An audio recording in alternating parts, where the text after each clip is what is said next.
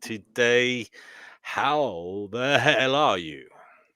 I am absolutely excellent, brother. Thanks a million for the 1,000, man. I appreciate it No, deeply. you deserved it, brother. You deserve it. Congratulations. As I said, it's not easy to get there. But it's good now, If you want, you can monetize your channel now. So good luck with that if you want to, that is. Um, but yeah, good luck and continued success with what you're doing. It's a very interesting channel, as I said, and I do like your way of communicating your unique insights at times. So what has been going through that marvelous mind of yours since we last spoke? I believe we spoke yesterday on Thought Provoker stream. So, has anything happened in the interim period in relation to what is going on in this strange existence? Have you had any eureka moments, any sparks of potential gnosis?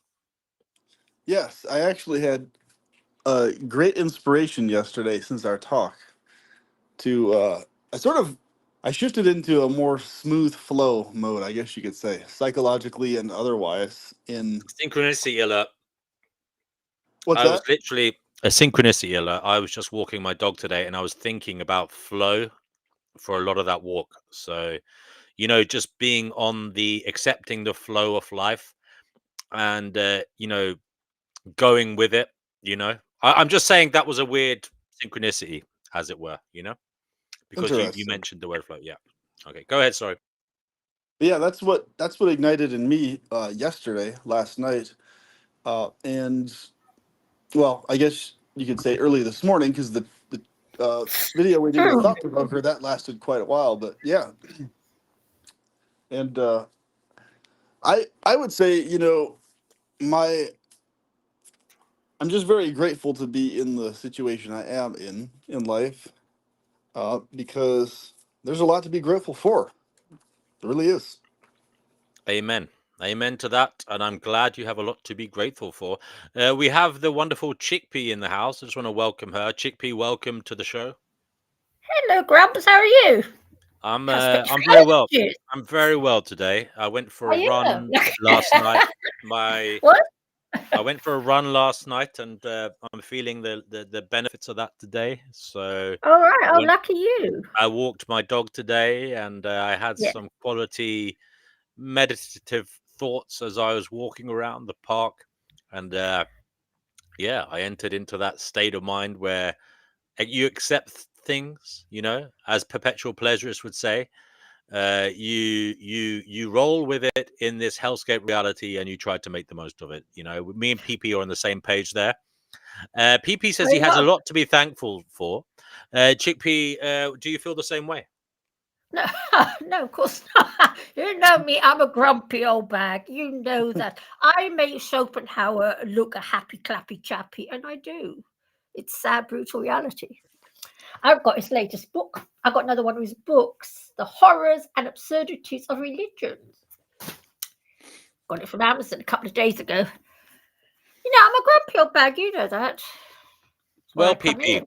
what do you have to say to Chickpea? She is she Cheer won't mind up. me saying she's a bit older than you, and she's had a lot of life experience, and Yeah. she is, I Yeah. would say, I don't know if struggling is it sounds a bit patronizing to say No, she's I'm not struggling. struck. Yeah, she's reached this point in her life where she views reality as a hellscape reality, and she doesn't like it at all. And there doesn't seem to be much you can do to change her mind on that. PP, would you like to talk to her, maybe interact and see where it brings the conversation, where it brings both of you? I'd be interested because we have on the one hand PP, who is all about seeking pleasure and being in a state of bliss, and then we have Chickpea, who is about staying and wallowing in the pit of despair and Yeah. pointing that out, and that makes her happy. So I just want to see how the two of you mingle and what happens when you talk. I think it would be very interesting. Interesting. Hi. Yeah. Oh, go ahead, Chickpea. No, so I'm gonna say hi, PP. You're a happy, clappy American, yeah? Yeah, I guess you could Yeah. say that. Yeah, I'm a miserable old Dutch woman. You know, as Dutch people are like. Although I but most of life in the UK. Yeah, I'm a miserable old bag. I make Schopenhauer look cheerful, and I do. That's But funny. I do have problems with depression. I do have a serotonin problem, so it's not all my fault.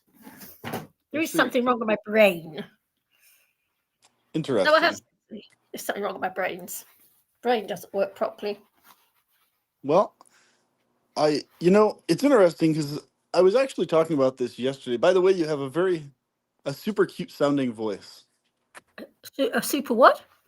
A super cute sounding voice. Oh, that was my cat voice. I live with 7 cats, and I'm always talking cat voice because it's how I live. That's so cute. Well, that's something to be proud of. Your cute cat voice. That's something to be very proud of, actually.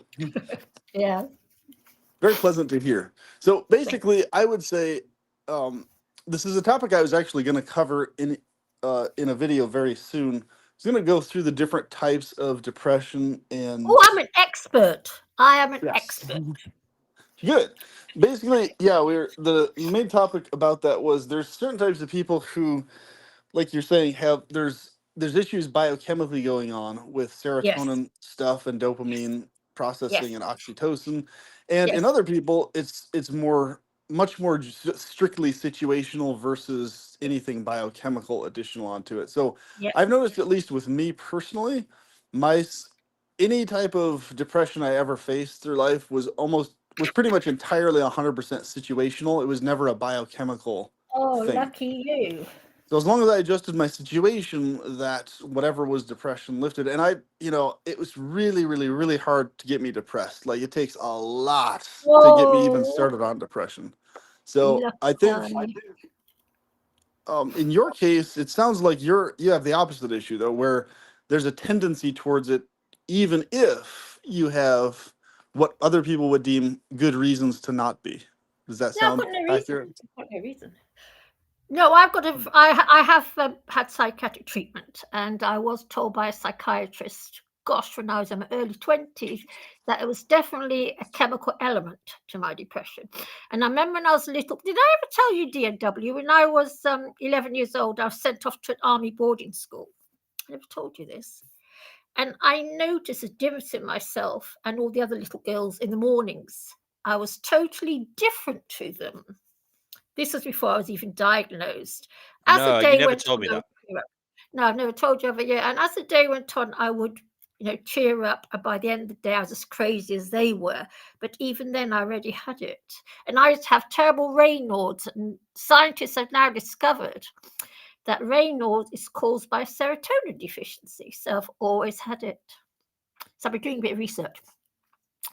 So mine is physical. Yeah, it's a physical depression. But I am a miserable old bag. I'm a miserable old grump. And I am. Well, hey, solid points on you for honesty. That's a very rare quality. So well done on that one. I mean, it really is unfortunate that that's the case, because I have various friends. One in particular is very close to me who also has a very similar thing. He has extreme bipolar and various other issues that he has to face, and his situation is also biochemical, where he basically goes in waves where he's depressed a huge amount of the time, and then he has these short little spurts of where he's feeling really good that sometimes last long, but usually they're very short-lived. But and it sounds like in your case it's a constant ongoing I never have a high thing. I never have highs ever. Wow, okay. Unless I'm absolutely stoned at my brain. That's actually the first time I've actually heard of anyone having what you described. How do you spell that? Is that Raynards? R-A-Y. What? Raynaud's. A Raynaud's syndrome. Yeah, Raynauds, Raynaud's syndrome. It's where you get this horrible, your blood goes weird in your hands and feet. And there's also Raynaud's. Yeah, Raynaud's syndrome is another one. And it's caused by serotonin, basically. And, you have to take SSRIs for it. I take loads of SSRIs. But I've never had high. The only thing that sort of gets rid of my depression or I forget about is when with animals. Cats, dogs, any animal, flock of pigeons, and then I will cheer up. But that's the only time. I think it's because I feel love for them. Interesting. So why do you think it is? I mean, of course that you feel the love for them, but if there's challenges with serotonin, there must be some additional element there with animals that induces something, because when you're interacting with animals, you genuinely feel it's a sense of actual upliftment, would you say? Like Well, I actual think upliftment. yeah, I do have a thing for animals. I just love their company. I love looking at them. I like talking to them. And I've got 7 of them. But I still, yeah, if I didn't have my cats, I don't like to think about it too much, actually. I probably wouldn't be sitting here now, probably be laying on the street in a drunken stupor somewhere, homeless and Wow. God knows what. It It really, keeps me. Huh? it really does make me wonder if there's a lot more people who have that condition but don't know it, in the sense that, They don't know um, it. yeah, exactly. Because Yeah, there's, yeah, it seems to be a fairly common trend that I hear about a lot, where people who otherwise have major issues with depression, they feel really, really, really extra calmed by animals in particular. Whereas yes. I think of like my interactions with animals and stuff, and for me, it's fun and I think they're cute and stuff, but it has no effect at all on the degree of Mm. happiness I feel, really, or how bothered I feel. Like it's interesting. It's because for me, it's like animals. They're a totally independent thing from how happy I feel or not. Oh, no, I'm Which totally is opposite. interesting. Okay, Yeah. interesting. But So you I know what? think. Oh yeah, go ahead.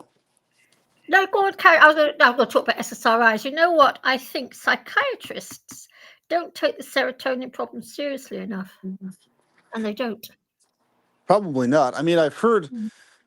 my concern with SSRIs. It seems like so many of those like medications and stuff that they tend to lead to weird types of dependencies and side effects and Mm. things, from what I've heard and stuff. What was your experience with side effects from SSRIs, or I should say, direct effects from them? No, only 100% positive. It's been one. If I wasn't, I'm not happy, clappy, full of joy to spring by any means, but the Raynaud's has cleared up, and I'm not remotely self-destructive. And I lead a very, very sensible life. I don't drink, I don't smoke, I've given up sugar, I keep myself very clean. So it's put me I'm in a very, you wouldn't think I was depressed if you looked at my home or anything. It doesn't make me happy clappy by any means. It just stops me from acting on the depression, thereby making it worse. It Oh, doesn't make me happy clappy. interesting. Yeah. It doesn't make me, but yeah, I've read there's a lot, but I don't have any side effects at all, apart from positive ones, especially the Well, that's Raynaud's. good. Yeah. Okay. Oh, they work on me. I mean, if I could have had them when I was 12 years old, my life would have turned out totally differently. It would have done. Interesting. Because Well, I also suffer. Oh, sorry. oh, I'm I just could talk saying about that depression for hours. I'm glad that helped you, though. That's good. What you said, you also suffer from what? Impaired learning ability. I found a shrink told me when I was in my early 20s, the first time I saw a shrink, they tested me, and I've got impaired learning ability. I Not, see. not badly, but it's definitely there. Yeah. I gotcha. Well, Yeah. and that's what's interesting, because I've been contemplating how to go about doing video content in things tailored to people who Mm. have biochemical depression issues Yeah. predominantly, that are Mm. independent of situations. And it's been quite a challenge, because most of my content is tailored for people who do not have that specific issue. And Mm. this is what I actually tell other people all the time. I was like, depending on who your audience is, you have to have a different message per person, because if Yes. somebody's dealing with biochemical stuff like you are, it doesn't Mm.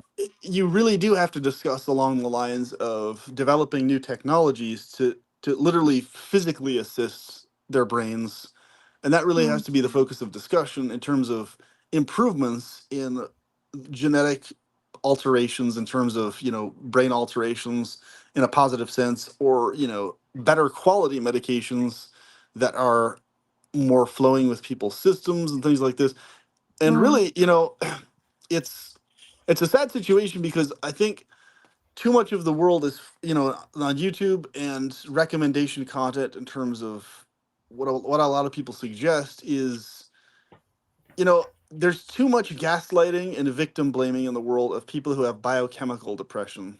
Uh, Mm, and it's not fair to those types of people because it really isn't their fault. Like, there's nothing like you, as you've experienced, all the stuff that somebody might tell me, right? With my freedom from that biochemical depression, I can mm, apply and I can, do stuff that actually affects my mood directly. Whereas in your mm, case, if it's a biochemical thing, none of that advice is going to have any effect one way or the other, right? no. It's just going to be, oh, nice thoughts, nice ideas, Mm, but I still feel the way I feel, right? mm, And so uh, it's interesting because it's one of my biggest challenges in life, figuring out a way to somehow help people close to me and my friends who have biochemical depression, mm, in some way, shape, or form that is tangible and useful. And what I found is, and what my friend who has major bipolar reported to me, is mm, my deep contemplative stuff that has to do with deeper reality type things, and contemplating in terms of warfare against impositional reality, this reality that surrounds us. He's mentioned to me that those things really help him a lot, mm, visualizations on his ideal self, desired self, and things, yeah. uh more than anything else. In terms of, he's noticed tangible assistance from that, independent of only the medication stuff that he's also dependent on. So Yeah. I was glad to get that feedback from him, and I hope maybe over time, if you go to my channel and watch some of those videos about, the Mm, pleasure I will do, goddess yeah. and things like this, maybe that will help you. Hopefully it will. I can't Mm. promise anything, but we'll see. Because it seems like there's a big lack of really good quality information about Yes. alternate realities aside from this one, and desired realities aside from this one. Yes. There's too much fluff, too much fantasizing, and too much wishy-washiness in terms of you know how a lot of the content is passed on to people. So I always make sure to avoid any type of cozy blanky universe narrative. However, I always am encouraging in regards to um, combat against this reality in positive ways. That's pretty much the angle I tend to go on with things, because Mm, as you can tell, obviously there's this reality imposes things on our brains and our bodies 100% against our will, and a lot yes. of And tell times me things about just, it. yep, they just remain there, situations and biochemical stuff, you know and there it is, no matter what you do or think or try to feel otherwise. And that's imposition 101, really. It's you know and so that's pretty much, when I talk to other people who don't have these biochemical issues, I explain to them also that, you know the fact that the world is full of so many people with biochemical depression, Yeah, a lot of it's it about, really, isn't it? yeah, it's many layers of dark. It's so many more layers of horrible than, just, okay, things aren't going good monetarily, or, looks wise, or situationally. There's so many more layers of bad and pain to biochemical issues, Mm. that are vastly underaddressed in the world still today. Hmm. Oh, I know, yeah. You know what else I find bad about the whole mental illness thing? Because I have been in psychiatric hospitals. I spent quite a long time in one a few years back. And I did at one point think to myself, maybe I should become a psychiatric nurse, because you know what? It actually makes me feel better to hear people moaning, and it actually helps me to feel better. But because I Interesting. have a mental illness myself, I cannot work with it. I'm not allowed. So I have this understanding of mental illness. I understand that people commit murder. I understand all these terrible things because I've been through it. Not, I haven't committed murder, but you know what I mean. I've had quite a heavy duty time of it. I'd be ideal, actually, but apparently I'm no good. I see. Yeah, It's mad, it isn't it? that is another sad situation too, because it's Yeah, like, yeah, you may be one of the people the most I'd be qualified able to. for it in Yeah, reality, I'm qualified. to Yes, help more than anybody else, because you know about it firsthand, versus just looking at it from the outside. side. Yeah. And that's another catch 22, where you're screwed out of being able to do anything with it. And that's another thing we've been talking about recently, is the weird twisted ironies of life in this reality. There's so Mm, many things that are incredibly ironic, where, like with people who abstain from having kids tend to be people who do it for, oftentimes it's the people that abstain from having kids tend to be the people who would be the best parents, right? So, No, and the people who tend to have kids tend to make the worst parents. And that tends to be the reason that'd why be they have kids terrible. in most cases. So it's such a bizarre thing. It's so backwards because it's like, why are we in this world where, well, I mean, I have a lot of hypotheses as to why we're in this world for that, Are with you those are you a ironies in it. father? Are No, you I'm a not a father? father. I'm Oh, intentionally not one yeah. because, I've never had children. yeah. And, the thing is, it's so funny because we were laughing about this yesterday, me and some other friends of mine who also don't have kids intentionally. So, and it's like, we're like, we'd all make probably the best parents on the planet, but that's the irony. It's like the the reason we don't have kids is because we care so much for kids that we don't want to expose them to this Mm, world. That's why. That's the entire reason. So mm, it's like, even though yeah. we understand the nuances of a certain number of kids being necessary and all that type of stuff in the world, etc., it's like, you know, and there's so many other ironies in life when you look at it that it's just figuring out the sources of why this world has these ironies in it is one of my greatest missions, finding out in detail. Because one of the darkest things of this reality is the fact that there's things beyond this particular world and reality. Nobody actually for sure knows anything about them, and that's one of the most annoying, frustrating, irritating things of all. Everybody has hypotheses, Mm, right? Everybody has their ideas of what probably exists beyond this world, but I don't think anybody on the planet knows for sure no one knows. anywhere at all, right? No. In terms of any certainty, what's beyond this particular world at all. Um, Mm, and so that's the thing basically that it's what I call the cycle of frustration. It's like a yes. clock of different annoyances and frustrations that you just cycle around with, and in the Yeah. process of trying to solve them, the process of trying to solve them often is exhausting in and of itself, and Yes. frustrating. So I think Yeah.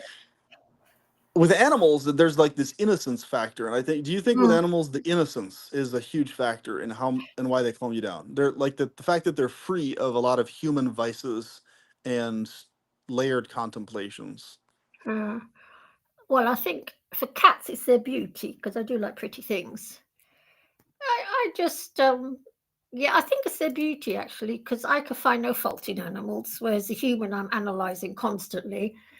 And I don't know. I've always been the same. My first love was a cat. I can remember him, and my last love will be a cat. Don't get me wrong. I don't go around hating people, but I don't expect anything back from my animals. From a human, I expect something back. So it's my love is what's the word? Unconditional. Interesting. Yeah, my love for an animal is totally unconditional, and I have this love for them. Even pigeons. If I feed a group of pigeons, and sometimes I see them sitting on the fence outside, and I know she's hungry, and I have to go and get more food to feed her because I know she's not happy because she hasn't enough to eat. It's really weird. I wouldn't do that for a human being.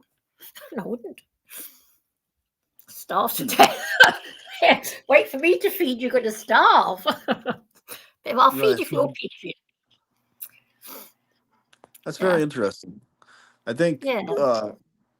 you know I could definitely see how the innocence factor of animals would contribute to that Mm, that sentiment a lot. It's because, I mean, yeah, if I see like a cute little animal or something, a dog or a cat or whatever, and I pet it a little bit, whatever state of I'm feeling there, I'll feel a certain amount of happier for a little bit. But mm, usually for me, if I'm frustrated about a particular thing or bothered by something in my head, it'll be it'll still be there, like permeating my thoughts, even if I'm a little bit happier petting the animal or cat or something like that. It's like for me, I always have to situationally resolve every mm, specific thing that's bothering me or disturbing me. And I'm usually pretty good at it in the sense of, just shifting my psychology or feelings towards something.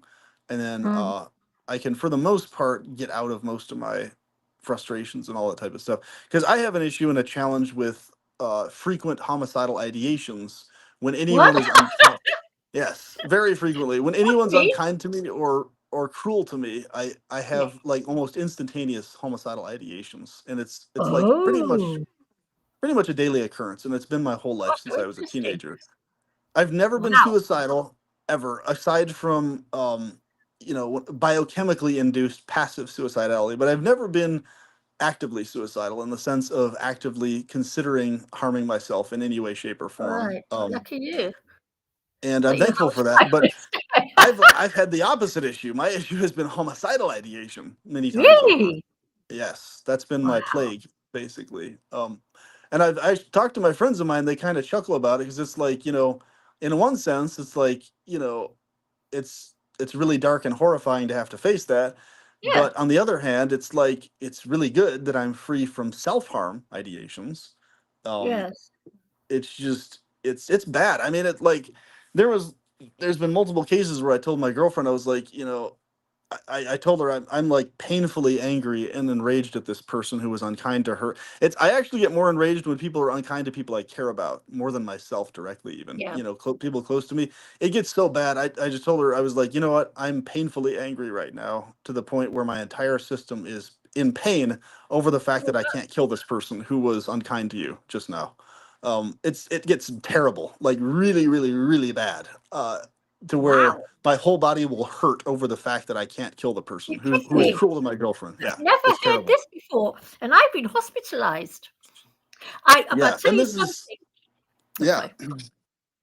Well, this is why I it's interesting. I tell people like when people are unkind to me or cruel to me or others, I always chuckle to myself and I'll tell others. I was like they literally have no idea who they're interacting with. They have no clue that I desire to kill them now. Like they don't they have no idea how much I want to kill them when they actually are unkind to me.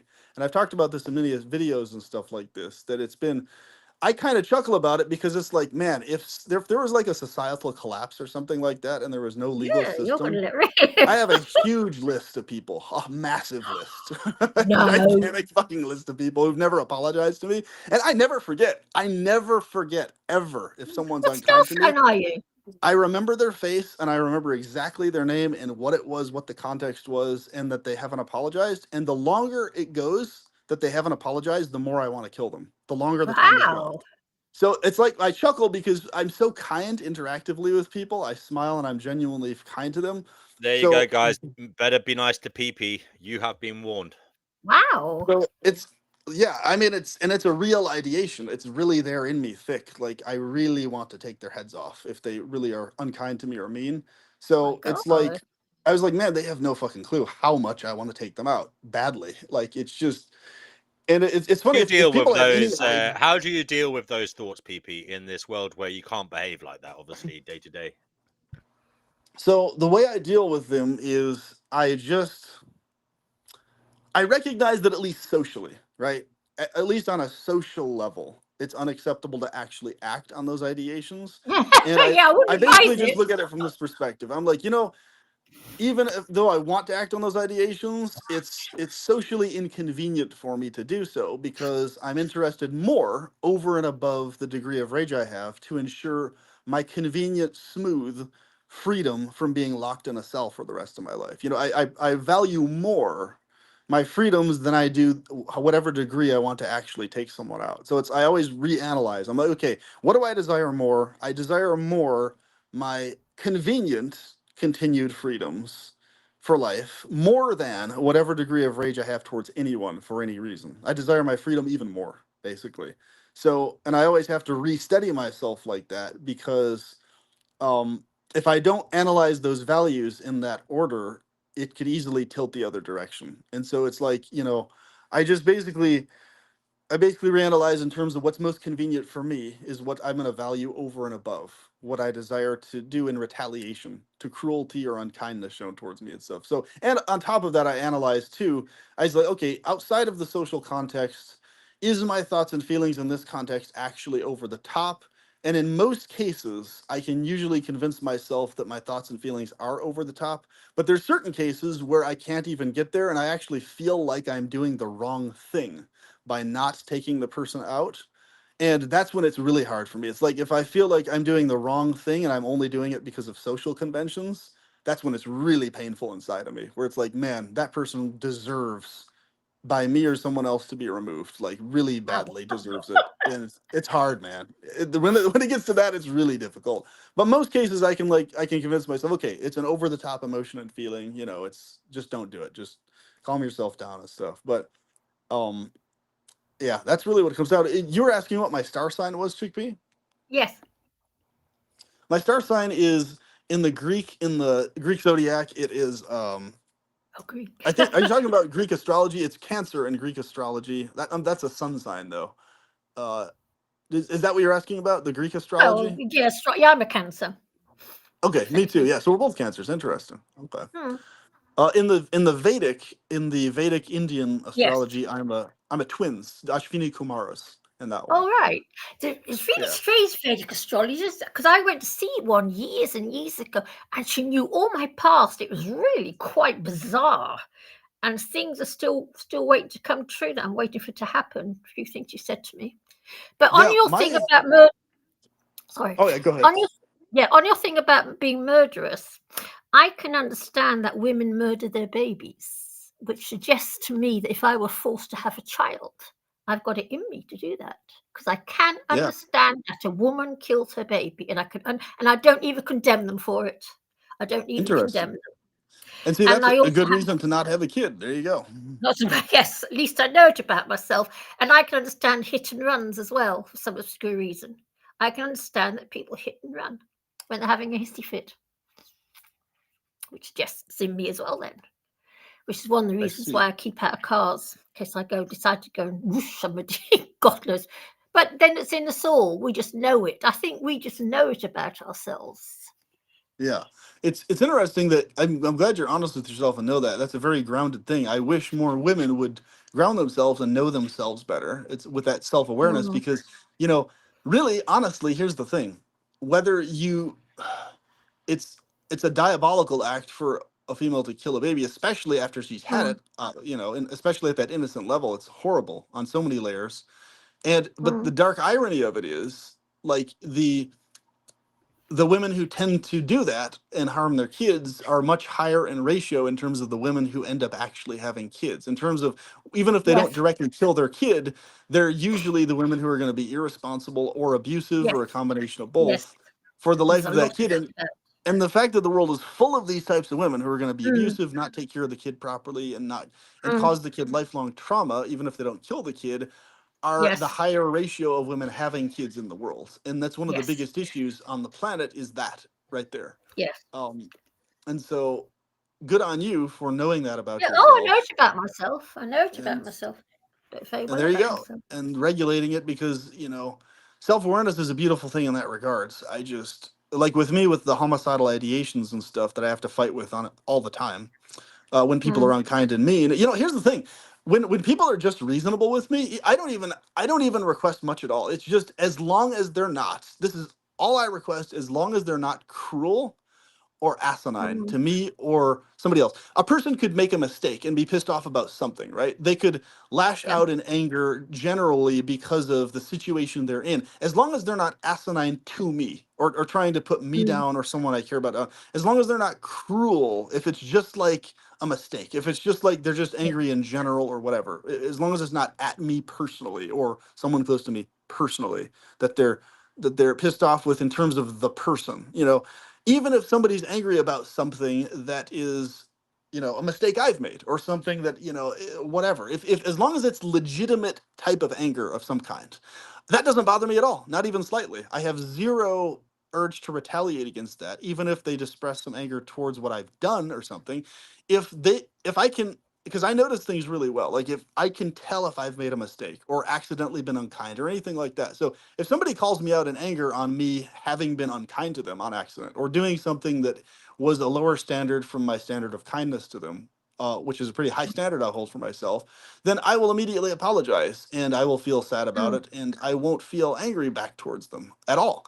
But if it's you can tell the difference, where it's that additional element of them trying to cause emotional harm to me, wanting me to feel emotional pain or someone else to feel emotional pain, that's when I get retaliatory, right? And it's in proportion to the degree of cruelty. Like if it's something minor that they're an asshole about, then I'll just want to I will desire to yell at them at the top of my lungs, right? But not like Mm. physically attack them or something. But if it's something really cruel, that's when I have the urge to physically harm people in retaliation. And so it's interesting to me because um, a lot of times when people say, they'll get frustrated with this. Oh man, people will literally say to others, I wanted to kill the person. Like they'll even say this about their relatives and stuff in like a sarcastic way or whatever. And I was like, you got to be careful with that type of stuff because when I say that, I actually mean it. I'm not just wanting to beat them up or harm them. It's like it's actually the desire to remove them from this world for real. And so Mm. that's why when I say that, I don't say that lightly. I never just say that sarcastically or casually. Like I've noticed a lot of people in my life have done, and I'm like, they don't really have that desire the way I do, though, and I can tell. Like when someone's Yeah. mean to them or cruel, and it's like it's a big difference in psychology. But with the, I would say uh, with the self-regulation and stuff, I regularly, consistently across the board, I've noticed that unless I'm having to call somebody out on being cruel, everybody else who's reasonable and kind regularly reports that I'm one of the nicest people they've ever met, ever in their entire life. And it's a very consistent reporting back to me that people tell me about. I was like, wow, I'm glad to know that. That's nice. But it's weird to me too that we're living in a world where so few people are even able to be just baseline reasonable with other people at just a baseline level. Just Yeah. just even not even being specifically nice, but just not being cruel. Right? There's very Yes. few people who are able to just not be cruel. Right? It's like it's such a simple thing to ask too. Right? It's like, Yeah. hey, if I'm just going about doing my own thing, going throughout the world, it's so easy to not be cruel to people. And the weird irony of me is I like have very little to no, I have like no road rage at all. Like you can do crazy stuff on the road and I'll just be like, wow, that was really dumb. They're risking dying and getting other people killed. Why are they doing that? But it's interesting. The people, this is another irony of life. Even though I have homicidal ideations a lot that I have to fight when people are actually cruel to me or others, when it comes to them doing dumb things on the road, even if it endangers me on the road or others, I'll be annoyed by that. I'll be bothered. Hey, that was dumb. But I won't. If it's on the road in a car, I won't get like an angry retaliatory psychology towards that very much. I'll still be very regulated emotionally if it's to do with car stuff on the road. Whereas the irony is that all the people in my life that I know that are not at all and never have homicidal ideations when somebody is mean to them, they all of them across the board have way more road rage than ever would have ever in my life. Like over minor shit, like they get really pissed off over somebody like doing something dumb on the road or zipping in front or doing something dangerous, and they're like swearing and all this stuff, and I'm just like, I never do that. I will like get mad and be like, if somebody's really doing something dangerous, I'll be like, well, that was really fucking dumb. But like I'm talking about these other people I know, they'll get like really fuming and like really angry towards like even minor like dumb stuff other people do on the road a lot of times. And it's weird. It's like, so here I am with these ideations about people being actually cruel, but I'm like the calmest person you'll ever meet on the road when it comes to road stuff. But these other people who never have that ideation, they're like consistently almost everybody I know flips out about road stuff and has road rage more than I do. It's weird. It's like this totally. It's strange. It's one of the weirdest ironies of life I've encountered among many others. And I've always wondered why that is. Why is it with road car stuff specifically? People who are otherwise really calm and chill for the most part tend to flip out and be the most road ragey. It's a very It's weird. interesting. It's a very interesting topic to explore and study. But my guess at this stage, I haven't looked into it and I haven't thought about it in great detail. But I suppose let's have a little think about why it possibly could be. I suppose first of all, when you're driving your car, you are behind the windscreen. In many ways, I find being in a car very strange. Maybe because I have some kind of neurodivergence, but it feels disconnected from the world. When you're going along in your car, because you're moving, but you're still, if you know what I mean. You're sitting still, but outside of you is moving. And there is something, very strange about that, PP. I don't know if you've ever had that feeling that this is very strange on a kind of sensory level. Like I'm Right. sitting perfectly still, but I'm moving 80 miles an hour. Like what the fuck? Everything Right. around me is moving 80 miles an hour, but this box that I'm in, inside it, I am completely still, more or less, Um, Yep. so it's like maybe our primitive brains kind of switch off in some way to what is going on outside of us. And maybe there is some kind of disconnect where we feel, because visually we're disconnected from it, because experientially we're disconnected from the kind of chaos outside, because as I said, we're in this still zone inside the car. Maybe we feel safe to shout at it, to yell at it, because we feel in some way, at least subconsciously, disconnected from it, even though we are very much part of it. Do you understand what I'm saying? And maybe it might even be that because we are driving, there is a part of the brain being utilized that overrides other parts of the brain that are generally utilized for socializing and, having a sense of decorum about things. Do you know what I mean? Yeah, I think you might be right on that because I think, at least in my case, where when it comes to driving and stuff, my brain tends to have this auto focus that kicks in because I'm basically hyper aware. Like if somebody's being dangerous on the road, I'm overly hyper aware that if I get genuinely angry to any degree, it actually increases my danger in the car and anyone who's in the car with me. So, in other words, my brain kicks in, hey, you can't afford to get angry about this because it's immediately going to put you in danger and everyone in the car in danger if you get angry about it. So I like it with like the homicidal ideation stuff that I have to fight. It's very pinpointed to that exact person and the exact degree to which they were unkind or cruel. And it's basically a calculation of um especially when I'm not in a vehicle, right? It's a calculation of, okay, I'm not in a vehicle. So just having the thoughts, if I'm standing on my feet by itself, isn't going to put anyone in any extra danger.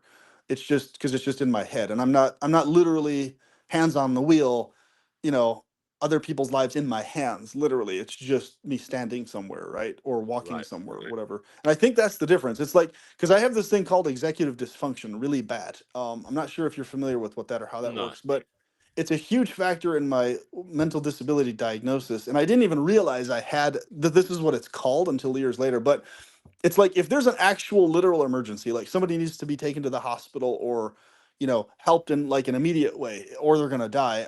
I actually function totally smooth and just fine in those situations. I actually Hmm. don't have any issues functioning. In fact, I'm probably one of the best people to be around if a situation like that happens because I will take a person to the hospital and I won't get bogged down by emotions or anything like that. So I'll be in the zone of helping them.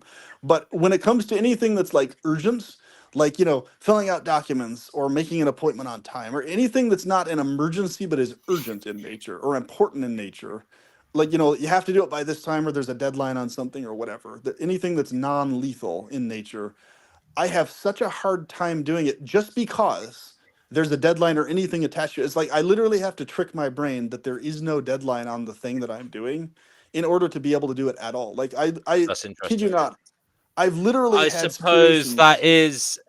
You said before you have slight autistic tendencies, right? We have uh yes. possibly, yeah. So I believe autists are all about hyper focusing. So it might be that that's how they operate generally. They hyper focus on things. So it might be something related to that, PP. I'm not sure. Obviously, I'm not a professional here, but if your brain is oriented towards hyper focus in general, then I can understand why you would be the man to rely on in an emergency. But when there isn't, when you're in the kind of general kind of malaise of, just there's no general directive for your mind, then yeah, I can imagine that would be problematic for a brain that is used to hyper focusing as its orientation method. Yeah, and I think that's spot on in terms of what it is. So yeah, I'm definitely formally diagnosed with autism spectrum, the Asperger's type of it, basically what they used to call that. And that hyperfocus is definitely my biggest factor of all. So I realize that's a huge factor in the executive dysfunction that literally I will have I'll have planned to do something, you know, like a specific project that I could so easily get done within like just maybe a half hour or something. But it'll take me years to even begin on the damn thing if I've specifically had anything in my brain that tells me I have to do it, I can't ever fucking do the damn thing. But as soon as I remove that and treat it as just, oh, I'm just spontaneously doing the thing for fun, I can do it right then and there.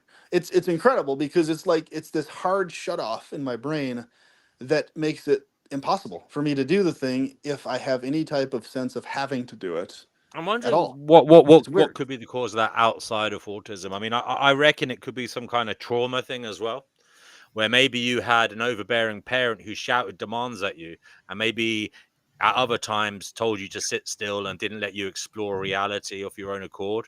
And they basically, you were only let do things when they shouted at you to do them, maybe in their company, that is. Would Well, that my be dad possibly the was, case? well, I think in my case, my dad was always like under his breath. He was always this mumbly under his breath, threatening, like, if you do this, if you do that. He was always implying great, incredible aggression. And I always resented that. And I always had homicidal ideation towards him my whole life for that Wow. reason. Wow. So Wow. basically, I think that is definitely a huge factor in that developing the executive dysfunction stuff. But Mm. um, I think it's definitely that. And I think also the additional factor that at least what people might term on a spiritual level thing, I've always had this like 100% alignment with paradise realities outside of this one. So like my modus operandi, the only things that make sense to me in terms of how things operate are totally spontaneous, playful, fun things. Like anything that's a requirement is like my entire system has like this allergic reaction to it, right? Like to where even with like outdoor survival skills and stuff like that, I do it because I enjoy it as a hobby because I think it's fun, not because it's like a have to or else type thing. I just basically like I like the factor of, okay, if you do this, this happens. And this is the only way this happens. So like, for example, fire by friction, there's a very specific way you have to do it the right way to not get exhausted and, you know, to where you have all your energy left. And if you don't do it that way, then problems ensue. But for me, that's like a precision world thing. And like with craftsmanship, it's a precision oriented thing versus a you have to do it or else thing. It's a you know, this is how it's done type thing. Whereas when it's like, you know, with appointments and deadlines and all this other type of stuff, anything that's like artificially made by people, basically, I I just I have this weird like allergic reaction to it physiologically almost. It's like because and it's like it's like my core self is always in rebellion against anything impositional in nature. And so I think that's a huge factor in why I have that executive dysfunction and why I clash with anything that has a deadline or a schedule attached to it.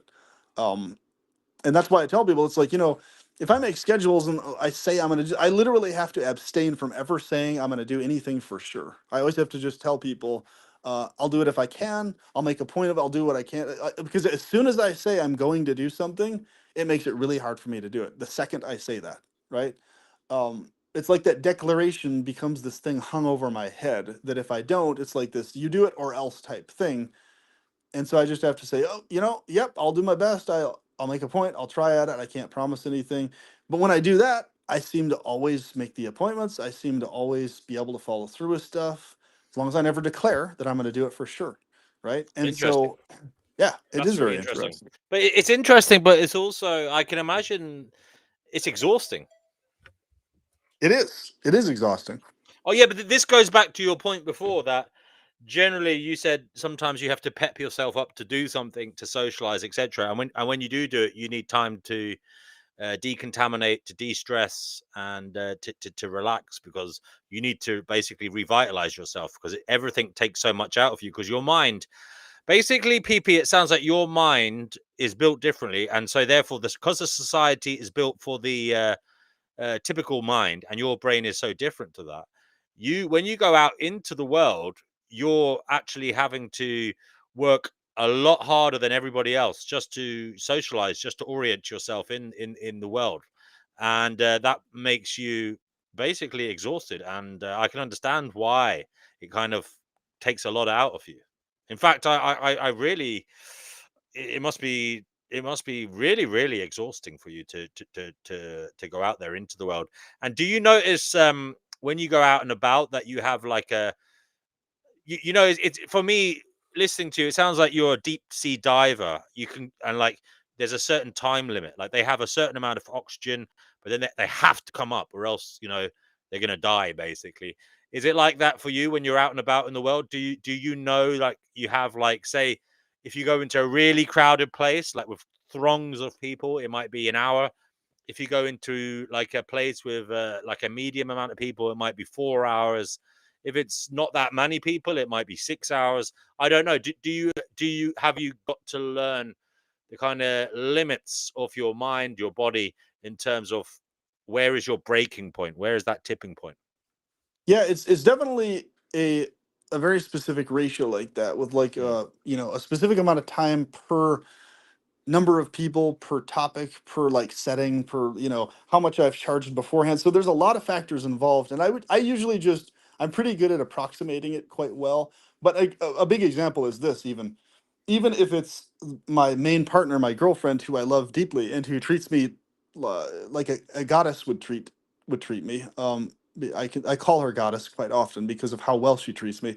Like, there's not a single thing about her at all that bothers me whatsoever. Everything about her is pleasant and inspiring to be around. However, literally, even in that case, even that best case scenario with her directly, I still need large amounts of total physical aloneness. Even then, and I explained this to her. This is how I figured this out about myself. That I have to have that for sure, no matter what, even in the best case scenarios, because I have to charge up even for the positive, joyful interactions I have with people that feel good to me. Even for those, not even just bothersome interactions. Those, but if it's a bothersome interaction, no amount of charge will get me there. I'll just be totally exhausted, like immediately with the interaction, and enraged, basically, to homicidal levels of ideation if But there's how like any degree of PP? unkind. Surely there are times when you have to operate in those situations Oh yes, because exactly. you know, I don't know. Say you're queuing up to get something that you really need, etc., etc., or you're going to some kind of interview for something that is very, very important to your life. How do you, what do you do in those situations? Do you hyper focus on something? Do you write something down and hyper focus on it, so you're trying to avoid looking around you? What do you listen to, like music? What do you do to kind of avoid this chaos that otherwise could ensue? What I do is I do a brain and feeling exercise that I induce in myself a feeling of deep affection for everyone that I'm going to see and interact with before I go out. So basically, I get myself pumped into a state, hyped into a state of feeling genuine happiness, contemplating others' pleasure and seeing them, anything they do that is joyful to them that I see happening. Any smile on their face, anything, I especially use as a bit of fuel for that time frame that I have, or I should say, as an extra addition to the oxygen tank, if you will, in those cases. And that really seems to help me a lot. But like I said, even in the best case with my girlfriend, who I'm always happy with, always super overjoyed to see and be around and spend time with, I literally have to spend multiple days independent of her, even on a regular basis, where it's just me physically alone, even in these cases where everything's completely positive. So in those cases where I have to interact with situations or people who I know for a fact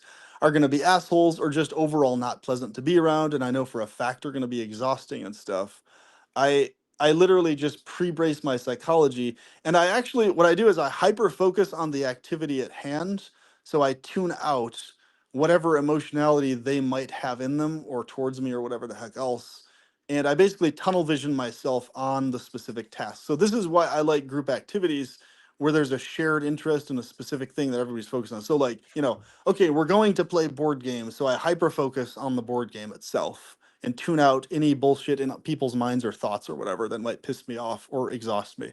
And so, or if I go to the arcade, I'll say, I'm going to go to play the arcade games or play air hockey, and I'm just going to hyper focus on that. That's it. And I just tune out all the emotional anything people might be feeling or thinking towards me or others or whatever. And that's what's interesting is in those settings of like group activities and stuff, I'm literally the calmest, most laid back person in those settings out of Mm, anybody. mm, mm. And what's Now, interesting is I will call people out though. If someone's active and cruel, I'll do it in a firm but calm way. and I'll do it in a better way than anybody else would. You know, what people would consider a very mature, thorough way.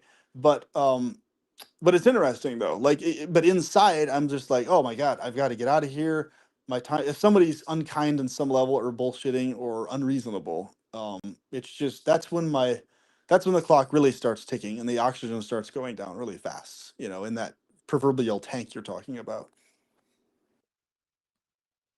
Wow, that's really interesting. Now, one thing that did come to mind, PP, when I was listening to you, is there perhaps a danger that you're pathologizing yourself unnecessarily in that these are normal human reactions to reality and it's just that you're hyper aware of them? I've definitely I'm overly, I would say I'm too vividly aware of that reality, and that's actually one Mm, of the things that bothers me is I can't ever shake the disturbance that I'm surrounded by people who don't think or feel as deeply about stuff ever, for the most part. Some do, but it's extremely rare. And so it's, for me, it's a huge sigh of relief when I encounter someone who I can tell thinks or feels at least maybe more or as deep, or what, you know, it's comparable to the depth of thought and feeling I'm having towards something, because those people are the most reasonable, the most grounded, the most calm, but super rare for that to happen. In most cases, I can always pinpoint exactly where their thinking and feeling is capping off at, and even though I have empathy and compassion in the sense of I know that they can't control that or help that because they have brain chemistry flaws, or just, you know, that's you know, it's just in their nature to not go that far into things.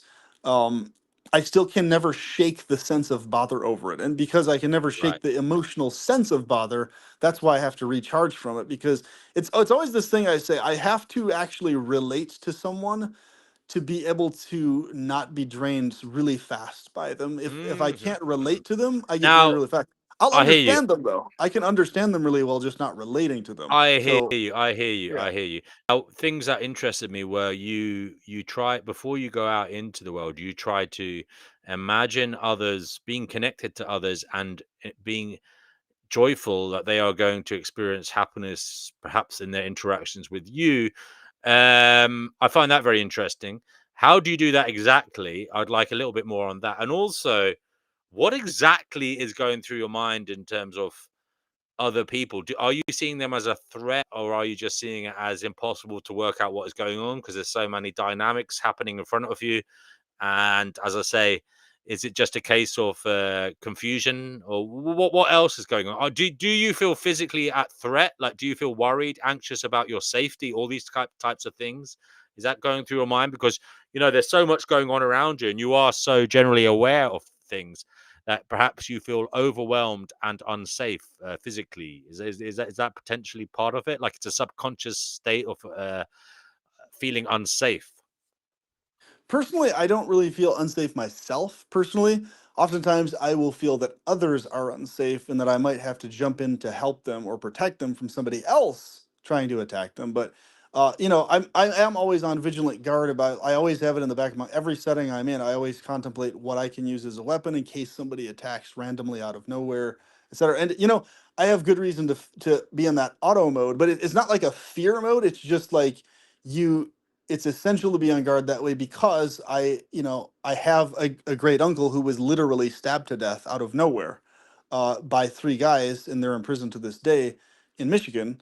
He was killed in Flint, Michigan, and so this actually happened to him, a relative of mine. And in that part of the world, in Flint especially, you have to be on guard like that because people do shoot at you randomly and sometimes just jump at you to stab you and kill you.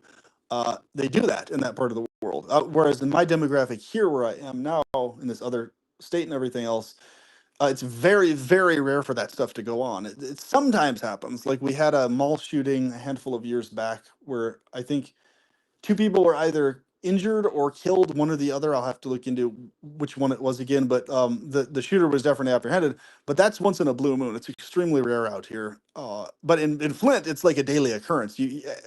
There's always somebody getting shot or killed or injured or maimed, or every week there's somebody else dying basically from a violent thing in Flint, Michigan. Right. Right. And it's just ongoing all the time. So basically that part is just sort of like auto ingrained in me from my martial arts training. But the uh, you know, I don't personally feel a sense of fear. It's more just I get drained in proportion to what degree people are not thinking or feeling into things and to what degree they're not being reasonable. Both those two things.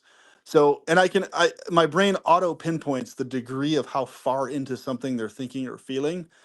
In myself too. I always can pinpoint how far I'm thinking or feeling into something also.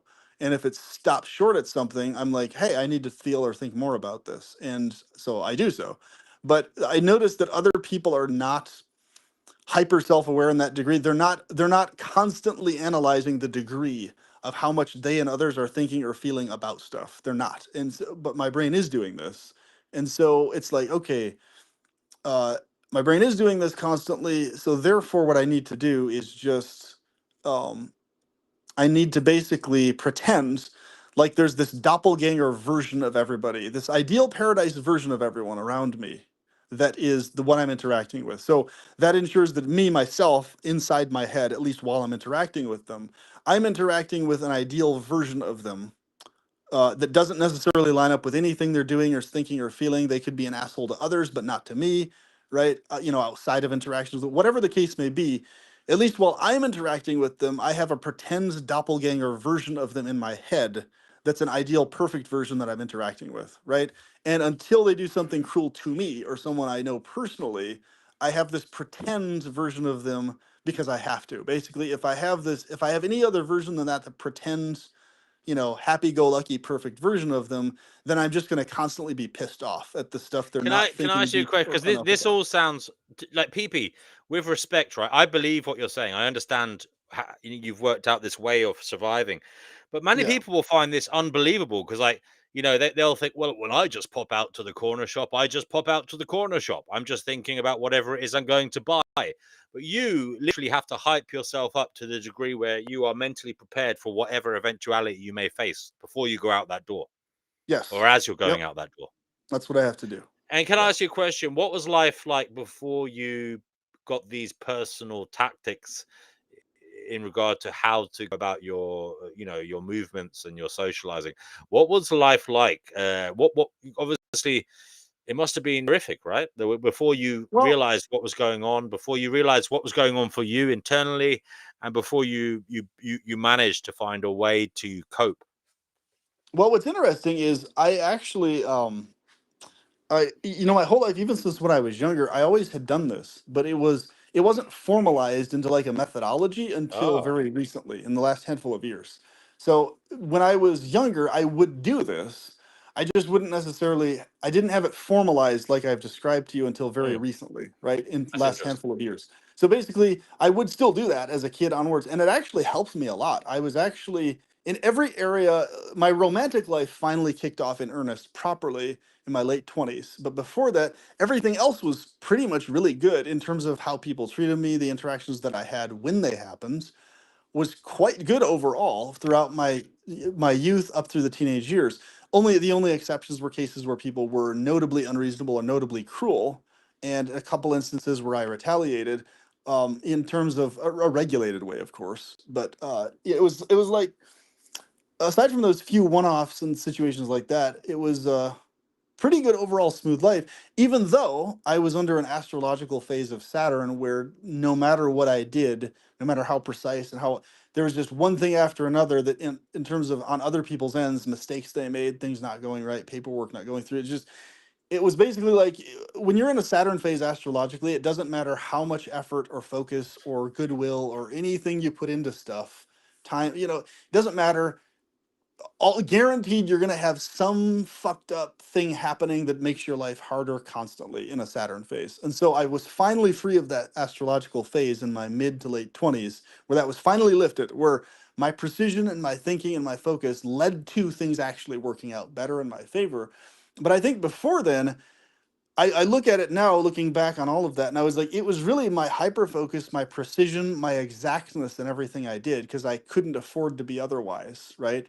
Things would spiral out of control in the sense that one thing would lead to another, to another, to another, until I got it back under control in terms of, saying just the right thing to the right person, doing exactly the right thing I needed to do, with no wiggle room. And so weirdly, it actually made me an incredibly good quality craftsman in terms of like, wood carving and mechanics and all sorts of things that deal with the hands, um, because I never had any room to make mistakes. But today it's like, now that I have wiggle room and I actually can get away with making mistakes here and there, it's a really different world for me because I never had that growing up until my mid 20s, to late 20s. So uh, it's basically, it's weird for me because I'm still operating in that braced mode for everything to fall apart like it always did if I made one single mistake about anything when I was younger. But even though I don't have to be that way now, I'm like forever in that mode because it was so miserable running into situations where if I said one little wrong thing or accidentally, you know, made one mistake on a project I was working on, it would just lead to these weird, bizarre spirals, completely outside of anything I was doing or thinking, that just where people would have the wrong perception of me, or it would lead to another mistake, or would lead to me being out of more money, or whatever the weird fucking case was, or somebody else near me, their car breaking down, or just a bizarre thing on top of bizarre fucking thing that didn't make sense outside of astrologically, right? Um, that was what would go on, right? And so like it basically that contributed to my hyper focus and fixation beyond what I already had as a baseline with my organic brain, as a kid. So it's basically this hyper focus on top of hyper focus on top of precision on top of like just obsessiveness in that regards because there's no wiggle room. Like I think it's just I look at the world and so many people's situations I see it's weird to me how so many people can factually get away with making mistakes interactively with their hands, not having any notable craft skills, and things kind of sort of like still work out for them somehow. I've never understood that because growing up in poverty my whole life, or poverty that we were left in by my dad, even though he had a net worth of $1 million and he was hiding it from us. And the fact that we were left in poverty, me and my mom and my brother, it was like um, every little thing we had we valued really highly and put a lot of focus in taking care of, and all that type of stuff. And food, especially food, like every little bit of food, lots of food bank trips, lots of my mom micro calculating to the last cent, what she's able to buy, what she's not, making everything she bought last as long as it possibly could. It was this chronic annoying irritating situation of always having to micro calculate, to the cent what we can buy or what we can't buy. Do I buy this one item I want this month, or do I buy food instead? Do I abstain from a little bit on food and buy the thing, or do I do one or the other? And it was always this annoyance I had and rage against being in that poverty situation that was added on top of all the other type of stuff. So I think it's just the amalgamation of all of it.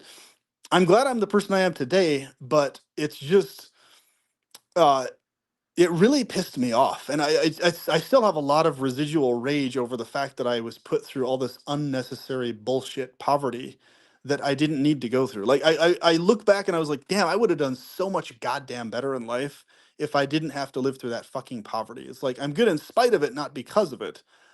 But I look at it and like, damn, I would be better off if I never had to face that shit though nowadays.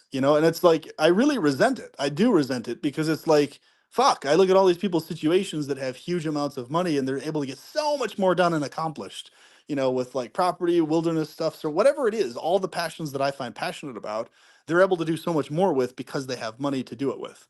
Right. Whereas like I have so many fucking interests and skills and things I can teach and do, but there's so little I'm able to ever do with it because I have so little goddamn money all the time. Right. To this day still.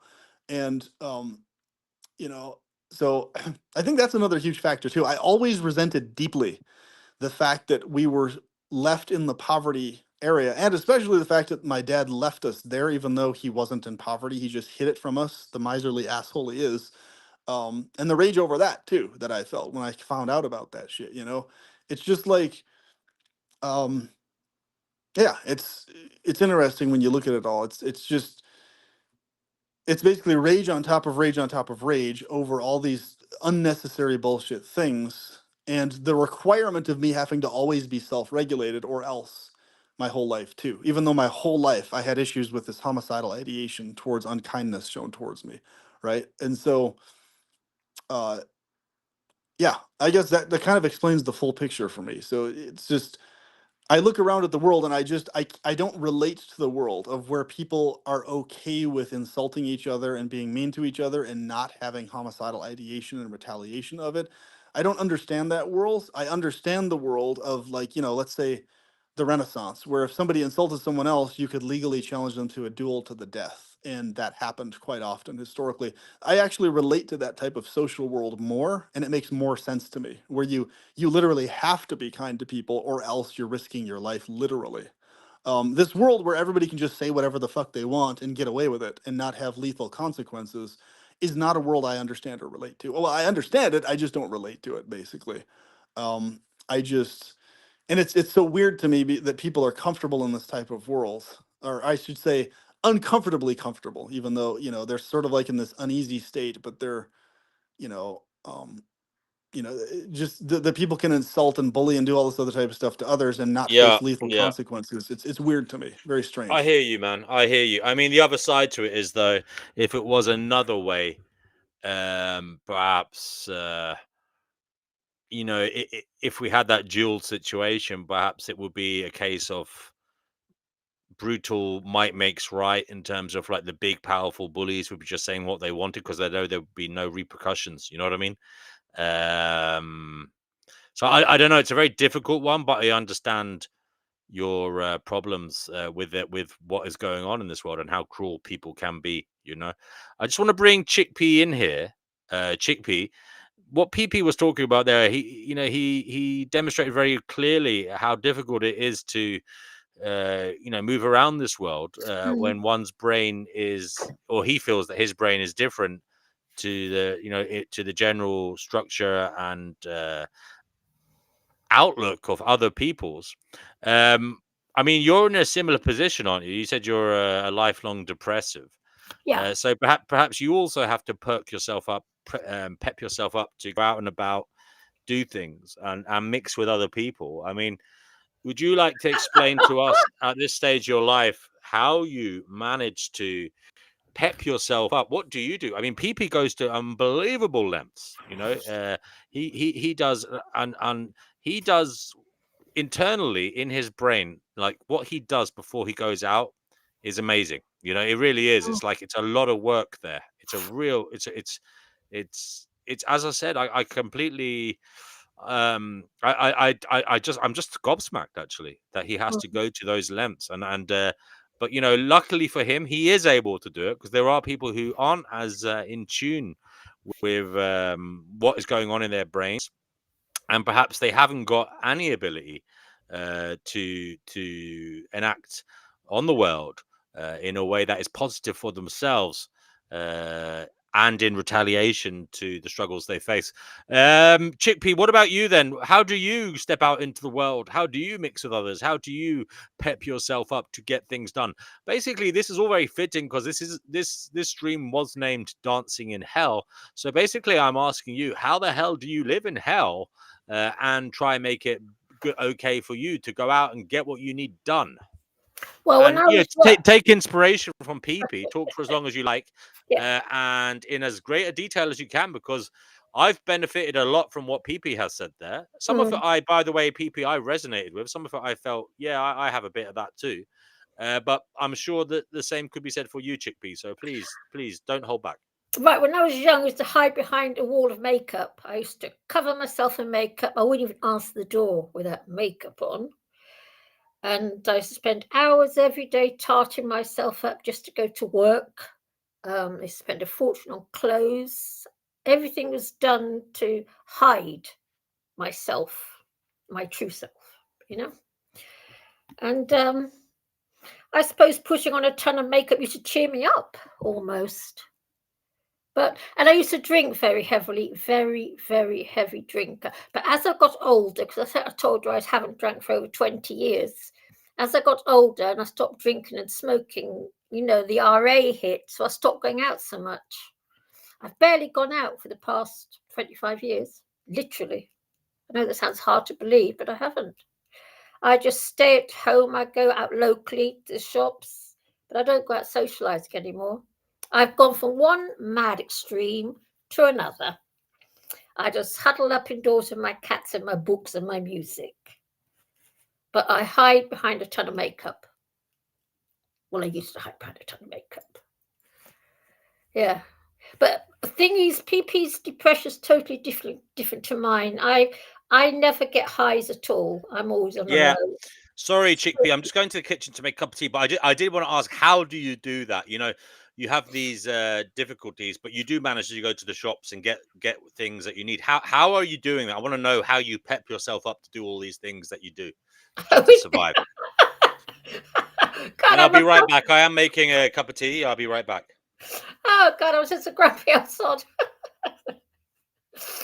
I'm Lost very PP, by the way. I hope he comes back. Go ahead, Yeah, Chickpea. I am going to make a oh, cup of tea, so I'll be right back. right. Okay. Yeah, I used to work. Yeah, I just tart myself up and out I go to Tesco or do whatever. Gosh, where's PP gone? PP, don't leave me here on my own if you don't mind. Hello. Hello. Right. I wonder where it's gone. PP. PP. Who else? Jay. Lovely. I'll sit and talk all to myself. But wait, Tanel, see you still going on at me about the fact that my cats are still eating fish. I've noticed.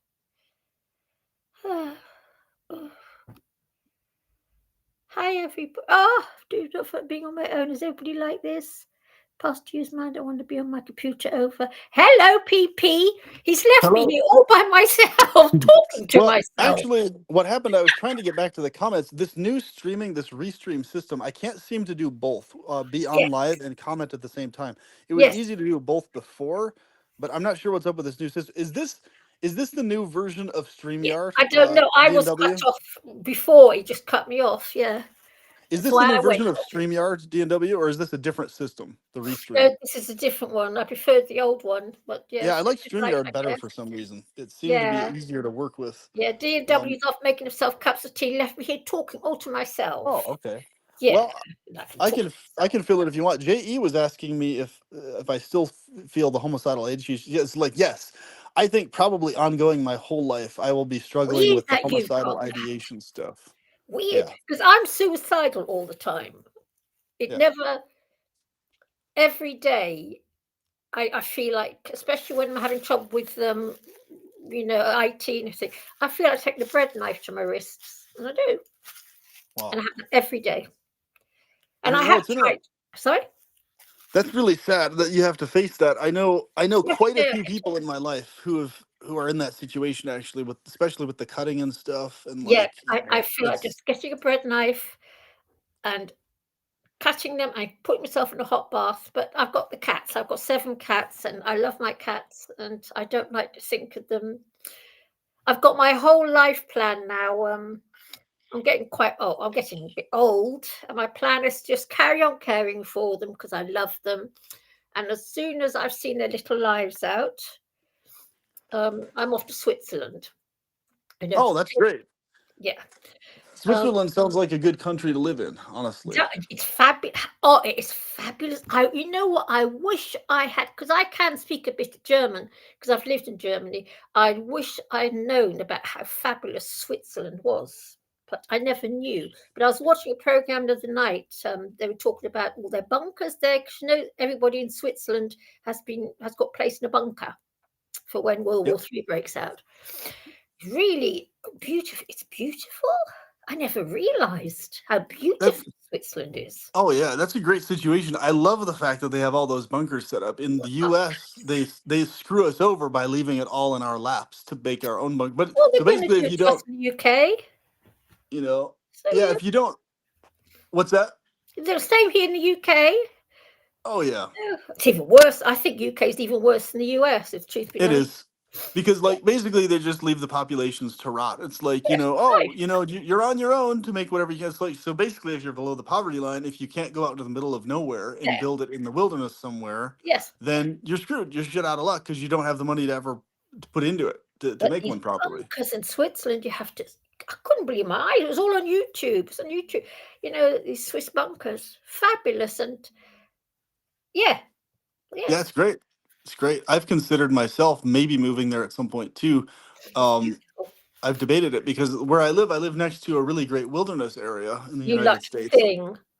The biggest wilderness in the United States, actually, in the lower 48. But it's so it's like, man, I really love the city I'm in. It's definitely my favorite city on the planet, and I don't really for that reason. But the bunker situation would be the main thing I was considering in terms of Switzerland in particular. But So I was you're like, you not know what? depressed like me, are you? Because shall I tell you something crazy about myself?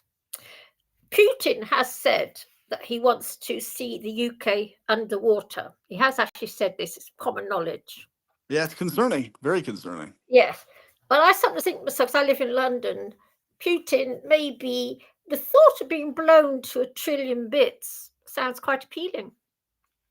Well,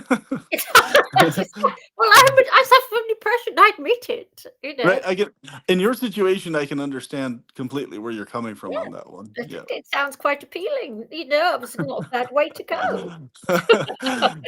It's funny. I've heard that sentiment many times too. It's like I guess it really depends on the type of person. For me, I'm pretty obsessive about surviving.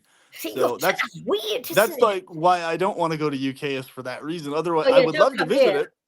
Yeah, I'd love to visit because I love the Sealed Knot Society, the 16 English Civil War stuff. I'm obsessed with that. But I don't trust being on an island that can easily be wiped out with like one or Yes. two nukes. Yes, he has said it. Oh, Putin. And here's the thing. I think even if he's most likely bluffing, but even then, it's still something to take No, he's seriously not because, bluffing. He said it quite thingy.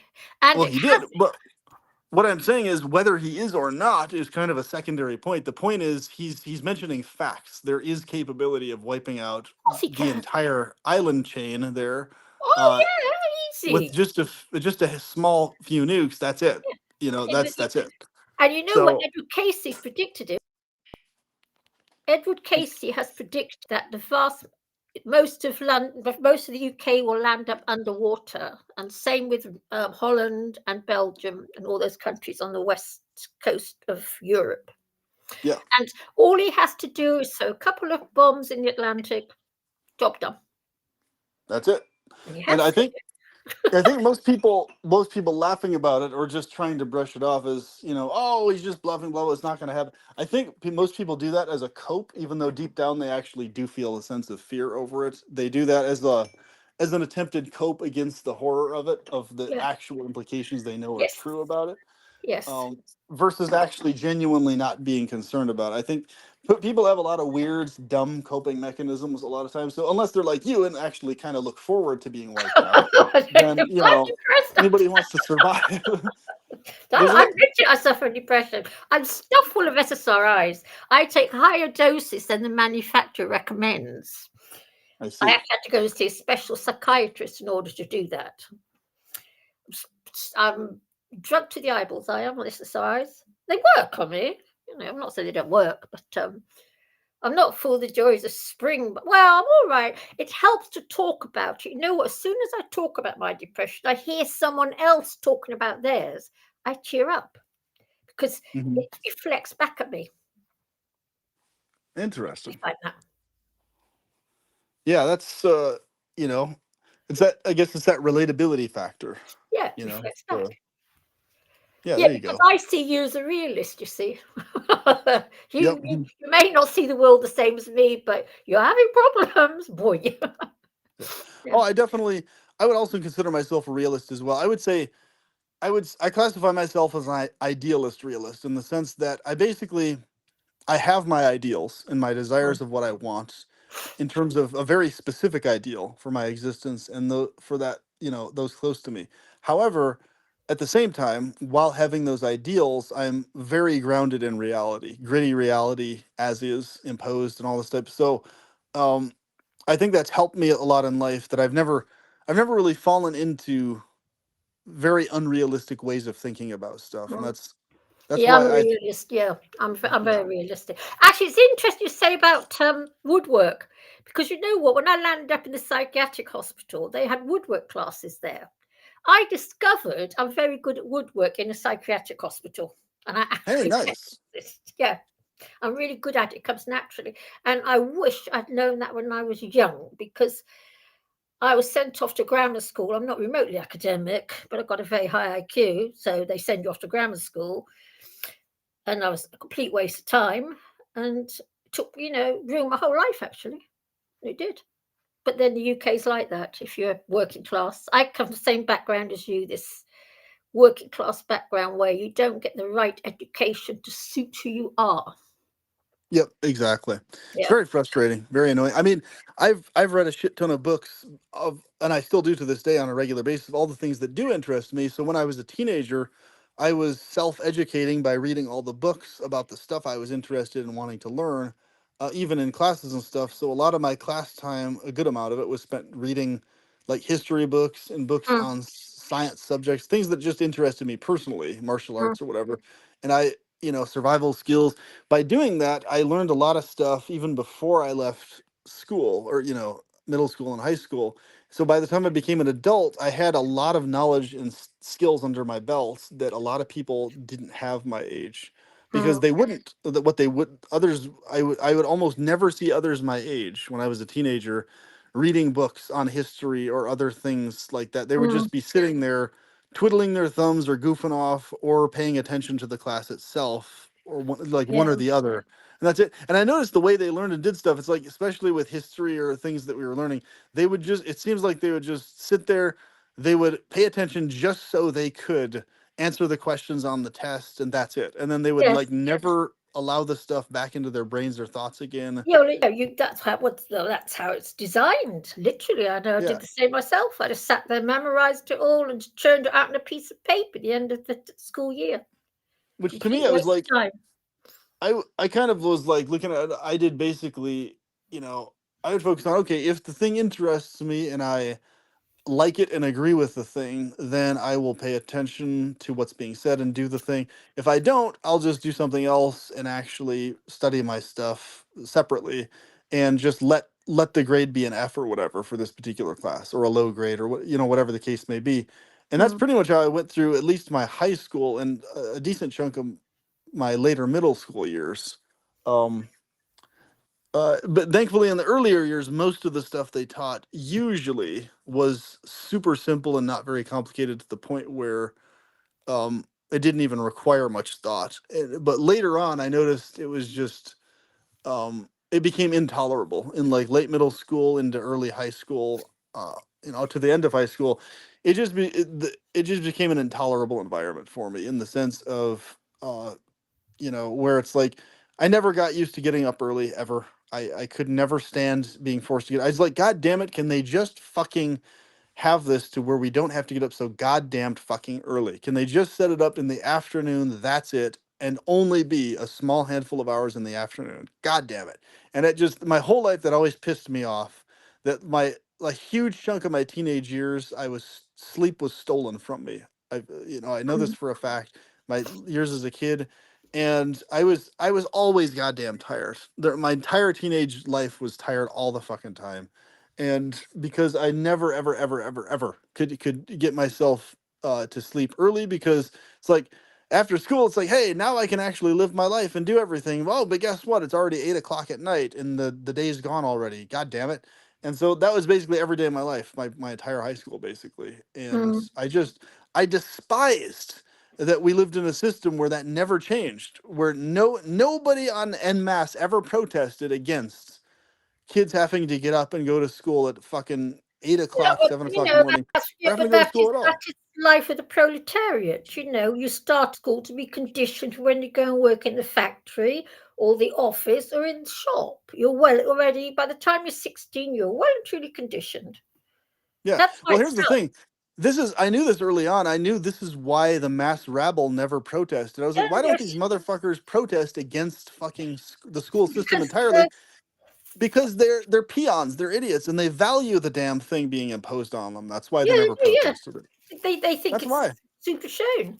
Yes, In other words, yes, their psychology was this. Their psychology is, oh, yes, I'll be pissed and frustrated at the fact I have to do it, but it's a good thing I have to do it. It's a good thing it's forced yes, on me, even though exactly. I'll be pissed amidst it. That's I was how like, I was like, wrong. You need to be pissed off at the fact it exists at all, you fucking idiots. Like, not only pissed off situationally at the fact that you're, individually, oh, I'm bothered today, but the system as a whole is good for me. I literally had kids my age parroting that crap to me. It's like, are you fucking Yes, kidding me? You're pissed yes. off today about this. So, but be pissed off about the whole goddamn thing. Why are you only Well, pissed off but just today?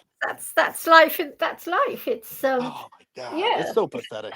That's why I It hate was this so planet. pathetic. So I hate life on this planet. I think it's absolutely abysmal. I just don't know why people think it's so fabulous. It's all right if you're one of the top 5%, super duper, to do your dirty work, and you can just get high every night. But if you're a member of the proletariat like I am, I think it's a load of old bollocks.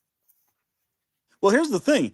This is what's yeah, exactly. I mean, what you're saying is like if we had a system where all school was optional, all of it, 100% of it. So elementary school all the way on up through college was optional, and anybody could go, and there was a teacher paid to just be there for whoever wanted to show up. Okay, we're gonna have classes from 12 to 3 in the afternoon or whatever. That's it. That's it. No more than that. Just a few handful of hours optional where you could go or not. You could not go. You could whatever you wanted to do. You learn as much as you can while you're there or not. And then that way, if we had that type of system, everybody could learn way more. They would learn a lot more because there's no pressure attached, but you'd recognize, hey, there's a place that I can learn stuff from somebody else, valuable knowledge, and there they are waiting to teach me, funded by the government or whoever's going to fund it, private business, whatever. Cool. I personally way more in that situation and been far happier and Yeah, but that's they healthier. want you brainwashed enough to have a boring job either in a shop or a Yeah. factory or an office. You know yourself with general work, if you work in an office or a shop, it's repetitive shit, same old day. Oh yeah, I could never do it. I could never do Yeah, it. That's why I got on well, but that's what disability. most people do with their working lives. I mean, I've worked as a secretary, and all you do all day long is sit typing. I mean, it's really Yeah. repetitive. And if you work in a factory, you just spend the whole day putting two little things together. And that's how our societies are built. That is capitalism. It's rampant capitalism, but that's the world we live in because we live in a capitalist shit tip, mind you. Yeah. Yeah, I don't. I hate this. I'm well. Boo. I didn't ask to be here, and I find out who's responsible for mine being in existence. I'm going to stab him. I'm going to get myself a big yellow sword, golden sword, and I'm going to kill him 1,000,000 times when I find There you out. go. I love that detailed description. And whoever actively, knowingly created this deserves it a Yeah, billion times over. yeah. 100%. He's responsible for my being in existence here. I will kill him. Can I just say, you mean God, right? Yes. Or whoever created this existence. Yeah. Yes, I There mean you God. go.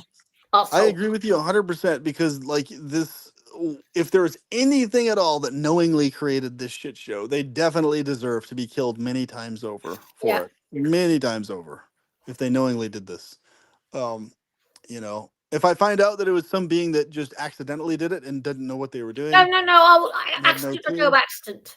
No. Yeah. Don't use that. But here's the thing. This raises a point. This raises a point earlier. I was thinking, PP, when you were talking about your homicidal ideation, and in Yeah. general, like people who murder people who have done something to them.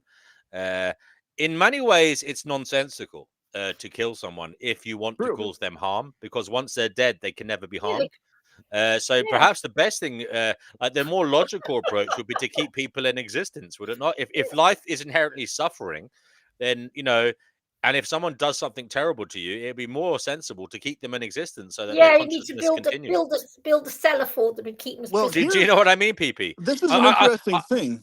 Yeah, Because I've never understood people who kill someone who's done something bad to them.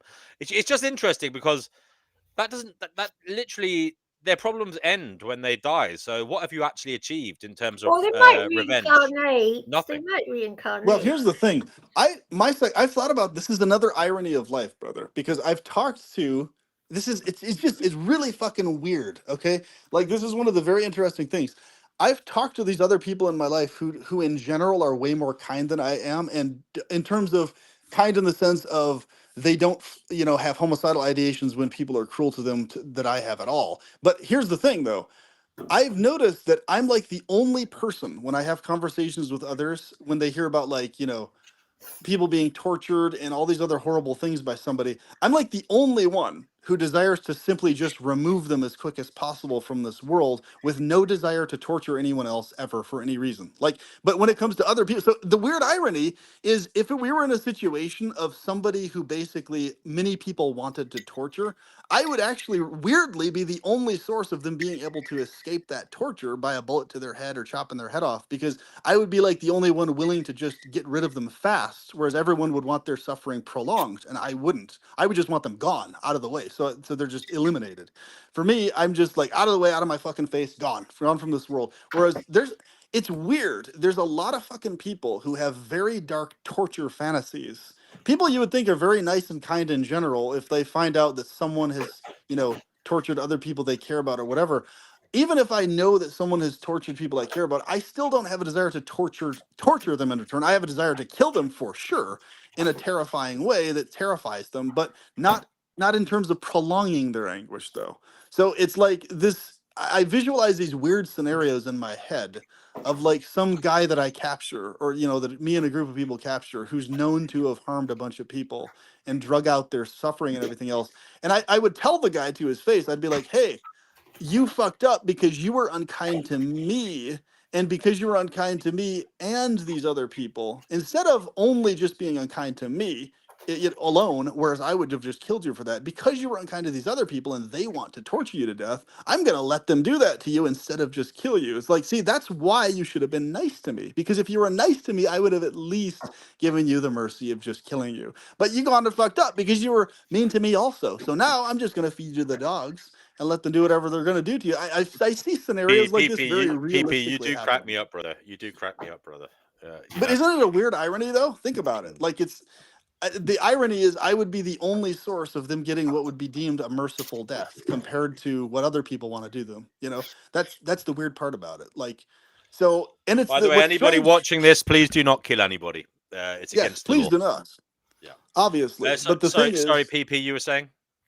But what I'm saying is, there's a lot of people that are gonna fucking go off the handle when if there's a social collapse or breakdown and shit like that. So the irony is, I feel like the person who's been able to regulate this homicidal ideation and retaliation stuff for so many years, ironically, I'm gonna be one of the most level-headed people of all when that type of thing happens, and able to control myself better than most people, even then. Whereas now, we're just in this weird and this is the other thing that's always pissed me off, because I know a lot more people have aggressive, fucked up ideations of harming others that they usually don't act on. But I know also for a fact that they're not going to control themselves as well as I will when things fall apart. And quite the opposite, because they don't have the skills or internal regulation systems to do so. They're just going to go off the fucking handle and gung ho, steal, kill, rape, whatever the fuck they're going to do. And that's the world we're going to live in. And so I think there's a lot to be said for people who have feelings that they regulate all the time, that are always there, versus people who just never regulate their feelings. And like you said, most of the people who actually end up killing others, they do it for stupid ass fucking reasons in almost every goddamn case. Like, very rarely does it happen for a legitimate, sensible reason, right? So it's like, the majority of the prison system is full of fucking emotionally unregulated monkey men, basically doofuses, who just fucking kill people because they're pissed. Like, they can't regulate jack shit, right? And they kill people over stupid fucking reasons. Like the ones who murdered my uncle, they murdered him over because they semi-desired to go to prison. Like, they literally were just on a killing spree, starting on one, so that they could have 3 hots on a cot for the rest of their life. It's like, it's the dumbest reason ever to kill some people. Like,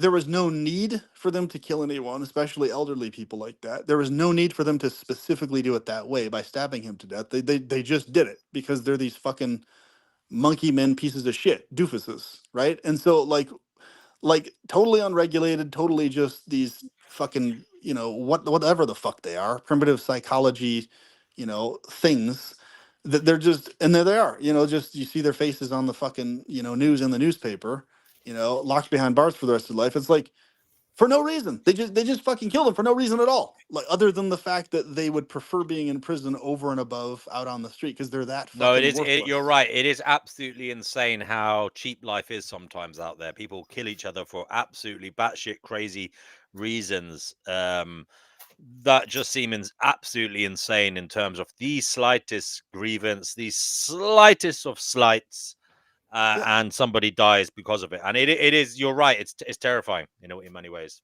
It is. It's terrifying, and it's usually people who are totally innocent, or mostly entirely innocent. And you know the other thing, PP, what is scary? Sometimes people kill other people not only for the slightest of slights or the slightest grievance, but sometimes it's misconstrued. Sometimes people get killed because another person was mistakenly egotistically damaged by something they said or did.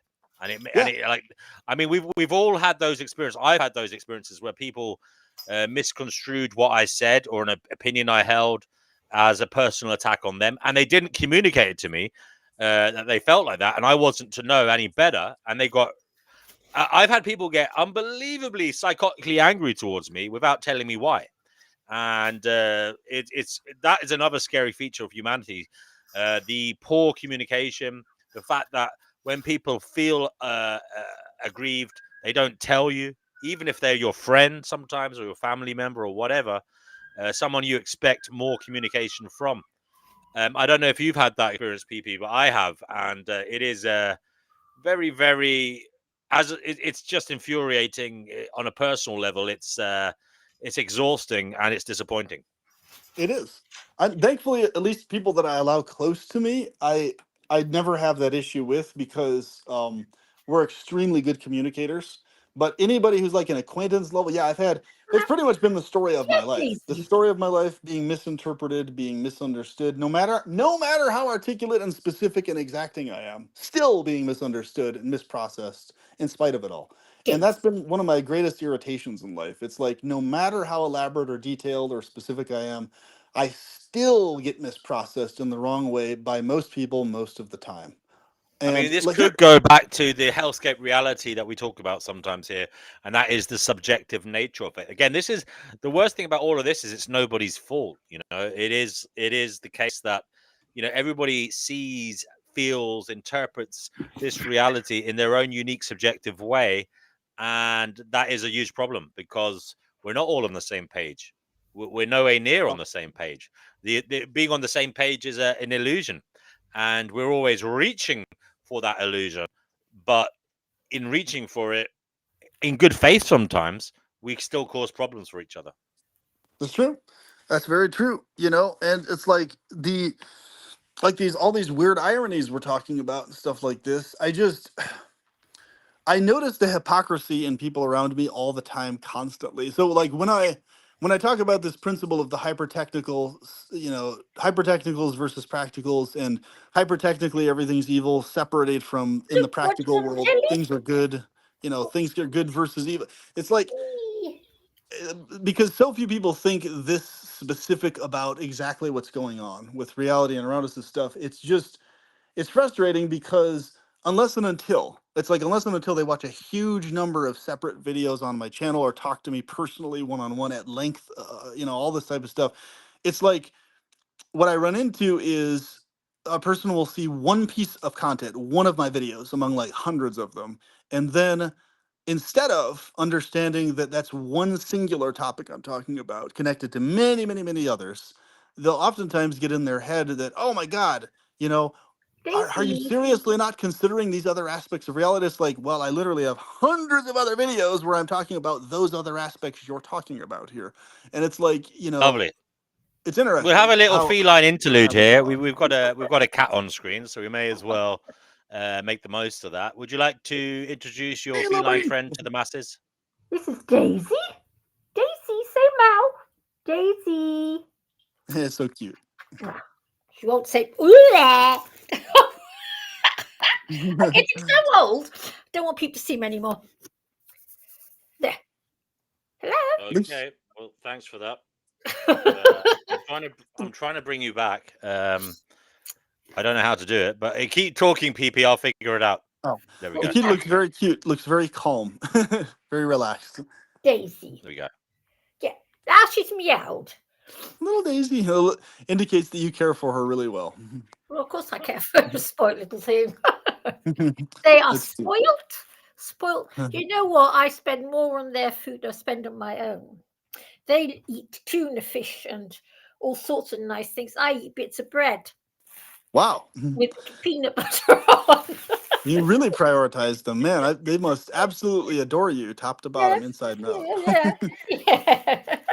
You know, it's cute with cat. I've always noticed this. This is what I've always appreciated about cats and dogs and just pets in general is they're so easily satisfied with really basic things. You know, Yes, just give them nice food and a nice place to sleep. Pets, you know, throughout the day, yes, and they'll love you for life. I mean, it's so simple, so simple. There's like barely anything you actually have to do to make them super happy. You yes. know, it's incredible. Whereas humans, there's so much goddamn more we We're need to so feel even needy, aren't we? baseline satisfied. Yeah, it's crazy, That's what I nuts. find so scary about us humans because we are so needy. Yeah.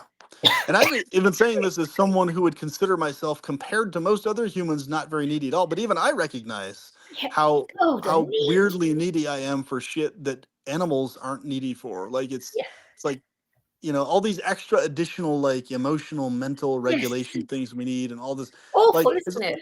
it'd be so nice if I would be able to be 100% satisfied with just good food, a bed to sleep, and pets on the back of my ear. You know, my gosh, if I could be 100% satisfied with everything with just those three things, I would be in absolute heaven. That'd be That's not so great. possible. Possible.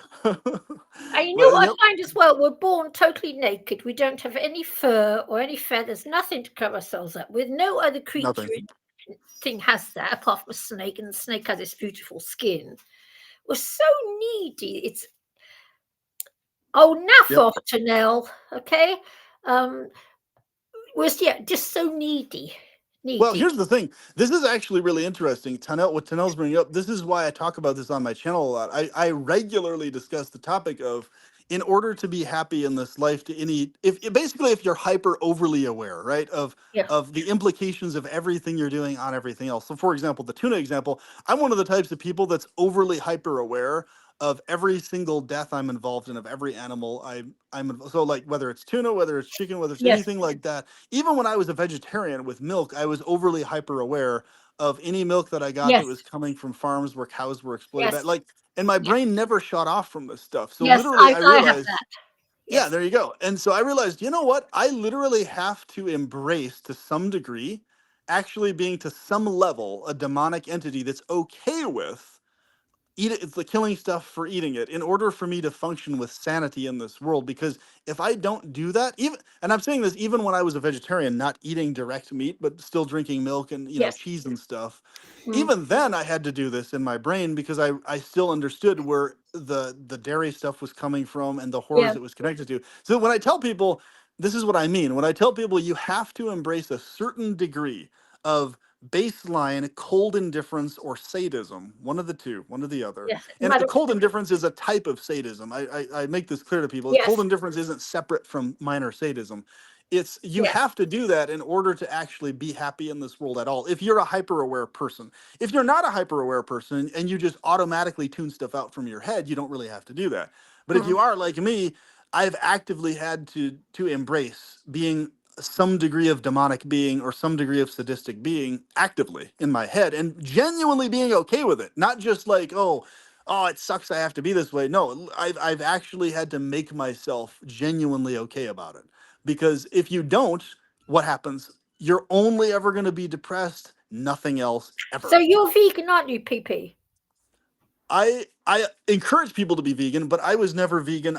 I tried at it. I tried in Mm. that direction. The best I was ever able to do was vegetarianism for 17 years, and Mm. I only recently went back to eating certain types of meat. So fish, and then eggs, and then chicken. That's about it. And so basically, fish, eggs, and bird meat are the only three types of meat. I don't eat beef to this day. I never will again. I'll never eat cow meat, and I will probably never eat pork ever again either. So I don't eat bovine stuff.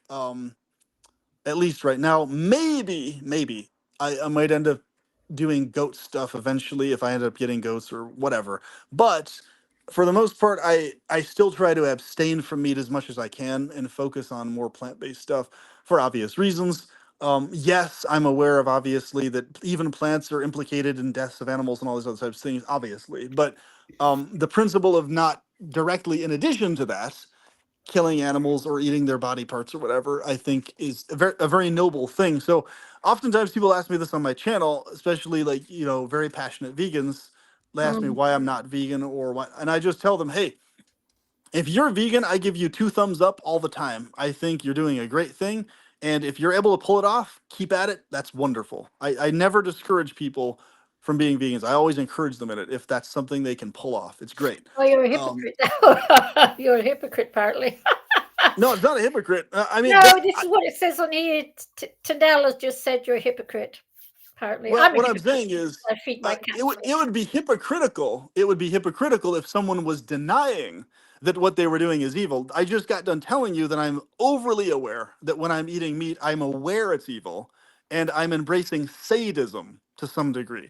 You see I, this, Pete? that's Now not let me hypocrisy. say something, Pete. Hypocrisy. Let me say something, Pete. Let me Oh say yeah, go ahead. Sorry. So now, before this dispute, Chickpea, I will not stop calling you out publicly. Now, you're like this. I've been a vegan for the past 50 odd years, if not longer, okay? I don't touch anything. I have 7 cats. My vet has said to me, cat is a carnivore. You do not turn your cats into vegans. According to Tanel and another bloke who comes on here, you can turn cats into vegans. Yeah, turn a cat into a vegan. Well, I would that if I had to kill a fish to feed my cats, I would. I wouldn't like it, but I could do it. Here is my request to know. Instead of calling me a hypocrite, I've just demonstrated that I'm not hypocritical. I've told you and acknowledged to you that eating meat is evil. I've just told you that. So instead of calling me a hypocrite, please sadist, okay? That's accurate. You can call me a sadist. That's a thing to call me. Call me a sadist. Call me an evil person. Call me a violent person. But please don't call me a hypocrite. Hypocrisy would be if I was claiming that eating meat is okay. I never said it's okay. I never said it's good either. That would be hypocrisy. If I was saying, oh, it's okay to do so, or there's nothing wrong with it, me feeling okay about it is me being sadistic. Me feeling okay is me being evil, demonic. It's not hypocrisy, though. So hypocrisy indicates lying or dishonesty. That's honest. Saying it's evil and knowing it's evil and being okay with that amount of evil is not hypocrisy and is not dishonest. So please use the accurate term going forward. That's all. Just a request. Just please don't call me something I am not. That's my one request to you. Call me a demon, sadist, evil person, but please don't call me a hypocrite. That's all. Just one request, if you can do that. But I mean, vegans, I've talked to many vegans over the years. And so what I'm saying is, like you said, you yourself directly are a vegan. You're simply feeding cats, meat and stuff like that, or fish or whatever.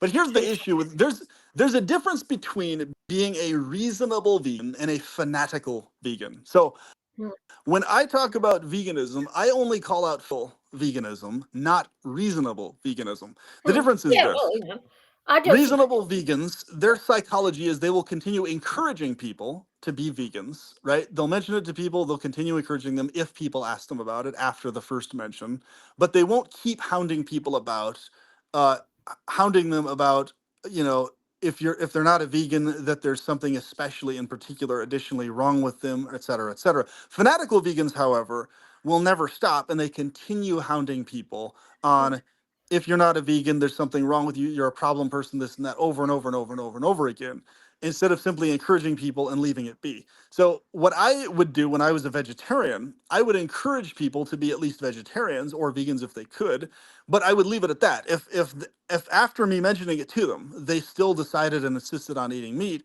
I would just end it. I would leave it there and I wouldn't bring it up again unless they asked me. If they asked me, then I would encourage them again. Yes, I encourage everyone to be a vegetarian because of all these reasons. It's better for the animals, et cetera, et cetera, et cetera.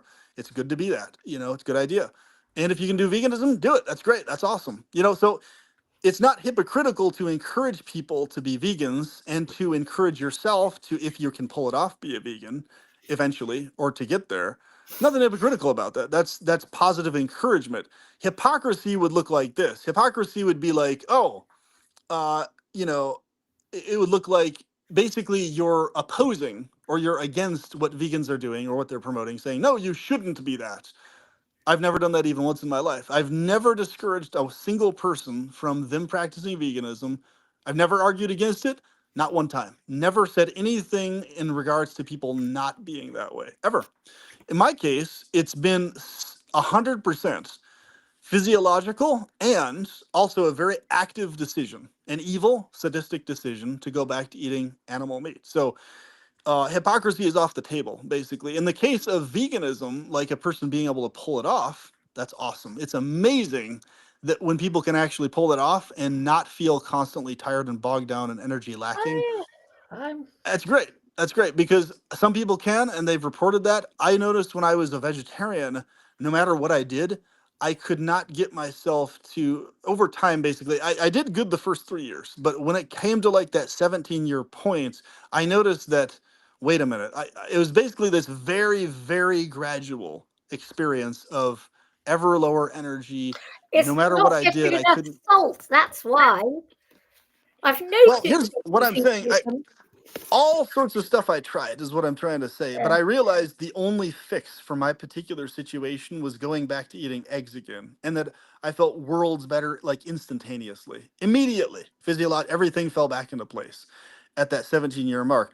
So at least for my physiology, it didn't work, and everybody, here's my stance on diet stuff. Just like everybody else has a right to keep other stuff private, everybody has a sacred right to keep private what their diet is. If they want to tell other people about it, fine.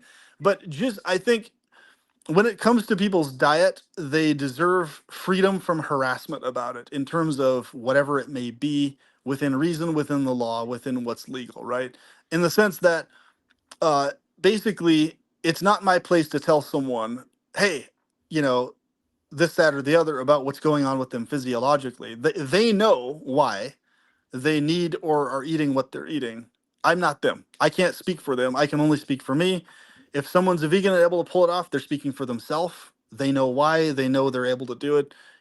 So I don't agree or align with the world of people constantly trying to push others to change into another diet, because all I've had in that world experience wise with the types of people who do that are they're not they're very embittered, unkind, naggy, pushy people in Yeah. general, outside of only just that thing.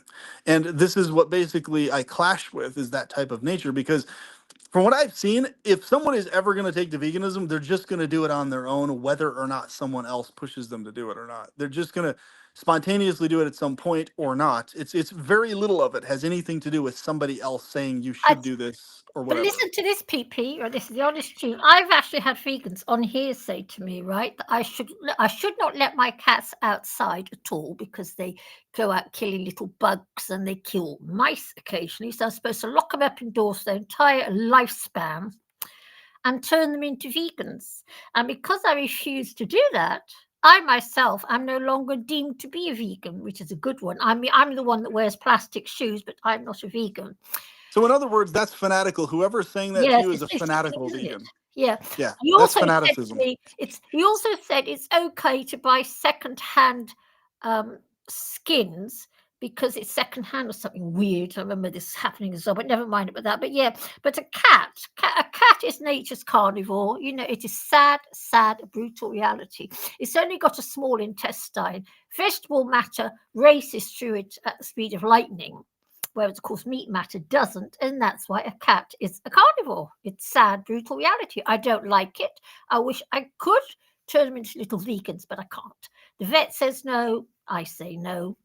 Yeah, it's really gas. The thing is, It's especially very unpleasant especially in argument. your case, the fact that you're a vegan, it's very gaslighting and very fanatical for Yes. someone to hound you about that. Like, it's really pathetic, actually, because here's the thing. What I've noticed in the world of fanatical veganism, it doesn't matter what you do, it's never good enough for them. Never enough. Never enough. It doesn't matter how much of a vegan you are, how long you've been, it's never enough. It's never good enough. Ever. Ever. Yeah. And so this is the thing. When I was a vegetarian, this is the weirdest part that I ran into. I ended up hearing from fanatical vegans that, oh, you're actually worse than the people actively eating meat. I was like, seriously? Come on. And that's when I started like, okay, this has just gotten so out of hand at this point. Oh, because you're doing dairy and milk at a higher ratio than meat eaters, according to them or something. And I was like, okay, that's absolutely insane that you're saying that I'm worse than people eating meat, because the very reason I'm a vegetarian is to minimize and abstain from killing animals. Like, oh my God, it's just, so that's what I'm saying. Like, even if you're a full-on vegan, like you're experiencing, you know, once again, the thing about the secondhand this and that, only secondhand is okay, that's also fanaticism. It's just, and Mm. if you go, you know, you can spend hours and hours talking, pointing out all the specifics of everything and showing, you know, point by point by point, all these nuances and everything else. And it doesn't matter. It doesn't matter, because it's just, uh, they're accounting for one thing. So it's good to abstain from killing animals. That's great. It's good to abstain from exploiting them. That's a great thing. However, it's a tunnel visioned one singular aspect of everything else that they're tunnel visioned on, fixated on. Just No, like, yeah, just like the huge amount of the antinatalist world, they're tunnel visioned and fixated on that one thing, on not bringing new kids into this world. And they're like blinded to so many other things that are far more of an issue than just that. see, now this is it, PP. Now look at this comment here, right? Now my vet said to me, and my vet has done 6 years of training. He's himself a vegan, okay? So my vet is a vegan. And my vet said to me, the reason why cats cannot eat vegetable matter is, or plant matter, because they've got a short intestine. And, you know, humans have a long intestine, which means we should be eating lots of plants, because that's how it all works. A cat only has a short intestine. So if you give them plant matter, it doesn't stay in the body long enough for it to be absorbed properly, the nutrients. And that's the reason why. So And what I'm this saying is, argument gets me because I don't like it. of I course, I don't like it either. It's like I've never liked anything about any of it ever my whole life. But No, but I what mean, you're saying for cats or otherwise, it doesn't matter how much you say this to fanatical vegans. This is what I'm saying. You know this too. It does not matter how thorough, how detailed, how specific, how elaborate, how in depth your arguments and points are. Doesn't matter how honest you are. Doesn't matter how free of hypocrisy you are. Doesn't matter how much you acknowledge your evil or this that. It doesn't matter. They're never gonna stop. like, Hellbent you know what? insisting that everything has to be vegan or else. They're never going to stop. That's They fanatical talk some veganism. shit. Like, apparently, no mention here of the, digestive tract. Just a cat is, you're saying blah, blah, blah. But like us humans, okay, if we don't eat enough plant matter, we become ill and get cancer because our digestive tract needs it. It's the way it's been Right. designed. So in my mind, if a cat is not getting the right food for its digestive tract, eventually its digestive tract is going to start playing up by simple virtue of the fact it's eating a load of plant matter that's not supposed to be eating, because cats are not supposed to eat plants. They don't want Right. to. I can see that makes sense to me. But anyway, if I had to kill a fish to feed my cats, I wouldn't like it, but I could do it. So There you go. And here's the funny thing about fanatical veganism. Take any topic of anything, and you could tunnel vision in on that thing and hound anybody about it.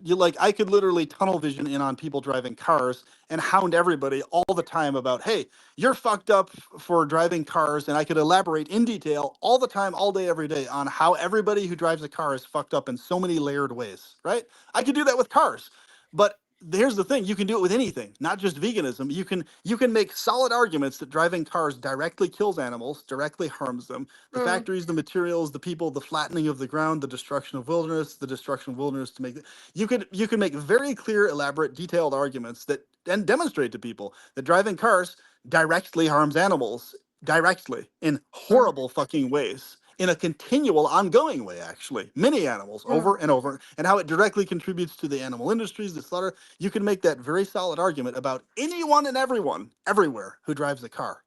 And you could be solid, but here's the thing: that would be another type of fanaticism, right?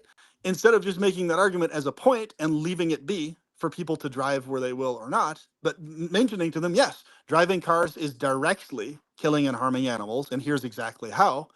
Lots of them, in fact.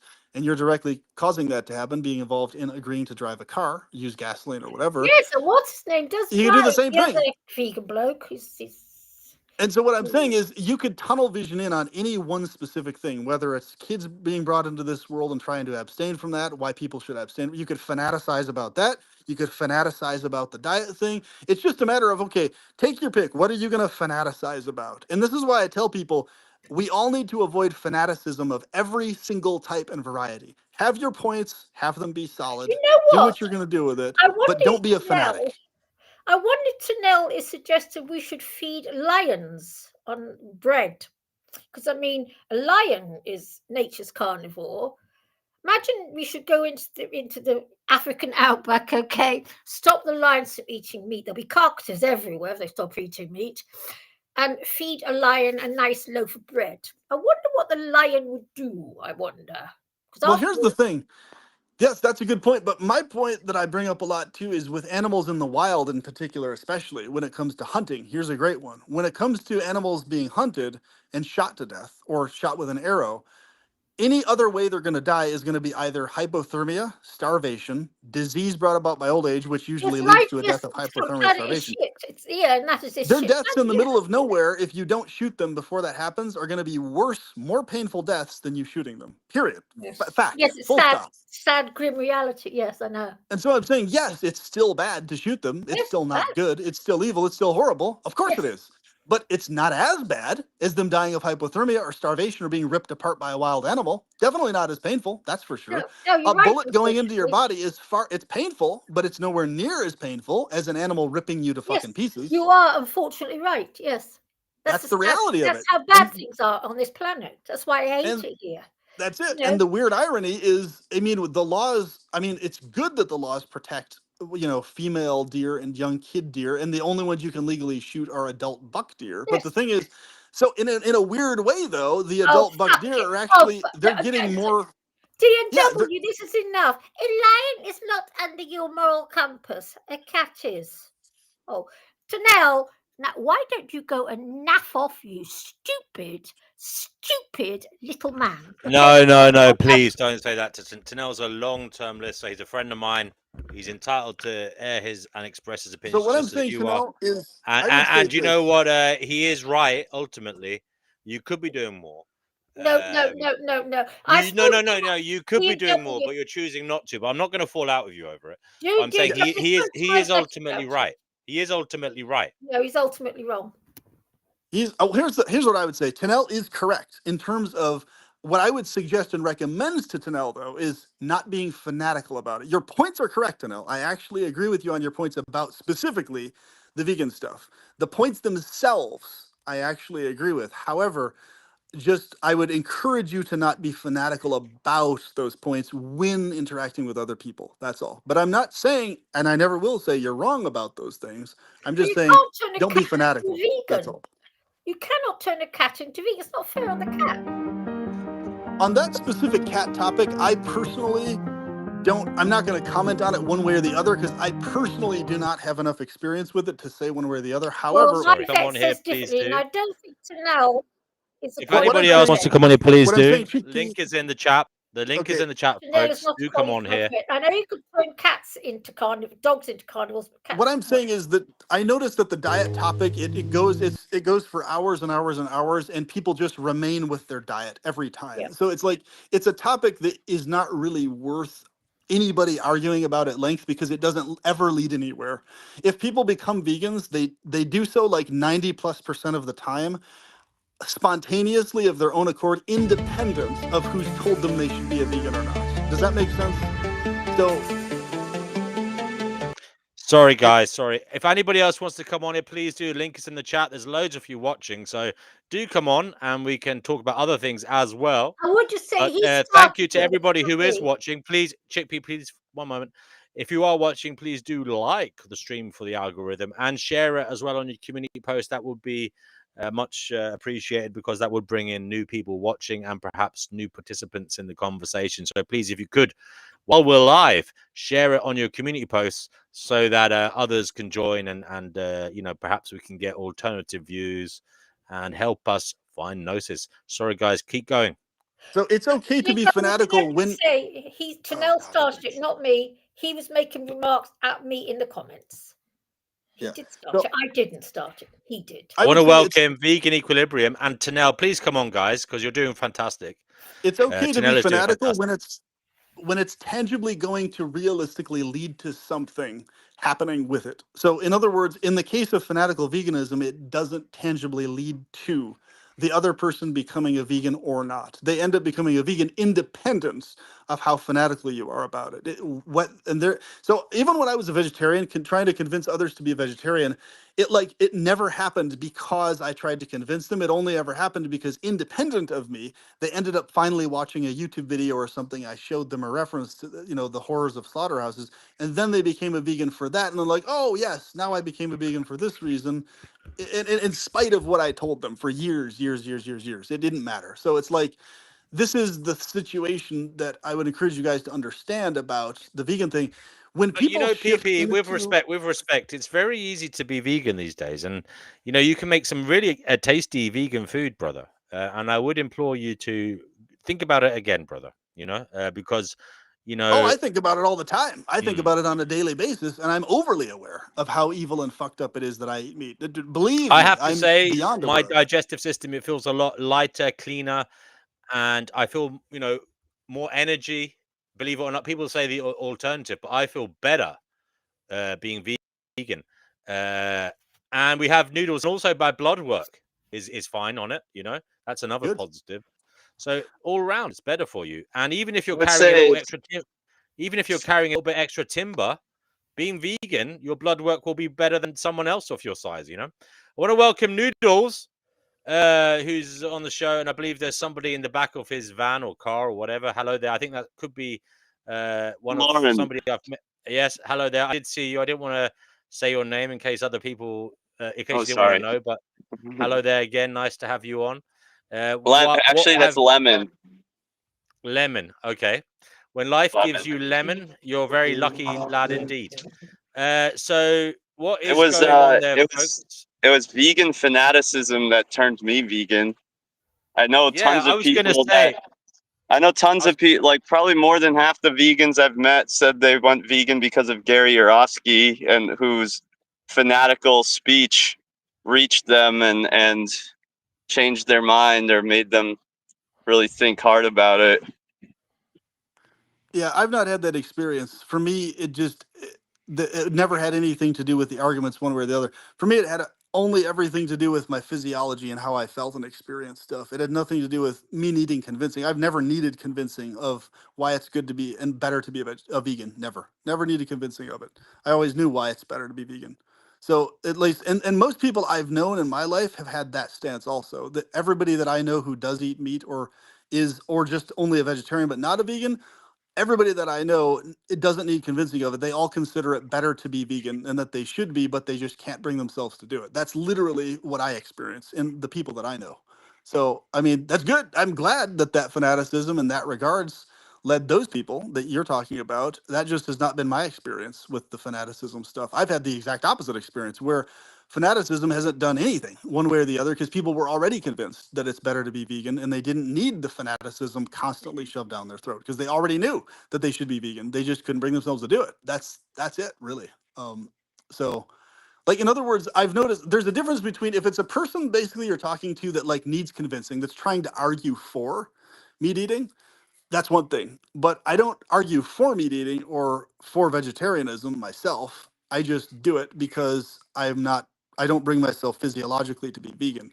And I acknowledge the evils and sadism of it. It's like, if you're not dealing with someone who's that, though, if you're dealing with someone who's trying to justify eating meat in some way, shape, or form, and by the way, this is interesting. Tanel was mentioning like, by my own argument, I should embrace the fact of someone, my own death or something. Like I've talked to Vegan Equilibrium about this many times, where I wholeheartedly mean this when I say I deserve to be killed. So if somebody tries to kill me, yeah, I'll try to defend myself just like any creature would. But morally and ethically, I recognize I deserve to be shot in the head, beheaded, chopped to pieces, eaten by whoever the fuck wants to eat me. Like I recognize morally and ethically I deserve that for all the animals I've killed. And I'm not just saying that. Yes, I would defend myself and try to stop it from happening, but I recognize I deserve it, And so most people don't think that far into it.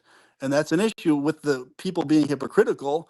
people should not think they deserve to live and not be killed if they're not vegans. They shouldn't. They should have a psychology of, hey, I deserve to be killed because I'm not vegan. And they do. I agree with that, actually. I agree that I deserve to be killed for it. So I don't. And so the thing is, I appreciate that Tanel shifted over into saying evil and sadistic and not hypocritical, because that's great. That's accurate. Do you think that? Do you think some of that attitude that you have is like partially because you know that, like right now you can get away with not being vegan, and that you like you don't have to be held No, accountable for it's it, or because like I'm pissed off. No. It's because I'm always pissed off constantly about the fact that I eat any meat or do any dairy ever. I'm always pissed off about it. That's why. It pisses what? me off. It annoys me that I do it. I'm angry at myself. I that guess do it I all guess the my time. question, like I guess what my what I'm wondering is if you have this like sort of like if this is like a psychological thing where you're willing to say, oh yeah, I deserve to be killed for this, because you know that right now there's not going to be any real consequences for your actions. If there actually were going to be consequences I for your want to actions, invite PP to my butcher block in my bedroom. Do feel free to fly over and put your head on it. No, if And there I'll were eat. real consequences for it, I would be consistent in it. I would still say I deserve to be killed, even then. If I knew that there was like a death penalty for it, I would still have the same stance 100%. I'm not a hypocritical person. I I'm guess very the point I'm thorough. trying to make is it's easy for you to say that right now. That's what I'm trying to say.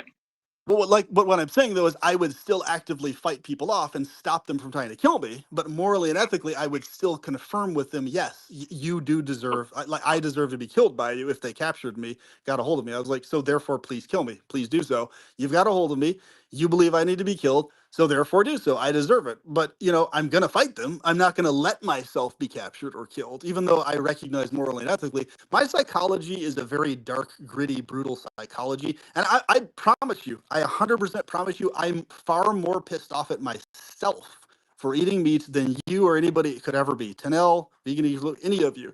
I'm more angry at myself for doing that and not being able to bring myself to go vegan like I want to than anybody else could ever be mad at me by a lot. Like I have layers of anger at myself over that, and I always will. That'll never change as long as I eat meat and do dairy. So I'm not really the guy to try and convince of anything. I'm already beyond convinced that veganism is the better thing morally and ethically. Of course it is. For me, it's like a no-brainer. But my reasons for not being vegan have zero to do with me trying to argue against it or thinking that meat eating is better morally or I don't think it's morally or ethically anything better in terms of meat eating or dairy at all. Not even pescatarianism, not even fish eating, honestly. So that's basically my stance. So I mean, yeah, if you're talking to somebody who's trying to argue it or something, that would be one thing. But I'm not that guy. Basically, I'm not the person who needs convincing of it. I think like if you're like this is what I say. Like if it really depends on who you're interacting with, I guess. At least in my experience, what I basically notice I've interacted with is people in my same boat, basically. Like everybody I know close to me is basically in my boat about it. Like I don't know of a single person that I know that says that eat is more moral or ethical or okay or good or that people shouldn't be. I don't know of a single person that I know personally who has that stance. None of them. In fact, everybody I know is pissed off that they can't bring themselves, like really pissed off that they can't bring themselves to stop eating meat or doing dairy. Everybody I know close thinks that about it. None of them think it's okay or are okay with it or are not bothered by it unless they artificially make themselves okay with it like I've done. It's basically like because like you're not it's like you artificially make yourself okay even though you're never actually okay with it. That's kind of the thing I'm trying to get at. And so I try like a lot of these cases where people are vegan and then they shift back because they just fucking can't for whatever reason physiologically they cannot get the sense they need of health and well-being from being vegan as much as they want to, and they're really angry that they can't fucking do that, and then therefore they end up shifting out of veganism. um, I have a lot of empathy for people in those situations because I understand that experience of the thing very well.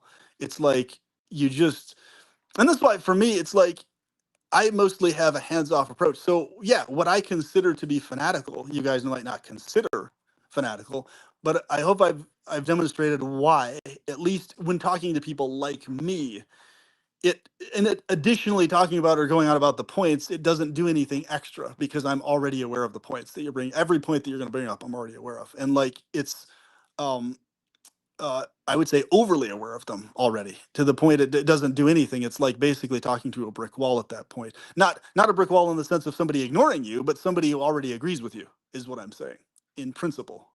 And it's just the action part that's different. And but what I've noticed is as a whole, the world we live in, it's basically it's it's full of very specific nuances person by person by person. And yes, when I was a vegetarian, my psychology was especially heavily invested in uh encouraging people to be that as much as they could and everything else like that. But even as a vegetarian, I automatically had the nuances in place, definitely solidly for wild animals in particular, especially so. Fishing and things like this, direct fishing, direct engagement, catching stuff in the wild. So even then I was never what I would consider fanatical about it. But just I correlated also similar to the antinatalist topic. Just like, I agree 100% with people who are the points of people who are fanatical antinatalists in terms of all, not bringing kids here and all this type of stuff. However, the fanaticism part is yes, all of those things are more moral and ethical. It's always more moral and ethical overall to stop a kid from coming here other than not. However, I'm vividly aware of the nuances of the fact that number one, people will continue bringing kids here anyway, no matter how much we encourage them not to. And on top of that, I'm vividly aware of the actual scenarios where it's necessary, especially pertaining to technology, where we're on the cusp of solving the nervous system issues and stuff like that. So I'm simultaneously aware of the nuances outside of just that one singular point. So it's the same thing with veganism. I'm aware of the validity of all the points of it, but I'm simultaneously aware of the nuances outside of just veganism at the same time. And I always was, even as a vegetarian trying to be vegan, uh, same thing. So it's like basically what I've noticed is whatever the topic is, if it ends up being a thing where somebody's talked to and interacted with and they've made their points, what their stance is and everything else, especially if they're not arguing with your points, that's the point I classified as fanaticism, because there really is no point further in trying to convince the person further because they're already convinced. Like if somebody were to go on and on and on to me for like 2 hours about why in absolutely every single case imaginable, no sentient should ever be brought here. That's always a horrible, terrible thing.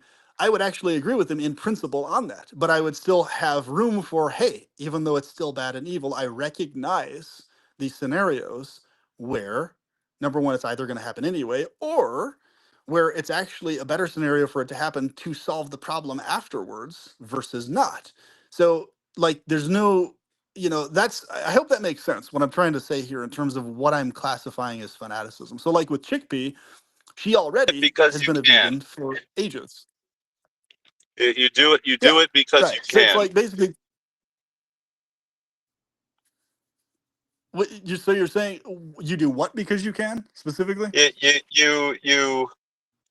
You engage in harming animals for your taste pleasure because you can get away with it. Of course, definitely. Because obviously if somebody can't get away with it, nothing happens. Like people don't do things they can't get away with. Like that's basically what happens. So obviously, yes. If we lived in a world where there was laws where people would be shot dead and beheaded for eating animal meat, then obviously I would most likely be vegan very fast and most other people would for obvious reasons because or if I wasn't, I would just be in the middle of nowhere hunting and surviving that way, non-vegan in that sense, and then people would try to be coming out, whatever the scenario might be there. Yeah, of course. The thing is, people do things because they can uh, in all of these areas. So diet, cars, driving, transportation, we do because we can, right? We pollute the environment because we can. We flatten the ground out because we can. We build malls because we can. We build Walmarts and use them because we can, right? We fuck up everything because we can. If there was laws that caused us to be killed over flattening out an entire wilderness area to make a parking lot, and we would all get killed over that, which people can make solid arguments why all humans should be killed for that, actually. Very solid arguments, in fact. That, if that was the case, then of course all of us would adhere to whatever the law system was saying we can't do that or else, aside from a few stray criminals or whatever, yeah. So it's like, just like now, people don't kill each other because there's consequences if you kill somebody, right? If there were no consequences, there'd be a lot more people killing each other because, that's what people do. So, just like it was in the Middle Ages and before. So I think there's a lot to be said for things. And so, like, I guess when I'm talking about recommending not being fanatical, I'm not saying that don't talk about it. I'm a recommendation in terms of a methodology. But hey, if you found that it actually works and it's actually successful for you in convincing other people, awesome. More power to you. That's perfect. That's beautiful. It's just it doesn't affect me that way, basically. Like extra preaching, extra all that type of stuff doesn't do it because it's funny because like when I see from other people mentioning it, it's like that's already what's in my head about it. Like when they say, hey, it's really fucked up to be involved in this happening to animals, it's like, yeah, you're right, 100%. That's like what's already in my brain about it. Correct. But that's not the reason I am not vegan. It has nothing to do with that. It has nothing to do with the points themselves at all. It has literally to do with evil, sadism, selfishness, and prioritizing that. That's what it has to do with. And if I were to say anything else, it'd just be lying. So I just at least wish the world that we lived in would not be hypocritical and would stop lying about themselves. That's what pisses me off. Like, I actually get really pissed off and irritated when people try to argue for meat eating and milk use and stuff like this. I get annoyed by that because they don't have any solid arguments. They're not good enough. Whatever arguments they do have, they're never good enough. So, but however, if I'm talking to somebody in my situation who basically eats meat or does milk stuff for the same reasons I do, the physiological reasons only, and because they notice they feel a lot better doing so physiologically, and that's the only reason they do it, no other reason whatsoever, and they recognize it's selfish, then I can have very long conversations with them about why we both eat meat or drink milk or whatever. Very long, detailed conversations. But neither of us are spending that time trying to say that it's okay what we're doing or it's good what we're doing. So I'm glad a lot of you guys here are vegans. That's great. It's definitely a higher moral standard than I'm at. So that's wonderful. So when I'm talking about this is another interesting thing about me that a lot of people don't seem to understand. When I'm talking about evil and me being evil, I'm not just hyperbolically talking about that. I'm talking about that very literally. And very few people in the world seem to be able to honestly refer to themselves according to how and what they are. We live in a world where everybody wants to convince themselves that they're better and more good than they ever are, even remotely so, including vegans, both. So vegans are not outside of this. They just do it in other ways, in other areas outside from the dietary thing, right? So just like, Tanel responded with the car thing, cars, it's an indirect form of harm. That's actually not true. If you're hyper aware of it, you're hyper aware of even agreeing to use any part of a car is connected. You see the full connection of all the factories, all the people, everything that was involved in creating that one car part, and you see the full connection. All of those people who weren't vegans all the way down the line, who ate meat in the process of making the part, where the part came from, mining it, fucking up the natural area where animals were killed. You see all of it, the whole fucking thing, along with the direct harm to animals that's being caused from meat eating in slaughterhouses. So what I'm saying is you can logically, solidly make the same arguments as validly about driving cars and flying planes causing direct, not just unintended indirect, but direct harm to animals if you see the connection. If you don't see the connection, that's one thing. But if you see it, you can make the same argument. So what I'm saying is also recognize, in addition to the diet thing, also recognize using cars is as harmful to animals. I recognize this. I recognize it's as harmful. Recognize that flying planes is as harmful to animals as eating meat or dairy. Just recognize it, right? On top of recognizing what you do already recognize. That's great. But what I notice is that people should recognize all of it all the time. not just one part of it as a focus over other things. Notice all of it all the time. And that way, you're going to have the most comprehensive philosophy and otherwise. Because I noticed with me, I could not fucking bring myself to, I could not bring myself to function outside of just constantly, always being really pissed off with myself and everything nonstop, unless and until I embraced that sadism and evil to some degree. Okay, genuinely being okay with number one, the accidental harm I caused on others, and okay with being selfish and prioritizing my well being over others. Both, right? Until I did that, I noticed that I always had this issue of always feeling pissed off and bothered all the time. And it only went away when I actually embraced some degree of that sadism or okayness with stomping on others in terms of selfishness, right? To some degree, to some notable degree. And I noticed this is the issue with people who are depressed. They have this issue a lot where their depression will always be there because they never bring themselves to be okay with prioritizing their own self selfishly and um, getting a one up on others as their priority. So them first, others second, basically. And unless and until they do that, they're never free from depression. Why? Because they're always bogged down nonstop by over awareness of all the accidental harms they're inflicting on others constantly. And because they can never bring themselves to be okay with it, they can never actually free themselves from that type of depression coming from that, right? This is actually what plagues every kind-hearted person on the planet. It plagues all of us in the sense that we never are able to tune out or shut off the things we're aware of that we are inducing and causing in terms of harm to others, animals and humans, right? We can never shut it off, ever. None of us can. Whatever our diet is, we never shut it off. And that's what just separates us from the rest of the population is a large amount of the population can shut this stuff off. We can't. And so we're a different crowd here on these, on these channels, on these streams and stuff. We're a different crowd than people around us. We are not the crowd that can tune stuff out automatically like the majority of people can, and so at least situationally, right? At least the situational depression that's solvable, that's not biochemical, can be solved by embracing some amount of evil and sadism to some degree, however minor it may be.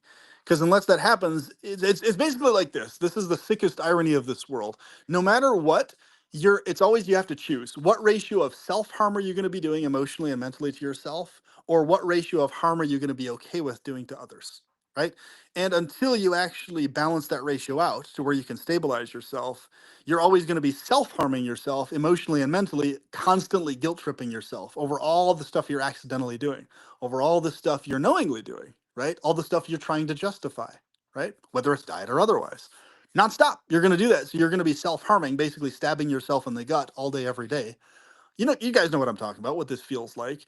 And unless until you stop doing that, but here's the thing. If you're a hyper-aware person, you can never stop doing that until you embrace the other direction. Being okay being selfish, being okay stomping on others, being okay getting a one-up on others and screwing them over. This is why, look at any person who makes a huge amount of passive income. The way they do that is by screwing somebody somewhere over really badly financially, right? Charging others high rent, right? Having them pay you rent for something you supposedly quote unquote own, that's screwing them over monetarily. That's what you're doing. So the people who are dishonest will pretend like, oh, I'm not screwing anybody over. I'm being totally reasonable in the rent I'm charging. Bullshit, because you can't actually claim as ownership that because you don't actually own it, doofus, you fucking asshole. So it's like you doing that means you're an evil piece of shit. So hey, at least embrace being an evil piece of shit. If I were to charge people rent, I'd consider myself an evil piece of shit for it. I might do it eventually, but I'm not going to pretend like I'm not an evil piece of shit. Come on. What kind of lying asshole would I be if I charge anybody any rent ever for any reason and claim that I'm not a piece of shit? Who am I to charge them rent? I don't own the land or the earth or anything on this fucking planet. I'm just walking around breathing air, consuming shit. I don't own anything here in reality. We just pretend like we own shit, right? So it's like, come on, man. Who are we fucking kidding, really? If you're going to basically abstain from that type of screwing people over, you're going to be below the poverty line the rest of your life. You know, that's how it's going to be, because you're not willing to charge people rent ever. You're not willing to gain passive income in other ways, right? Unless you have copyrights or royalties or whatever, stock investments. But even with those, you're screwing people over in some way, because you're getting money from stuff you don't really actually deserve money for. Like, but people are paying you anyway, you know? So, this is the problem. It's the dishonesty we're surrounded by that pisses me off to no end, that I never relate to and can never understand, you know? But anyway, that's just my thoughts on that. Anybody else, feel free, D&W, whoever wants to talk, you can. Yeah, life is about, it is about trade-offs, JE. That's true. You know, so it's always the trade-offs. It's like you do this or that, this or that, this or that, this or that. So, you know, it's when I was a vegetarian, it was a major trade-off, because I felt physiologically more and more as the years went on, and I tried all sorts of stuff, you know, supplementation, adjustments in diet, mindset, daily patterns, whatever you could think of to physiologically feel better. And nothing's ever solved it until I went back to eating eggs again, you know, and I think realistically, I probably could go back to only eggs. That's it, or eggs and clams, basically, and nothing else. But whether or not that's going to happen, we'll see. I probably could realistically do that. Realistically, I think so. But I noticed that when I at least did that, at least eggs and clams, then I noticed that, oh, you know, wow, holy cow. It was worlds better physiologically. I felt like instantaneously, basically overnight, right? And I was like, okay, well, that's it. There's some weird fucking thing with these specific series of micronutrients that eggs are only providing and clams are only, for whatever fucking reason, is not coming from supplements or plants or whatever the hell else. So, okay, that's what I'm going to do, you know? And I'm just that type of person. I am able and willing to prioritize my own selfishness over and above others if I find that overall it helps my health mentally, emotionally, and physiologically overall, right? Even if it doesn't help in every single way, even if I'm pissed off about that one thing, if it helps in every other way, then great, I'll go with it, right? So I know not everybody's like that. You know, a lot of people, they have to basically, in every area, they have to basically feel like they're not being selfish or prioritizing themselves over others first. They have to see it the other way around. And most vegans, I think, are in that boat. They basically have to be grounded in a place where, in their heart and mind, they genuinely physiologically feel and know for certain they're prioritizing others over themselves first, right? Prioritizing others' bodies and brains and well-being first, and then their own secondary to that. And unless and until they're in that place, um, as far as I understand, talking to most vegans, that's how they operate in that way. Unless they're in that place, they can't bring themselves to do otherwise, right? I'm simply not like that. I can bring myself to act selfishly over others first. And on one hand, it does help you be more resistant to depression if you're capable of doing that. But on the other hand, obviously, it makes you more evil than someone who can't do that for obvious reasons. So, uh, damn, if only we had a world where people were honest in this way about their situation. It would be a much better world, because at least we would be dealing with honest people, whatever they're doing, right? At least we would be free of the hypocrisy part of things. At least we'd be free of that much, right? The lie part of things. It's like, okay, if somebody's doing evil, they're acknowledging it. You know they're doing. Everybody knows that that's what they're doing, right? No questions asked. Nobody would be pretending like the evil stuff they're doing is a good thing. Nobody would be pretending it anymore. Um, it's the world of pretense that is the most fucked up situation. Everybody's pretending like they're nicer and more loving and more kind than they are. Always, all day, every day, all the fucking time, right? Always pretending. So let's just stop pretending. Stop pretending. That's my main message on my channel. Don't pretend. Just acknowledge the degree of evil you are and own it. Just fucking own it and live it and be okay with it and be calm and relaxed in it, you know? Because really, if we think about it, this entire fucking cosmos and universe that we live in, it's obviously run by or operated by something or someone that's okay with being sadistic to whatever fucked up degree they are, right? Right? Yeah. So, okay, at least if you have an idea that there's a sentience behind it, right? So obviously in that case, if whatever the fuck's running this shit show is a gazillion goddamn times more sadistic than any of us could ever imagine to be, remotely in our wildest fucking dreams. So it's like, come on, you know, what are we over the top guilt tripping ourselves for when what we're dealing with is something that's an infinitely vastly more sadistic fucking thing than we could ever imagine, right? What are we doing? What are we doing guilt tripping ourselves to an excessive degree for? Why? What are we doing? Why are we doing that to ourselves? If that's what we're fucking dealing with and up against, you know? It's kind of insanity when you think about it. So it's like, let's not do that. Let's not guilt trip ourselves. Let's just, be as moral and ethical as we can. And, in the areas we can't be, just own those aspects of ourselves, So basically, mental gymnastics and executing animal abuse. Actually, mental gymnastics, yeah, mental gymnastics are a type of evil, but it's not mental gymnastics when you're acknowledging what you're doing is evil and what type of evil it is. Mental gymnastics would be trying to claim it's other than evil and bad. So, once again, that's not an accurate claim. Be accurate. This is what I always ask people, be accurate in what you're claiming. Make sure it's accurate. That's what mental gymnastics would look like. It would be a person trying to excuse it. I'm not trying to excuse it. It's not excusable. I don't know how many times I have to repeat that, but anyway. So J.E. says, but in doing that, if we let people just do what they want to do, then we live in an even more hellish world, PP. Actually, it depends on the area and the context, because there's a lot of areas, if we leave people to just do what they're going to do, it actually improves things. A big problem that we live in is everybody everywhere is trying to convince others to do what they're doing. I'm talking about outside veganism also here. I'm not just talking about that. And that's actually a huge source of conflict between people that goes on and on and on and on and never stops, right? Left is trying to convince people to the right to be leftists. Right is trying to convince leftists to be their side, and whatever the fuck else is going on politically and religiously and otherwise all the time, right? And so instead of people just being like, hey, we talked about it, we mentioned it, they're going to do their thing, I'm going to do mine, like moderate, calm people do.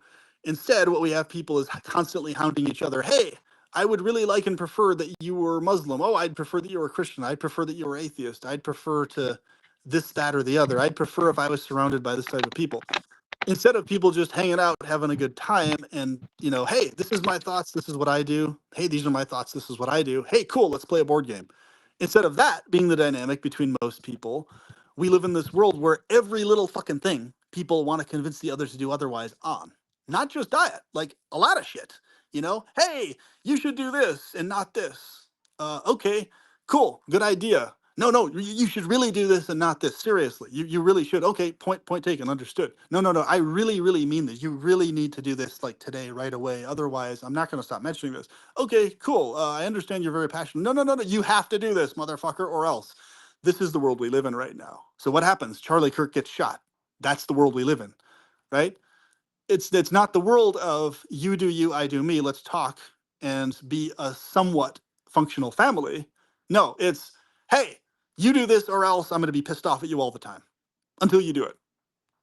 Is that a sane, reasonable, healthy, functional world? No, it's not. It doesn't work well that way. And guess what happens? The result of that is what? People go isolated to themselves, alone in their rooms, alone on their phones, alone on their computers when that happens. Why?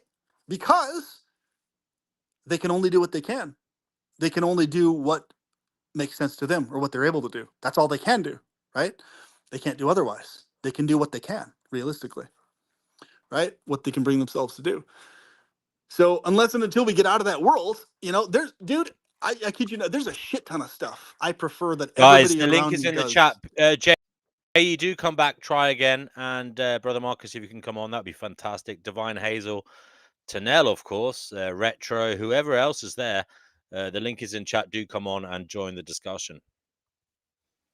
So basically, in other words, I would just say this from my perspective is there's a shit ton of stuff, including the diet thing, by the way, that I prefer people around me do differently.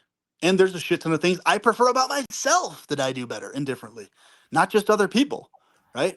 And so what I'm saying is it's a gigantic motherfucking list. I could literally just take my pick off of this list of probably 100 fucking things. If I sat down and thought about, at least right now I could think of at least 10 things solidly that I wish others did more of right now. And I could hound on any one of those points and obsess on it all day, every day, and fixate on it. But the reason I don't do that is because that affects my mental health negatively and others negatively. And I've seen that happen and vice versa. If they do that, it affects me and them negatively. So it's like, okay, you know, Jay's on the show. hey, I just want to Jay. welcome Jay PP. Jay, you're on the show. And Chickpea is breaking something up there. I don't know what she looks like. She sounds like she's smashing her desk to smithereens. So anyway, guys, feel free to interject at any time. You're all adults, so just wait for the sweet spot, wait for the golden silence, and say what you got to say. And anybody, you can mention that you want to say something, or a DNW at any time, feel free to say, hey, PP, let's let this other person talk, or whatever. I don't mind that at all. Just let me know, and I don't have to keep talking. But I'm happy to, if you guys want me to. I have no issues with that. Like I said, the topics never end. Absolutely. It's like, I think, but I guess I hope the point I'm trying to make is coming across in a positive way to people, in the sense that what I've like, can I just say, Jay needs to, when he comes on, go to your settings and make sure your microphone is connected and your headphones or whatever speakers. You just have to come back on and check your settings using the cog image. That's the icon that's at the bottom of the screen on the right. And basically, you should be able to edit your microphone and your speakers so that they're matching whatever it is you're using, JE. So you can come back on and try that. Go ahead, PP. So I guess what I'm trying to get at is, this is why I like to focus on topics that everybody can realistically apply in a practical way to some degree. Whatever their diet is, whatever their lifestyle situation is, whatever their type of depression is or not, or, stuff that people can realistically put to good use. Because there's a lot of topics, like we've seen many times on these streams, like veganism's a big one, abortion's a big one, antinatalism's a big, all these different topics. You can literally go on for hours and hours and hours in a tunnel visioned way on any topic on one of these things. But most of these topics are not highly practical, very doable topics by most people, even though, yes, for certain people, they may be highly practical and doable. For most people, they're not, because for most humans, most of the time, we're dealing with any one of these aspects could be something that's outside of the range of something they can realistically apply to themselves, right? For whatever reason, everybody has their own reasons. So, we could spend hours trying to convince them, hey, that's unreasonable, that's crazy, that's fanatic, but it doesn't really get anywhere, because if it's any singular topic about like one specific thing, and that particular person who's being talked to or interacted with is not within that fold of that thing or idea or whatever, then it just ends up being hours and hours of a back and forth, and nothing's achieved. Like nothing practical that everybody involved can actually act on, right? And so instead of a discussion, you end up with a situation where people are debating each other, right, versus discussing instead, right? So just like I think everybody sane recognizes all the areas they can improve their life in terms of morals and ethics, what diet specifically, having kids or not. I think everybody sane recognizes all these areas and the problems in them. However, everybody has their own very specific reasons why they do what they do, after talking about it, after hearing about everything else. So just like the majority of us are child-free people, not all of us, but the majority of us that talk on these streams are. Not everybody is. Some people come on here and are actively not of an antinatalist, or at least a child-free perspective, overall on things.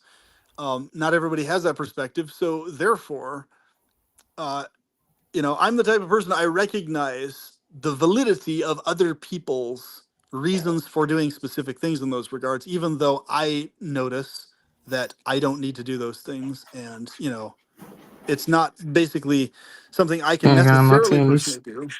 But yeah, anyway. Hello, Jay. Hello.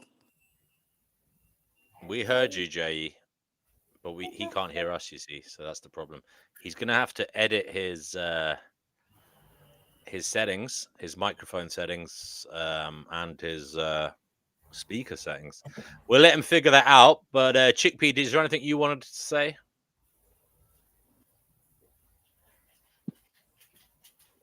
Chickpea, are you there? Or PP, keep going, brother. Okay.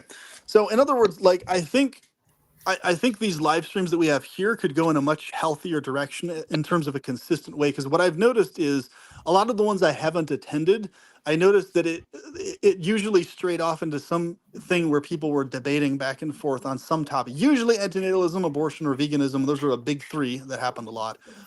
Sometimes over certain philosophical things, but usually those big three were the big three that happened with, and or climate change or whatever. But and politics sometimes popped up in some recent ones. But what I'm saying is, and I noticed a similar pattern on Thought Provoker's channel too, where I told him, I was like, hey, you know what? If we arranged the emphasis of these talks in a more really emphatically, let's focus on what we do agree on stuff as emphasis, then we could actually get a lot further in our talks every single time we talk to each other, instead of focusing more on the points of heated or strong disagreement, which just lead to hours and hours of back and forth and don't really get anywhere, right? So it's like, and it takes a bunch of time, and it kind of wastes everybody's time. So like, obviously we all do have things we agree on, more or less, here.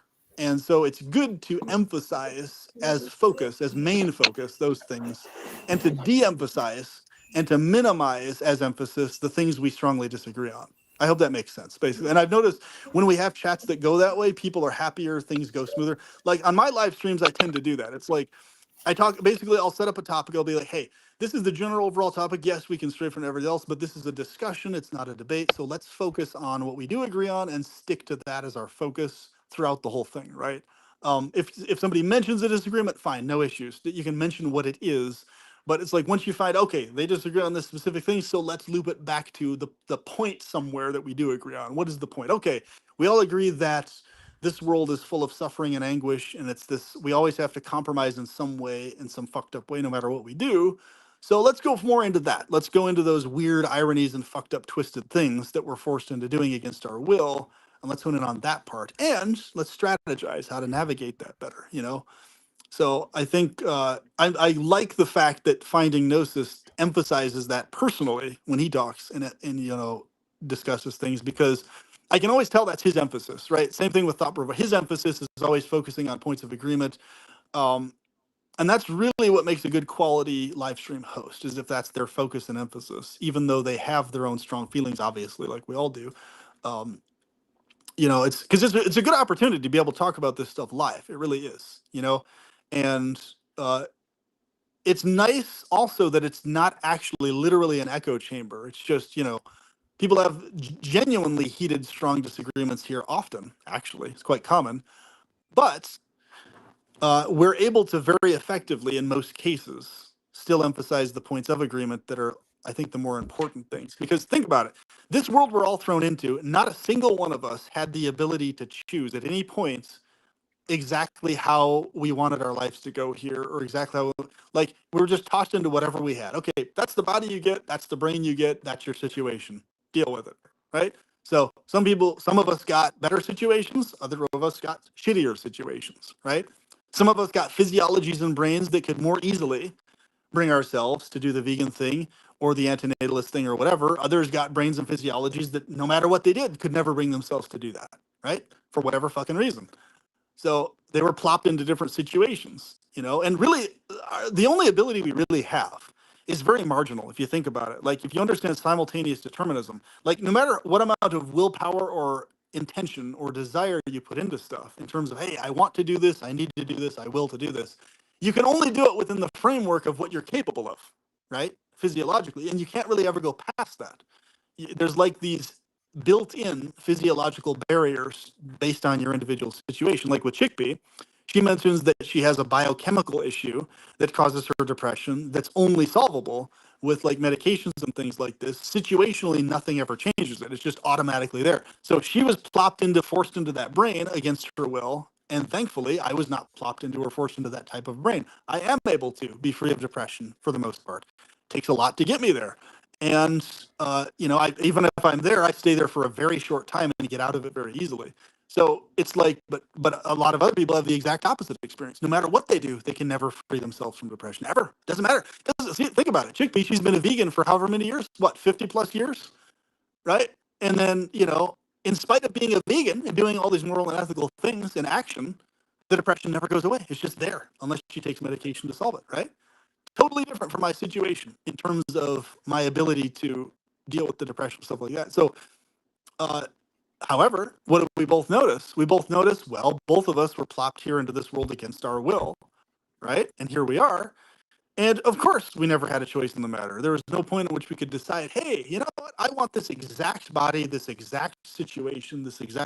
I sure as hell wouldn't have chosen any of this in terms of the miserable negative aspects. Sure, I probably would have chosen all the positive aspects. But I'd be like, yeah, cool. I like that overall body type. I like the positive aspects of that. You know, I like the fact that women are attracted to that body that I'm going to have. Cool. I like those parts. I like the fact that people are going to see me as a kind person for the most part, you know, other than my sadistic evil aspects, but right, in other ways they're going to see me as a kind person. So, you know, cool, those aspects are good. No, I don't like the aspect that that person has a physiology that feels this urge to have to at least ingest milk or some form of meat, whether it be I don't like that part. That part sucks ass. That's stupid as fuck.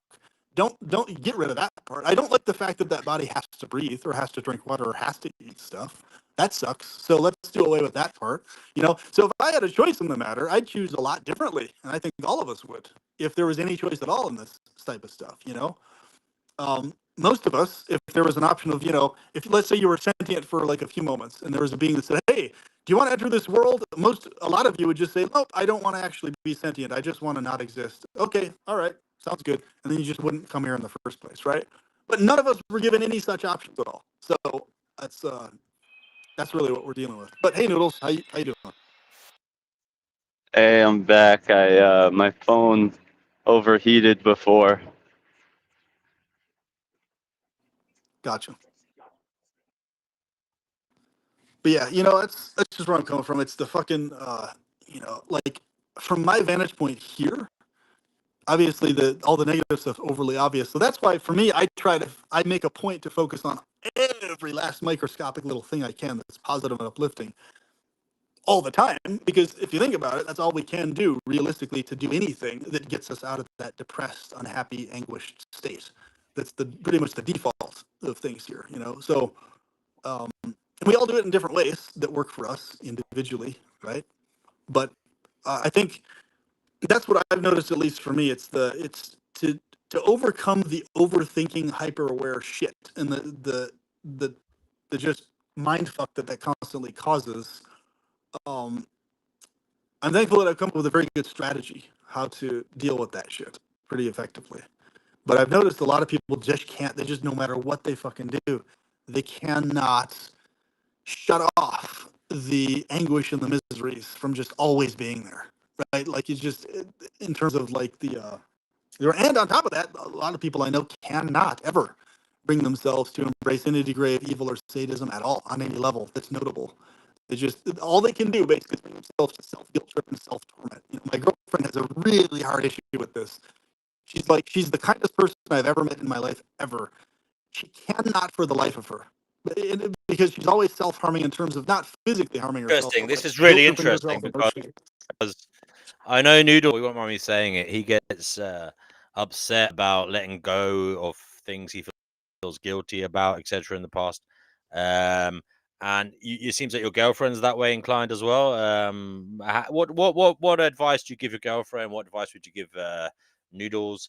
I mean, me personally, because I don't believe in free will, I think everybody should just cut themselves some slack, you know, on the matter and try and move forward with, you know, the good intentions that they have now. But what do you say, PP? I agree with you on that one. Yeah, it's like, but here's the thing I've noticed with me, like the cutting myself of slack. It's like the way my brain works, and I think Noodles is similar in this regards, is that I can't. It's like I can't do it with willpower to do otherwise doesn't work for me because my brain never shuts off from the over awareness of the evils that I'm doing. It never stops. It never shuts off. So it's like basically I literally have to do one of two things. I have to actively, in my brain, embrace the fact that I've done evil to others accidentally or intentionally, however microscopic it is, however little, because I get pissed off and annoyed by even accidental little things that I've done to cause harm to others.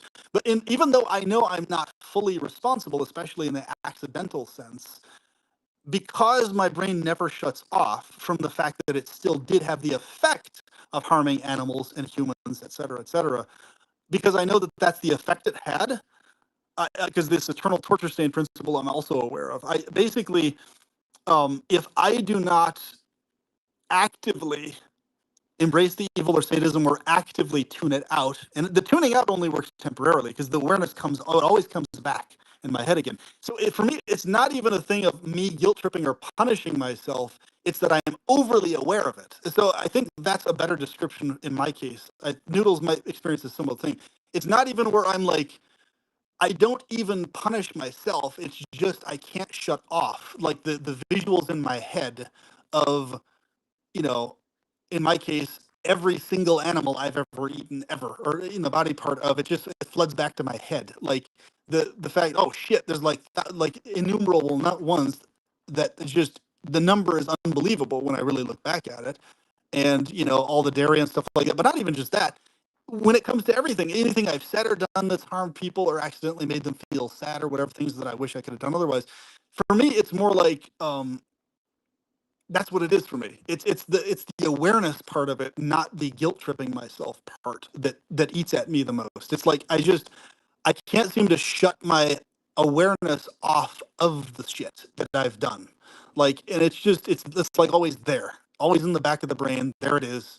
It's still there. It's like, hey, cool. I'm distracting myself. I'm doing other stuff. Still there in the back of the brain. The awareness is still there. There it is.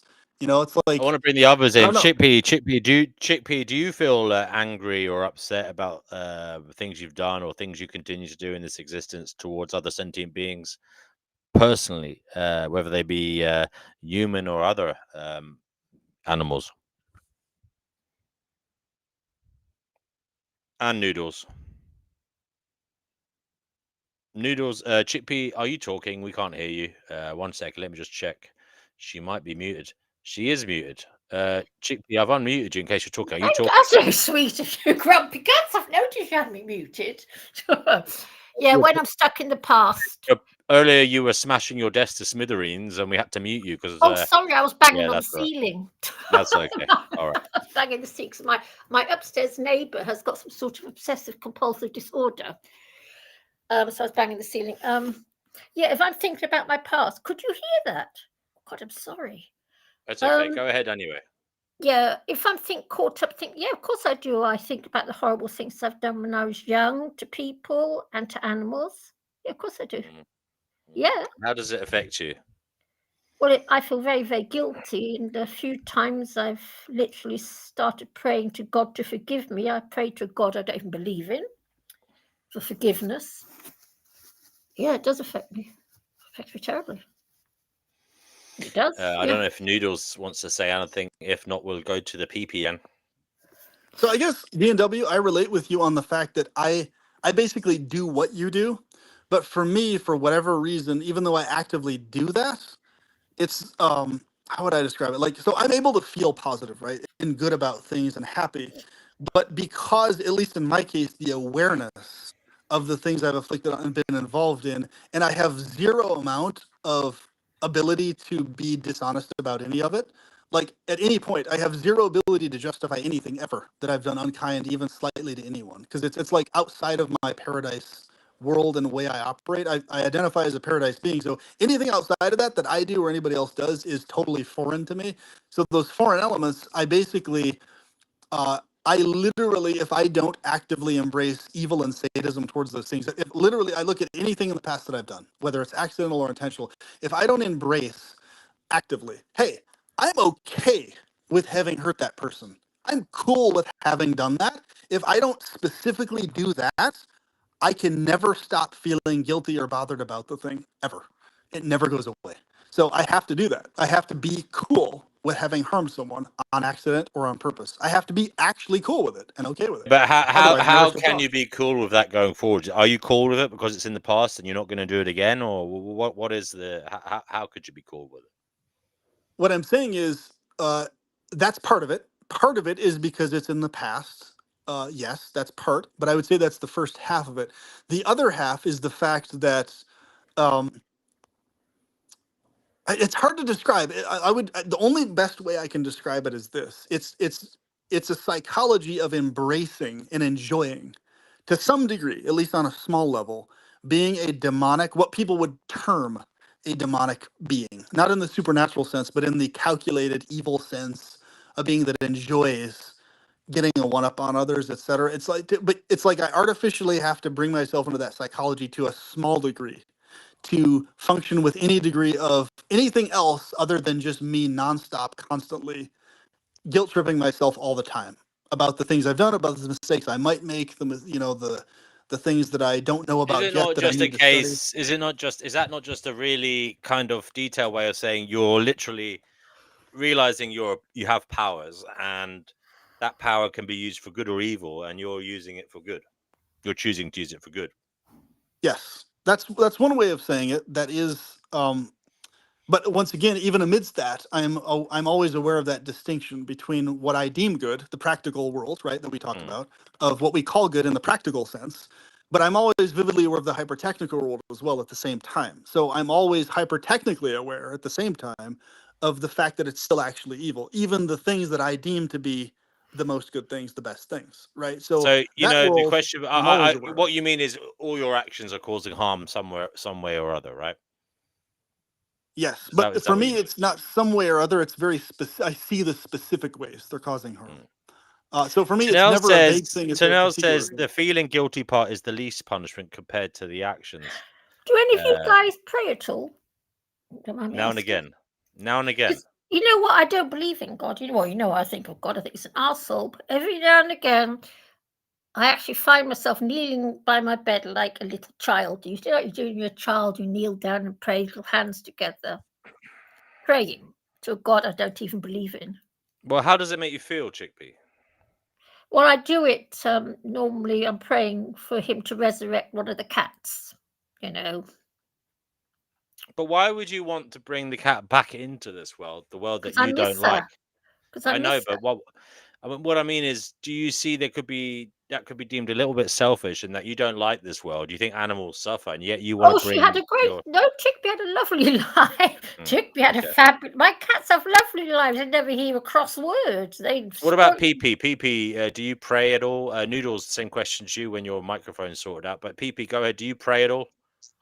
I would say I have communion or romantic relational connection with the pleasure goddess specifically, and pleasure entities in general from various paradise states. I would say that I do that. I wouldn't call it praying. I would call it more like what do you call it? I would say communion, connection, interaction, talking, interacting, versus praying, because Mindful I get awareness kind of thing. Mindful I might because awareness. Yeah. right. I mean, sometimes I pray in terms of, hey, my prayer will be very specific though. It'll be, hey, loving beings of paradise, please inspire me to act according to the way I do in my paradise state and you do, and inspire me to be a positive source to others. So I really Amen. only ever pray for inspiration. I don't pray for anything that's like unrealistic, but I've noticed praying for inspiration does lead to inspiration. So that is one thing I do pray about. Inspire me, basically, is what I pray for, in other words, and then I get What about inspired. Noodles? So Noodles, do you pray at all? I engage in self-hypnosis occasionally. Tell us about that. Well, I mean, I think that that's all prayer really is. I mean, if there's, if there is no God, and you know it, but you still it's like one of those things. It's like a force of habit. It's like you still just, what do they say? Like every atheist becomes a believer when they clog the toilet at a party or something. I don't know, Right. I've heard you that. just That's start. funny.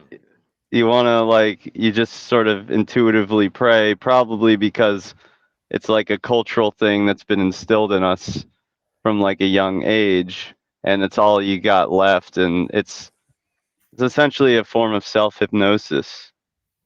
You're just sort of trying to So you calm engage in yourself down. you engage in self hypnosis, which you believe prayer is. Yeah, well, I mean, it's like pray. Tell us I a bit about what you I'll say oh yeah, if there is this God, or if I am whoever I'm talking to, blah blah blah, please help me with this or do that, but I know it's sort of, there's like some cognitive dissonance involved because I know it's ridiculous and I know it's bullshit, you know, but it kind of, your mind, it puts one's mind at ease sometimes just to do it or to try it, or just there's nothing else in that moment, so you just figure, why the hell not? What do I have to lose, right?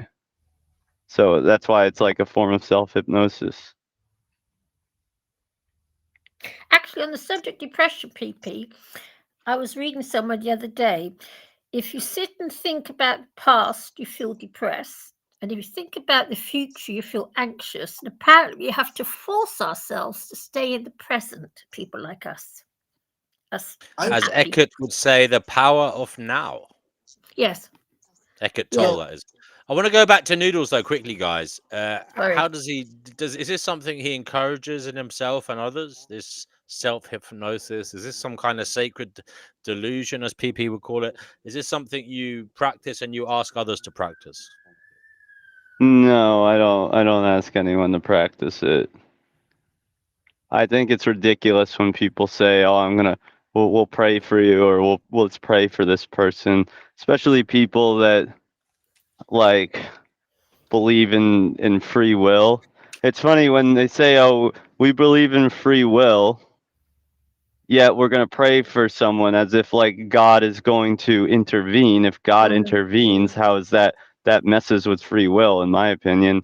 But if they're determinists, then praying is pointless, is equally pointless, because you're not changing anything. You're just, whatever was going to happen. So it's like, It's also interesting when people say, "I'll say a prayer for you," but they could actually do something practical for you as well, and they choose not to. I mean, maybe they don't think like that, but sometimes that seems to be the case, that people could actually do something else aside from the prayer.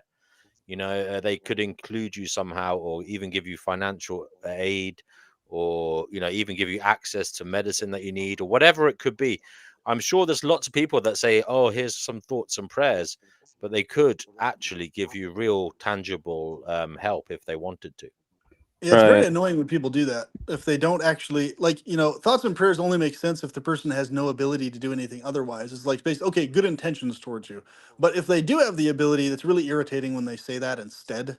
That always has been like a pet But it's peeve very of mine. common. I'm going to give you one example from these conversations. I mean, like, we've all heard people struggling with homelessness and such. People say, "Oh, I'm going to pray that you find somewhere," and such. Now, PP actually brought someone into his place and let them sleep on his sofa. So multiple times, actually, multiple times. You know, I'm not. Look, I know humans are problematic and it could cause problems, but that is one example where someone actually did something that I would say was better than thoughts and prayers. You know, that was actually tangible, real, practical help that actually solved the problem, at least in the short term, and perhaps gave them a step up onwards to a better life. You know. Yeah, I'm glad You've I done could that help you with multiple one. times. That's amazing. Multiple PP. times. And here's the thing, you got to understand, I literally live in a one-room studio apartment, and my previous place was even smaller than this one. It was very small. So what pissed me off, though, I was happy that I could help the person. It was just the right thing to do. But for me, it was such an automatic thing. It was like, you know, okay, if I don't house this person, they're literally going to end up in prison, literally, if I don't house them. That's it. There's no middle ground. There was no wiggle room there. I was the only person willing or able to house them. Nobody else was, even though she had a boyfriend and a grandmother of that boyfriend had a full house, extra rooms, everything. Nope, they weren't going to house her. So I was like, oh my God. So it's basically like a situation where, and this happened multiple times over multiple different people. It's like, what pissed me off is I know so many fucking different people that have full size houses with extra fucking rooms, huge living rooms, way more goddamn space than I have, way more money than I have, right? Way more means to help these people. But it's like nobody else that they talk to is helping them. Bigger houses, everything else, people that they've known for a while, right? No help, none. And it's like here, I meet them one day, the first day I meet them, and it's like, hey, you know, I find out they're in a situation needing housing and nobody else is helping them out. And I make sure to find, you know, have talked to this person, that person, and then they reveal to me, nope, nobody else is a house or help. It's like, okay, well, hey, you can stay at my place place for at least 2 weeks. It usually ends up being a handful of months, actually, in most cases, because Tanel asked, that did you long have to to help throw get them a out house. eventually? Tanel asked, did you have to throw them out at some point? Like, what No, happened in the end? I How actually, in every single case, nope, in every case, I always let them stay until I could assist them in finding housing. Every single time. Every time. Without exception. Never did I throw somebody out, except for Well, that's, one you know what, exception. PP, I applaud you for that. Congratulations. You're a That's better really human good. being than me. Definitely. But here's the thing. Even the guy I did throw out, I made sure that my other friend was able to house him before I threw him out, though. This is the thing. So even in the case where I did throw somebody out, I made sure they had a backup place to stay, and I made sure to take care of their stuff, make sure it got to them, got safe, and everything else. Even in spite of them doing a really fucking asinine thing to me personally, made sure all their stuff was taken care of, that they had other housing. Even then. So this is my standard of helping people with housing. This is how seriously I take the housing thing and making sure people don't end up on the street somewhere. Even if somebody crosses me or does something to me that's fucked up personally and abuses my help, I will still make sure they don't end up literally homeless. Then, Can I So ask don't even what wanna is shit driving? other Can people. I ask what is driving your strength in this area in terms of your passion to do this? It is the moral, ethical, gentlemanly thing to do. By the way, proper human guys, thing. am I the only one having trouble hearing sometimes, or is it No, just I'm the me? same. Can't hear properly. Yeah, PP, you're coming through a little bit Yeah, it's robotic. crackly. Yeah.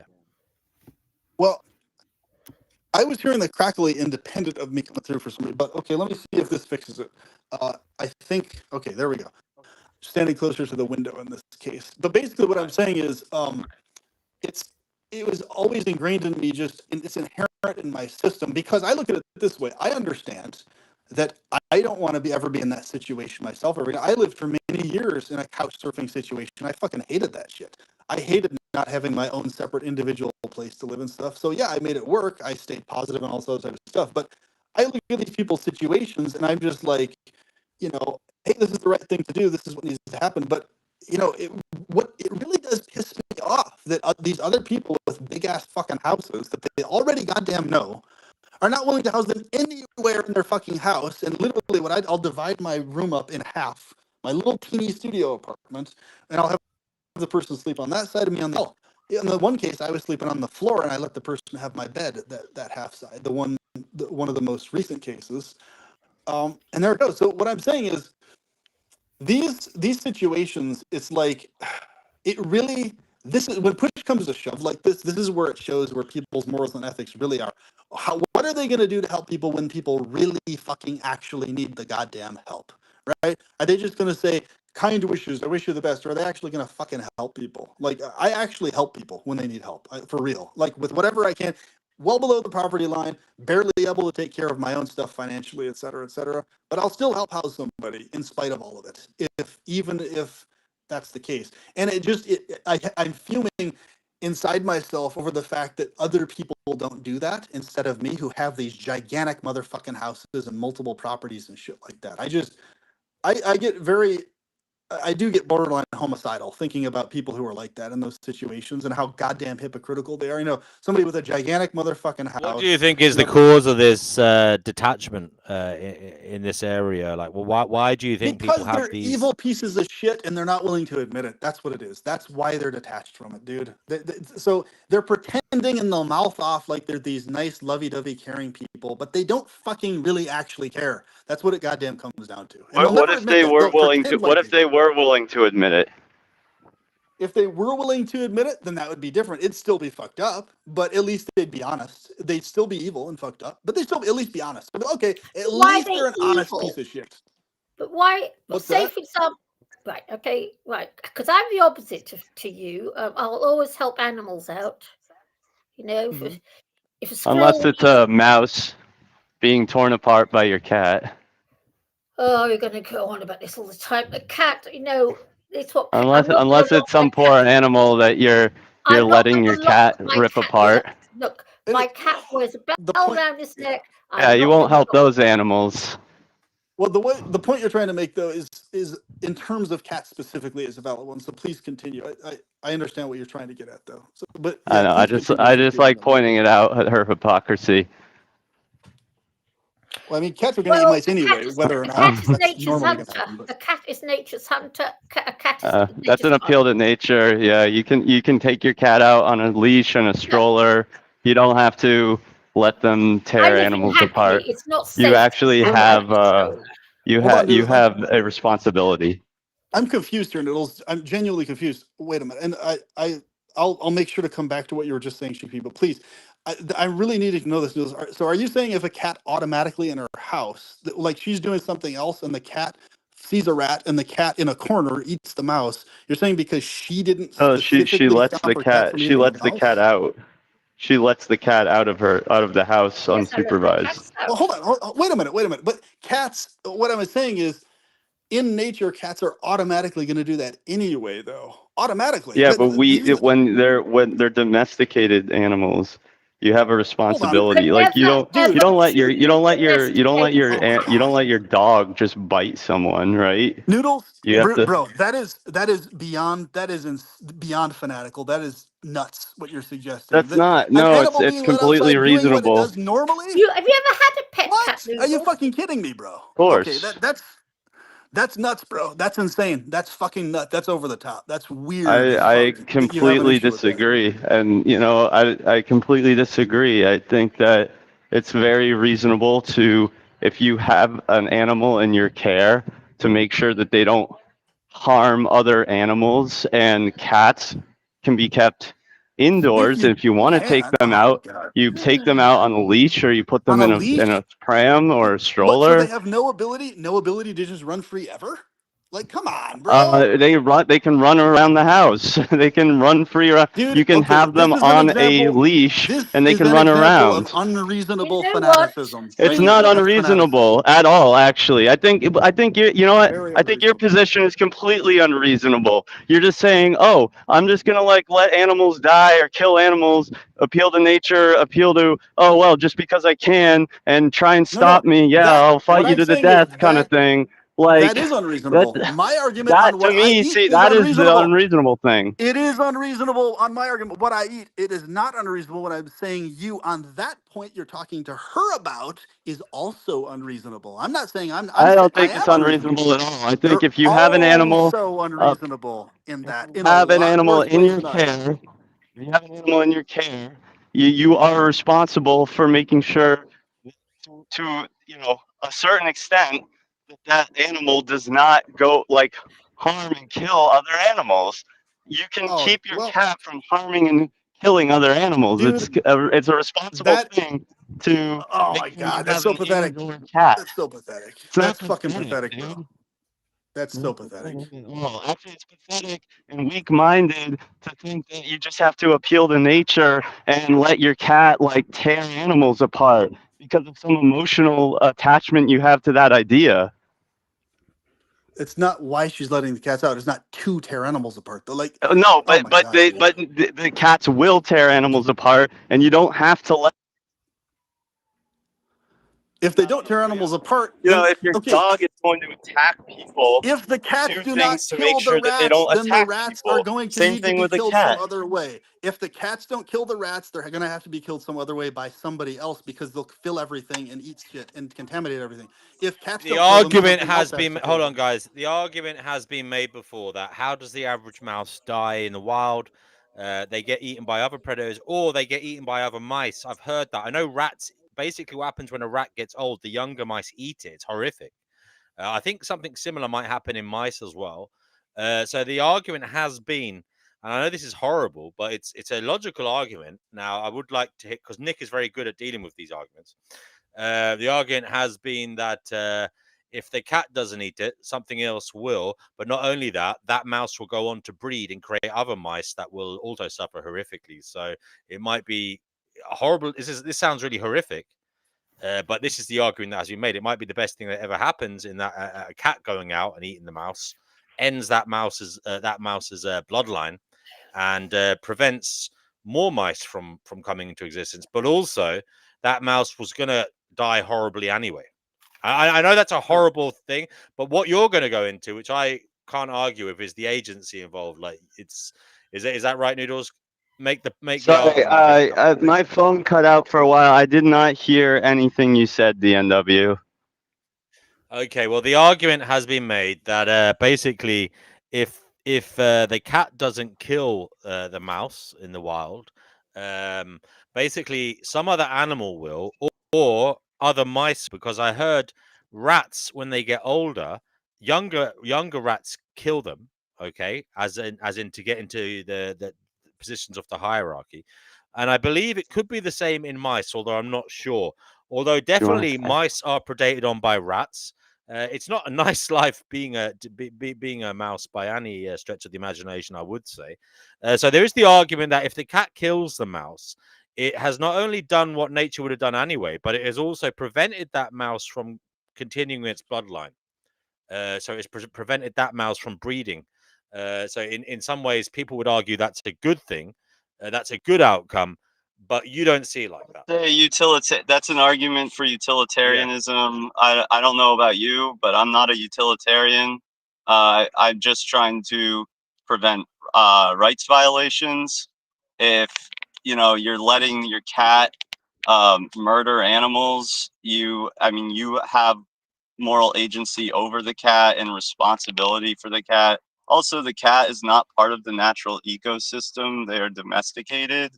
So, like, you're also Some would making an say some would say that there were cats that were part of the ecosystem that we killed off, like there were wild cats. DW, Sorry. can I just Sure, say sure. something? I mean, I'm not even. And honestly, actually, I want to take back the ecosystem comment because it doesn't Yeah. really even matter if they are or are not.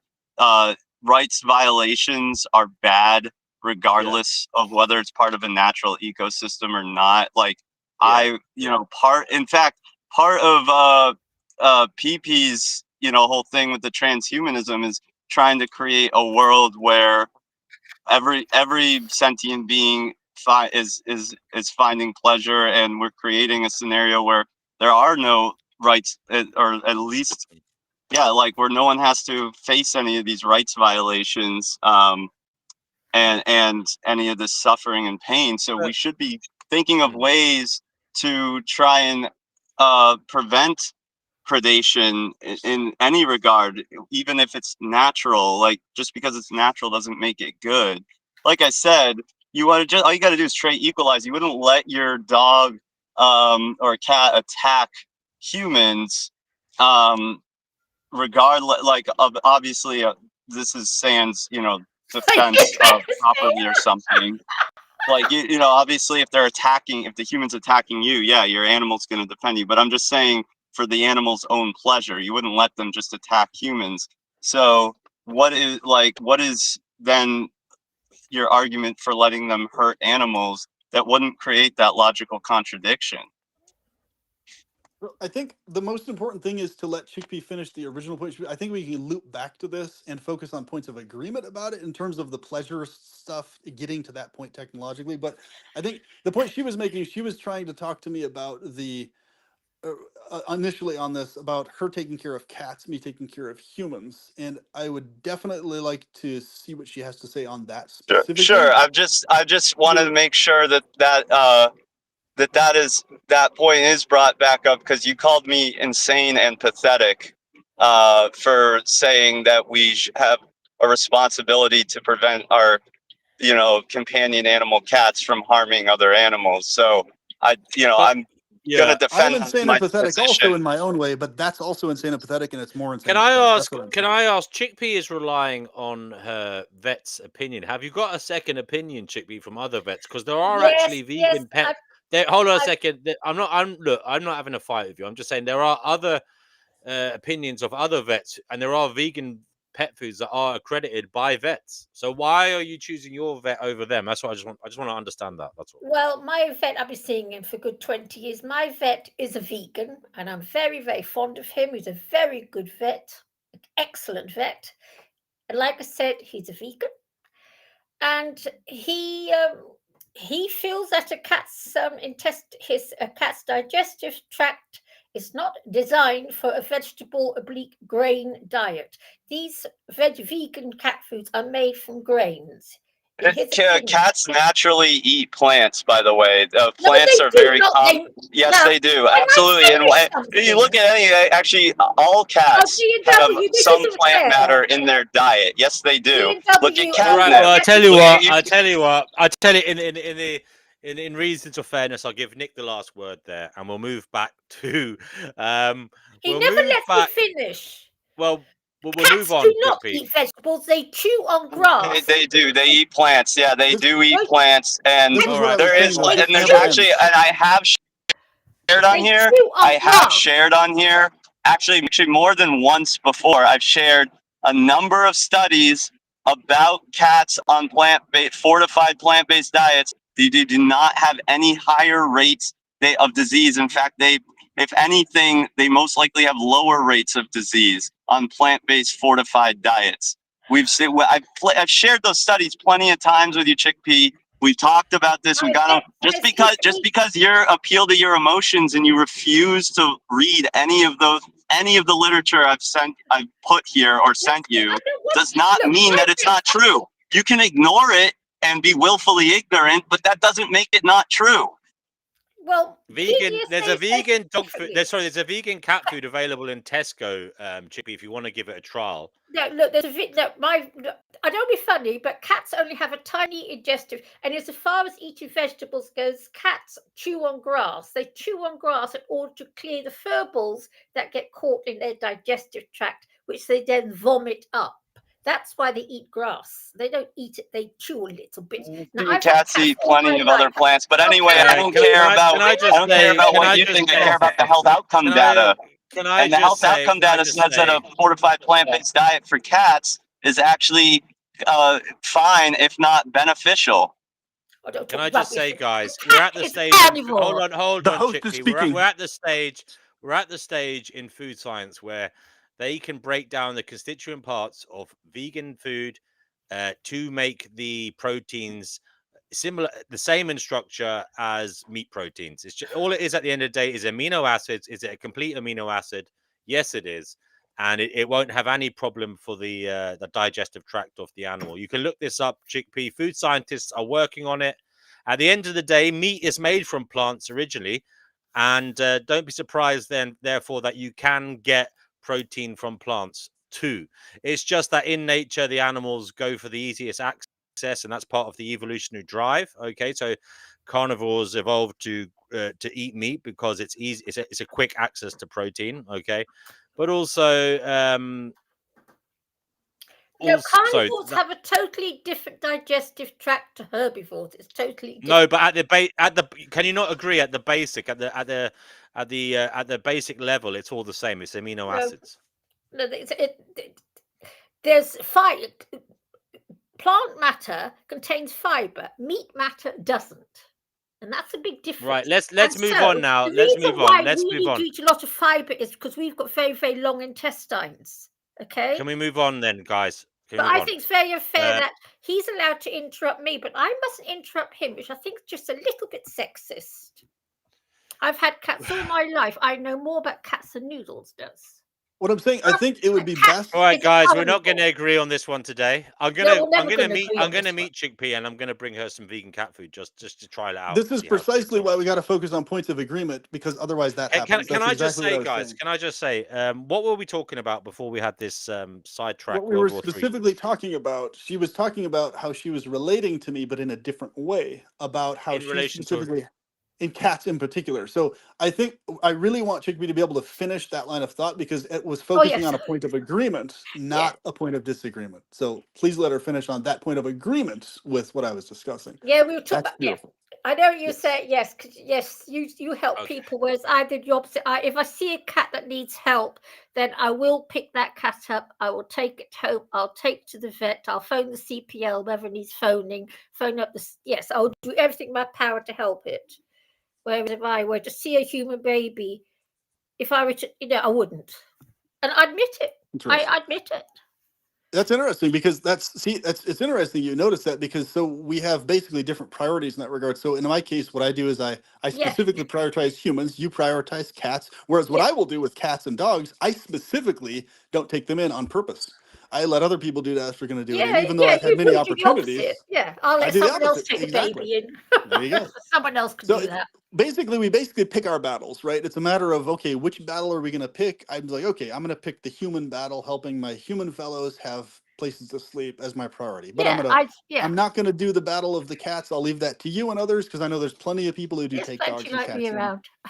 So there you There's go. So loads it's of us. like I definitely don't need to, because there's plenty that will do that aside from me. Like, so it's basically, Yeah, you yeah. know, And I feed that's loads kind of of how I see it. pigeons and feed foxes and Right. things. I get foxes coming around at night.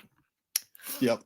And so here's the thing I've noticed. It's like, at least in the regards to the human area, like, with people that have big houses and mansions and stuff like that, so Yeah. many of these people could so Yes. easily house other people, at Well, I least mean, friends of I'm not theirs, being bad, but there are at least times friends. there was once when I was homeless for one night, as in I was between houses. Luckily Mhm, I stayed in my friend's house. But if I hadn't mhm. known anybody, I would quite happily have slept in someone's shed or garage, for that night. But you There know, you go. it's just if you're young, fit, and healthy, you will put up with a little bit of hardship.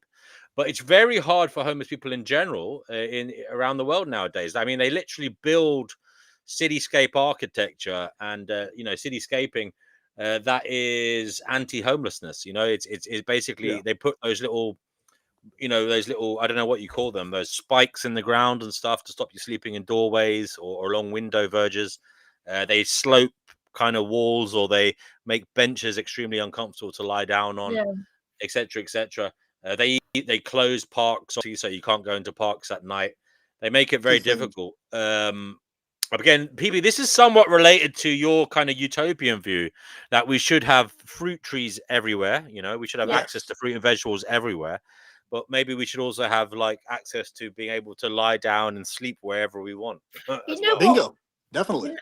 When I was young, I was living in Germany. We used to have that trees growing, apple trees growing wild, cherry trees growing wild, blackberry trees, bushes growing wild, and you could just go and pick it. And I can remember it, especially That's the awesome. cherry trees. Yeah, it used to just grow randomly everywhere. That's great. That's really Yes, it cool. was lovely. Have you seen what they've done to Germany? I was watching a video today. It's been totally destroyed. I could not Oh, believe yeah. my eyes because I've lived in Germany. It's such a beautiful country. I think that part of this homelessness thing, I was listening to Dr. Avi. Can you speak closer to your microphone there, Noodles? Sorry. Yeah, can you hear me? You're a bit far away. Can you hear me? Wait, hold on. What if I speak like this? Go for it. I tell you what, I'm going to turn your microphone up. I can do that this side, I think. Okay. But keep talking. I'll try and do it. So I was listening to a Dr. Avi debate recently, and he's advocating for bringing back, state-run insane asylums, right, or just like mental hospitals, basically, which pretty all but gone now, right? And I think he posted something recently about how you can see like almost an exact opposite, like as the number of mental hospitals declined, the rate of imprisonment went up. And if we had more mental hospitals, it might help with the homelessness situation a lot more because of the fact that most of the people on the street, they're there because they're struggling with mental issues, and include drug addiction as a mental health issue. A lot of these places, I mean, yeah, yes, you are technically still locking them in somewhere, but I mean, and there was problems back. I think that there's like at one point they became more regulated. So right before you started seeing a lot of them, there was a lot of them that still did probably a lot of good work, and it gave people a pretty clean place to stay. It wasn't quite like prison, more enrichment. Probably wasn't great, but I don't know. I think that's an interesting idea to bring back mental hospitals or insane I mean, you have a asylums. point. I think there is some truth in that. That a lot of the homelessness, or the chronic homelessness, at least, is down to failure in drug addiction services and mental health services. It's actually terrible when you see schizophrenics who are homeless. It's really, really sad. Can you imagine the hell that is going on in someone's head being a schizophrenic homeless person? It's just brutal to see those poor people suffering. Even in this day and age, in our modern big cities, it still goes on. And I look at it from the perspective of it's an issue because the majority of people everywhere, there's so many houses they have. In other words, the way I see it is if people individually right now aren't even housing their own friends and family when they need help, of Mhm. course we're never going to solve this homeless problem because they're not even helping the people closest to them, for fuck's sake, to start with. What to speak of other people being helped? It's pathetic. Like I'm housing people that I've just met for like a day, and I can just sense people out really well vibe wise to tell if they're good quality people. And I've always been accurate on this, so it's like, okay, you know, every time I house someone, I could tell that it was worth it, even in the case of the person that lied to me and did some other bad stuff. Even then, in that case, it was still the right thing to help house him. Still, even then. But my point is, it's like, hey, the issue here is that uh, there's so few of people like me willing to house others and help them just spontaneously. There you are, boom. And you have conversations with them, of course, ahead of time. You kind of get to know them somewhat. You're obviously, I'm not going to house some person that gives off some weird, you know, off-put vibe or a druggy vibe or any of this type of shit. Somebody who I know it's not going to help them anyway, even if I house them. If it's like an aggressive or like a pissed off mean vibe or something like that. But what I'm saying is nice people that are kind and caring and everything else. Hands down, I would obviously house my relatives and friends, of course, no questions asked, for at least the 2 weeks that I'm allowed to do so at my apartment here. But I got to the point recently where I had to decide a hard cap, though. I was like, okay, I'm the only person who seems to be doing this with all these different people that have talked to me over the years. The other people who they know are not helping them in this way, obviously, nowhere near enough. So what I have to do is I have to just cap it off at the 2 weeks. So if somebody absolutely has to have housing, I'm going to tell them it's going to be a hard cap. I can't do it beyond 2 weeks. It's like, I'd love to help. I just can't because I have to have my recharge time and all that stuff. I have my needs as well. I got to prioritize those first. So hard cap 2 weeks. Beyond the 2 weeks, they've got to find someplace else. No exceptions, right? And I had my one of my best friends. I had to tell this last time. I ended up housing him for like 2.5 months, ensured that he got into a new place, physically helped him move in. He's in a good place now. But I told him afterwards, if you ever need this type of help again, I cannot make an exception even for you. 2 weeks hard cap. That's it. That's so just so you know this ahead of time. That's what I can help. No more. Because basically what ended up happening was me myself mentally, emotionally, and otherwise I got overtaxed because there's a lot of stuff that he experiences with his bipolar that I cannot fucking relate to at all in terms of types of depression and issues that he faces with that. Even though he's a really kind person, if I can't relate to something that somebody is experiencing in my environment, like close environment, I feel really fucking totally exhausted, and I have to like sleep all day every day because I have no energy, no ability to recharge from whatever the fuck Can is you going on with me. like, you obviously haven't named him, so it's good, but and without going into Yeah, any private details, can you give an example no, of of course. things that, because am I right? You were living in a small studio flat and you had this guy sleeping on a sofa, so your bed was in the same room. Yeah. He was in some kind of terrible mental health situation at the same time. Yes. So in other So words, that he has must an have been. ongoing Hmm. yeah, he has an ongoing life situation where basically he's always tormented by his bipolar, which causes massive depression to be, that floods his system basically, and he has to take medication to solve that part and everything else. He tries everything to solve, and he's got diabetes and so many other health issues, fibromyalgia, you name it. My God. So many fuck ADHD. So basically, it's just, and he hates the fact that he has all these things, but he's still a really nice person in spite of all those challenges and stuff. So it's incredible, actually. So he especially deserved my help, the kind person that he is to me, and all this other type of stuff. But he actually ended up in my place because the one exception, the person who actually did mistreat me at my house, that I insured was housed with this guy. He ended up also mistreating this other friend of mine in a bed. Now, mind you, this other friend of mine voluntarily offered to house him. I didn't say you need to house him. He just offered to house him, right? So it kind of just shifted out that way, where it's like, okay, you got to stay out of me, but hey, my other friend is offering to house you. I warned my friend. I said, hey, this guy's got this pattern. He's gonna probably do this to you also in a handful of months. So just wait for it. He's on cue. He's probably gonna do exactly what he did to me. And sure enough, that's exactly what happened. He did exactly, basically to a T, what he did with me to this other friend of mine. So this other friend of mine got kicked out of where he was living because he ended up having a flip out, a bipolar flip out on this guy.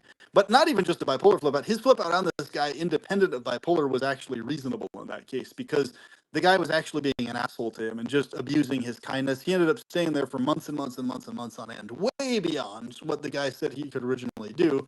And because his mom, my other friend was living with his mom had the ultimate say in the other guy. So, in other words, he ended up basically getting thrown out of where he was living and not being able to stay there. And me and my girlfriend were like, well, he can't stay here because this guy was borderline homicidal towards this other guy, in the sense of how pissed off he was at being taken advantage of and stuff. So I was like, okay, we got to get this friend to our house to stay here. No questions asked. It was just a no-brainer. And basically, so we took care of him 2 months, got him his place. But it was just a mess. The same guy that took advantage of my kindness took advantage of this other kindness too. He started off fine in both cases, but eventually he just ended up doing these bullshitty things. So it wasn't like he was never like violent or aggressive or anything. He lied and he wasn't honest and he just fucking took advantage of the kindness. But that was, in every other case, I haven't run into that with other people I've helped out. Like every other person has been, appreciative and not like that. So what I'm saying is, even in that case, still wasn't a violent person. He still did appreciate the fact that he was housed, but it comes with the territory. Some people that's going to happen with. They're not going to be honest people, and you're only going to be able to see that over time with some people, right? But the point is, I'm glad at least on my end. What were the most difficult? What are the most difficult things of sharing that small space with someone? Because I've done it as well, by the way. And I found it extremely difficult. Like I did it for about 3 weeks, and yeah, it was really difficult, man. Because I was basically I knew someone who was like basically getting grief from their neighbor, and they were waiting to move, but their neighbor was like this psycho who was causing them grief to the degree that it was making the person suicidal and negative feelings. So I just let them stay on my sofa. But to be honest with you, I didn't know them that well. I knew them well enough, but I didn't know them that well. You know what I mean? They weren't like a best mate for a long time. I'd known them kind of superficially for quite a while, but I didn't know them in too great a detail. You know what I mean? So it was difficult. It was bloody difficult because you have a whole clatterbang of crap going on in their life, and it was literally in my place, and it was exhausting, as you say. They had problems with their girlfriend as well. While they were in my place, their girlfriend was attacked at her place by someone else. It was insane.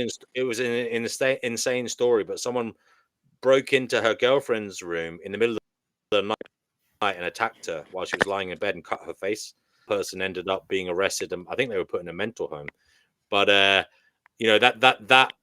that was in some other part of the country, and basically I was having that on the phone at night. So it's all so it really, when you open your home to somebody who's going through something, it's not an easy thing to do. I'll say that much. It's not for the weak-hearted.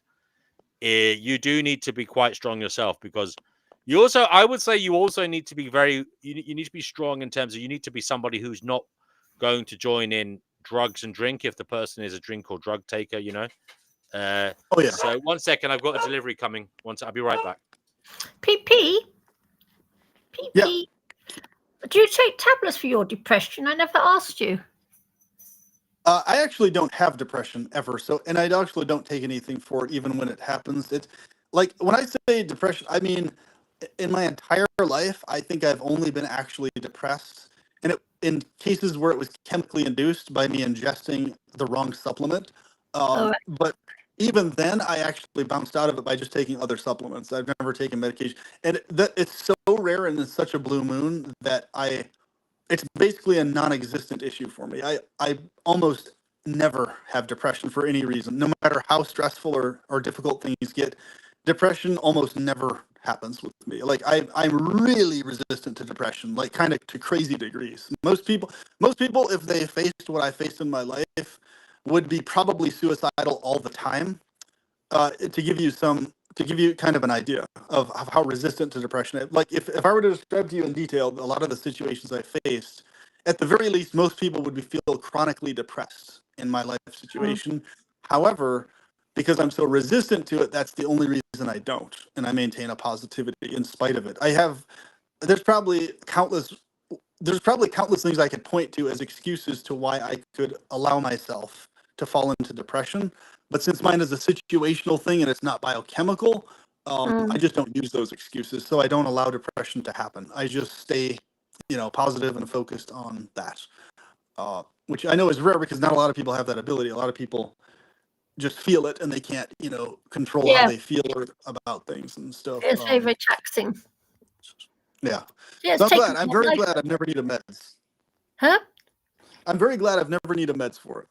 Yeah, I've been on meds for over 50 years. Wow, that's incredible. Yeah, I started taking meds late teenager when I was free to get to go to the doctor and ask for them, and that was when I was 19, and I've been on them ever since. Well, my thing is, my body is so reactive to stuff. Like one of the supplements I took that was like for health and stuff like that, it was just saw palmetto. Never take saw palmetto, guys, especially if Hey, you're a what? guy. There was a What? supplement called saw palmetto that induced a nightmarish depression in me that was chemically induced. But the good All right. news was I knew that was what was causing it. And I knew that, okay, this is saw palmetto. This is what it does. Oh, shit. This is what these guys were talking about online. This Mm. is saw palmetto syndrome. All right. So I had the other supplements on hand to counteract and resist it. So I could feel the supplements fighting in my body. But that's the reason I've always been paranoid about medications is my body reacts in really weird, bad ways to anything that's like synthetic at all that I put in or anything that's man-made and even some natural things actually. So I have to be really fucking careful what I put in because there's been multiple times where I felt like I was dying or came close to dying because of stuff I put in my system. Or even something as bizarre as this, like I took a Cipro for somebody, prescribed me a Cipro. I didn't realize it was a fluoroquinolone. Otherwise, I would have refused it for, Mm. an antibiotic when I was sick. I took that. Yeah, I overcame the sickness, but for the next 9 goddamn months, I had itchy rashes all over my body, popping up right, left, and center. Oh, And the one day I took apple cider vinegar, within a day it was gone. Gone after 9 months. Boom.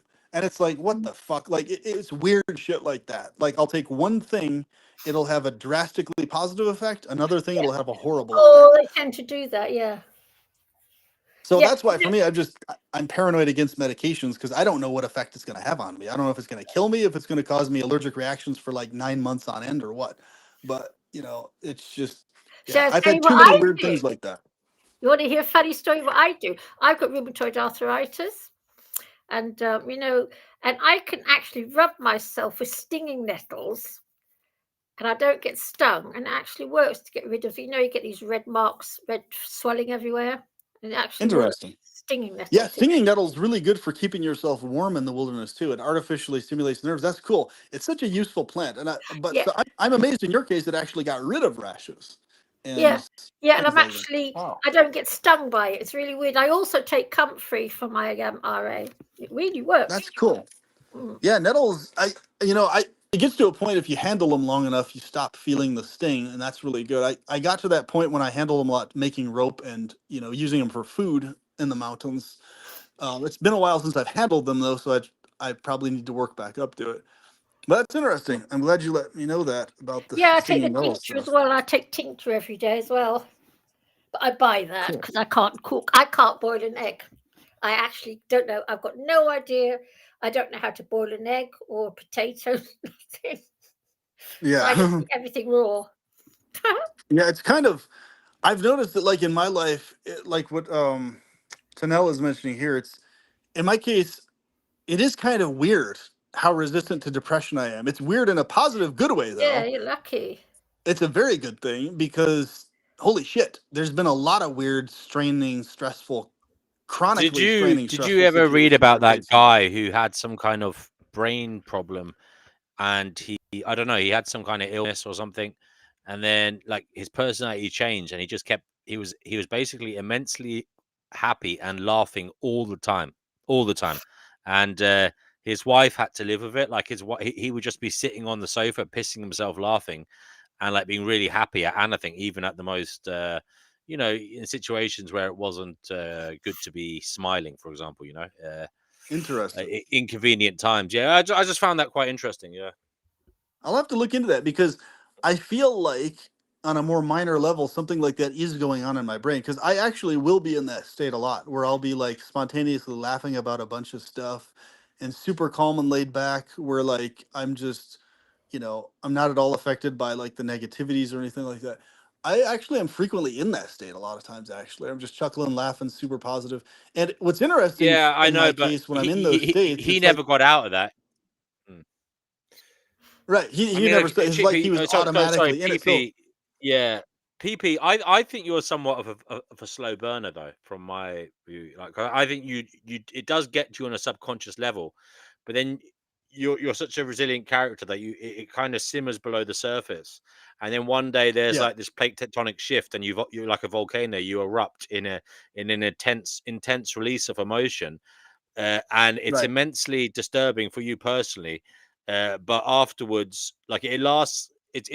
Maybe it lasts a little while, and maybe there's like this weird kind of half an hour of like kind of returning back to normal. But after that, you go back to that resilient state. I mean, that from what I've seen online, that seems to be the way you operate. And I don't know Yeah. why that is, but it seems to It's be that. basically, so that happens, that pattern specifically when I've had interactions with someone and I've talked to them, explained to them there's some issue or some problem. Here's how to resolve it. But they dig their heels in and refuse to agree to solve the thing, and they continue on insisting on being an asshole or a piece of shit or whatever. When that happens, that is when exactly what you described goes on that way.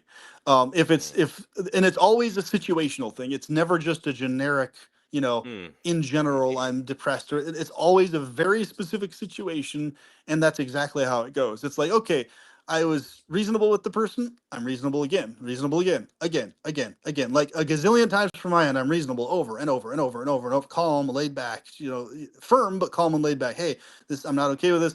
And I even tell my closest friends, it's like there's no exceptions to this. It's like if I've had yeah. multiple conversations with somebody about something, then and they just keep digging in and don't respect what I've, in terms of, Yeah.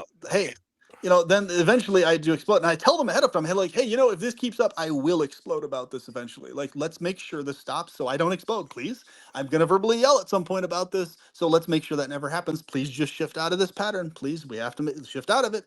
And I give them way ahead of time forewarning. And then when it eventually happens, I'd be like, okay, I'm now going to verbally explode. Here it goes. Mm. And then I Because unleash I basically. remember some of the most kind of touching videos you've uploaded in the past. Where there's been about two or three of them, maybe, where you're literally having one of those outbursts and you actually cry a little bit. It's really, really, really disturbing to listen to. But it's also, I applaud you for it, because Yeah. you are putting yourself out there, showing your vulnerabilities, and I think it's very helpful to people.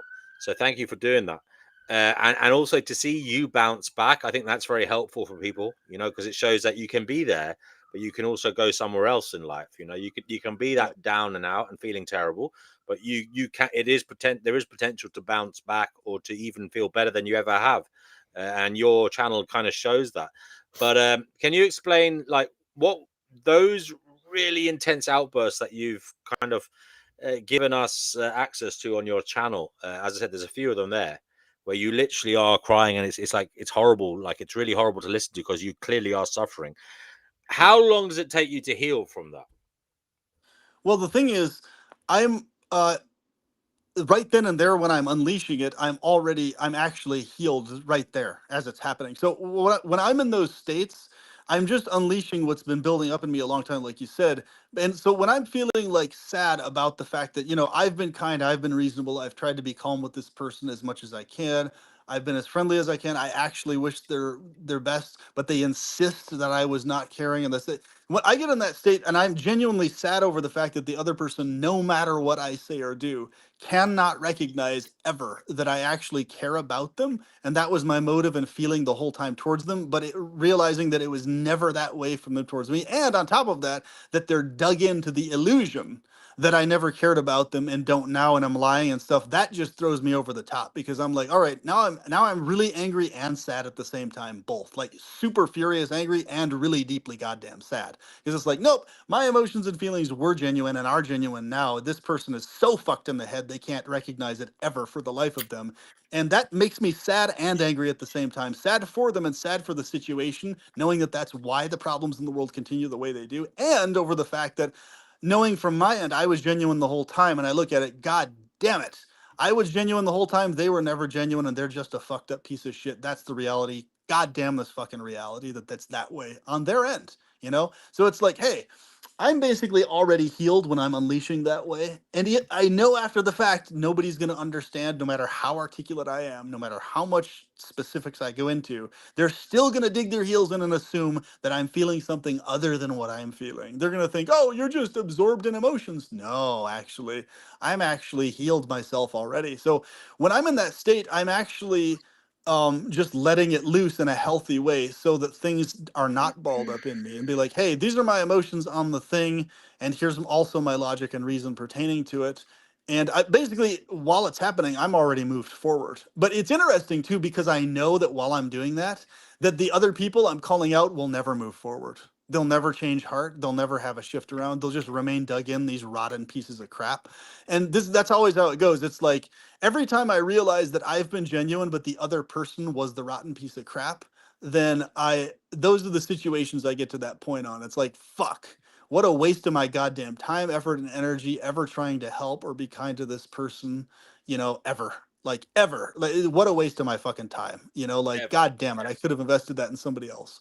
And so, yeah, because I know where my heart and mind is at when I'm feeling things towards people. But usually it's like this: if I'm like living with somebody or somebody close to me, and there's some weird pattern that they keep doing that's like a negative pattern they can't seem to break. Like, things are going great, and then just out of nowhere they'll express like irritation to me, just because they're feeling irritated in general due to some bipolar episode, whatever the fuck the reason is. I tell them, I'm like, hey, and this is a very common one with bipolars. It's like, hey, you know what? I understand you have these automatic issues with the bipolar and stuff, but hey, you have to regulate that shit around me, because I cannot relate to you. I understand you. I understand it's an automatic bipolar thing. This is why I can't interact with you when you're like that, though, when you're having a flip out or some weird thing with the bipolar, or expressing a negative attitude towards me, because number one, I only I'm fully satisfied being alone by myself. I don't need you physically around me. I like your company, but I don't need it at all. I feel no clinginess or desperation for it. So there's no reason under any version of reality that I need to have you here in my house or with me or near me or whatever the heck else. Or if I'm out and about and somebody's having a bipolar thing, I'll tell them in that stage, hey, I literally could so easily just be doing something else and interacting with somebody else other than you, right? Wherever the case is. And it's like, but I'm choosing to interact with you because I care about you and I consider you your friend. So therefore, you're going to have to ensure this pattern ends. Like, I'm not talking about just try to get it under wraps. You got to make sure you never, ever, ever do this again with me, ever. And I really Okay. mean this, because, and I say, if you do this again, I'm going to verbally shout about it at you again. So don't do it again, because that's you're going to be the response. And I'm going to drill in really deep onto all the multiple layers of how fucked up it is that you're still allowing yourself to fall into this shit again, and not have this regulated with whatever you need to do, medication, whatever the fuck it is. Right. So I have a very hard cap on stuff like that. And sure enough, usually people get stuff under wraps before it gets to the point of me having to, yell verbally at them really loudly about the shit. Because I notice it's a weird thing. No matter how many times I calmly mention something to someone, it seems like in so many cases they only respond to the thing and take it seriously when I finally get to the point of having to yell about it. And it really pisses me off that people don't just take me seriously when I calmly tell them, no matter how many times I do this, hey, I have to make sure that in my environment you treat me this way. And you have to treat me this way in my environment in order for me to not explode or yell at you. You have to be calm with me. Can you do that? You have to be reason, and you have to remain that way the whole time. You cannot be not calm and unreasonable with me at any point. I don't care what the reason is. You can't be otherwise with me. Got it? And then usually it's like, okay, okay. But then when it comes to the point where they can't bring themselves to do even that for whatever weird reason, in spite of how kind I always am to them, never mean to them ever, always reasonable with them. And I just expect the same exact thing in return. That's it. Very simple. As when they stray from that, I'm like, all right, you strayed from it. I said this before. Here it comes. Now the yelling is going to happen, and I'm going to drill in deep. All right, here it goes. And so it's amazing the courtesy I give people, like many, many, many warnings before I explode verbally. I never just explode out of nowhere. I always give them a warning. I say, hey, I felt like exploding on you verbally when you said that and did that, but I didn't. I regulated myself. But I felt like it. I felt like yelling at the top of my lungs at you and screaming at you to get the fuck out of my place, or to get the fuck out of this environment where I'm in. So but I didn't. So, however, if this pattern continues, I'm eventually going to do that. So just fix the pattern. Just be nice, just be reasonable. I already forgive you. Don't need to apologize. Just fix it. Just change it. That's it. That's all I'm asking. And it's weird to me that it almost always takes me finally yelling at someone to get the thing across. And I hate that, because it's like, I am not that type of person. I'm a calm fucking person. So why don't they just respond to me being calm? I don't get it. Why do they require this That's yelling it. crap? I just want to ask you a question, guys, because I think this is important. It's changing the topic completely. Sorry. Are you worried about digital ID cards? Is it something that you've thought about? Have you been following the news? Apparently, they are coming in the UK. I presume they're going to be coming in America as well at some point. I heard they're coming in Switzerland as well. And a few other countries around the world are murmuring about it. Is it something you're worried about, Chickpea? Yes, And very also, worried. we'll go. Or Chickpea, seeing as you're here, give us your views on it, and also we'll go to PP, obviously, then. And anybody in the chat wants I'm to say very, anything very about it. worried because your entire ID is going to be on that phone, which is all well and good. But what if someone says to, "Oi, give me your phone, you effing bleeping C person"? Then what? Because I've had that said to me a couple of times here in Hackney, and it's reached a stage now I don't take my phone out anymore, but I'm going to have to take it out in order to use it in the supermarket. So I don't know what I'm going to do. I'm very worried about it. And what exactly are you worried about in terms of them getting it? Tell me your worries. Well, because don't forget, your bank details are going to be on that phone. Everything, your entire life's going to be on that phone. Your bank details, everything about you. And a clever person, some of these guys are very clever, these what they're called, these hackers and everything. No, I'm terrified, absolutely terrified. And I find what I don't understand is to put it on the phone strikes me as being rather a stupid idea, because, like I said, somebody can steal the phone off you. So I suspect this is just a precursor to having that entire information stuck in your right hand. Then we're really screwed.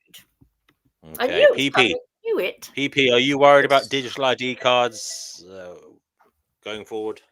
Well, put it this way, it's just more bullshit, different day. That's basically what that is. It's anything that goes digital is always going to have the same bullshit problems that everything else that digital has. I fucking despise ID cards, period, that we already have. In fact, I recognize with every ounce of my being that these goddamn ID cards themselves are already illegal, imposed on us by force against our will. I fucking hate the things. And the fact that we have to pay to get new ones, come on. Like, versus it being freely given to everybody. Well, you've got ID cards in the US.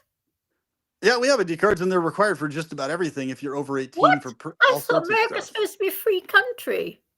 No, it's not a free country at all. It's just those are the ideals they list and mouth off on paper, but it's very far from any type of free country. I mean, yeah, sure. I didn't know that about the US. We have the right to bear arms legally in the sense of, but you're required to show an ID for those. Hey, here's my ID to buy a fire, this and that and the other, whatever. But I mean, yeah, in that regards, it's required. But the problem is, it's required for way too many goddamn things. Is the problem, and it's like it's a bullshitty thing, in the sense of the vast majority of things in life should never require an ID card. There's very few things that should ever require an ID card. The amount of things that they require it for is absolute bullshit, though. It's abysmal. And I really look at it from this perspective that if the more things go digital, it's just literally shifting the bullshit that's in person outside of the digital world into the digital world more. And of course, so digital ID cards are just a dumb fuck idea. Literally, this whole there's this thing in the U.S. called the real ID card, quote unquote, as if the ID cards we have aren't already real. In other words, it's just the next ploy to basically have a card that is now required for even more things and now has more hindrances on it in terms of your actual freedoms than ever before, Like, right? So mhm. it's a worse version of the ID card that we already have, and they call it real. Oh, and everybody's Okay. going to be forced What to about get you, it Noodles? by 2025 or whatever. Noodles, are you worried about digital ID cards? I don't know. Not really. I don't think it's Not like really. that big a deal. Yeah. There you go. I mean, PP, I he don't doesn't think know. it's a Like, big deal.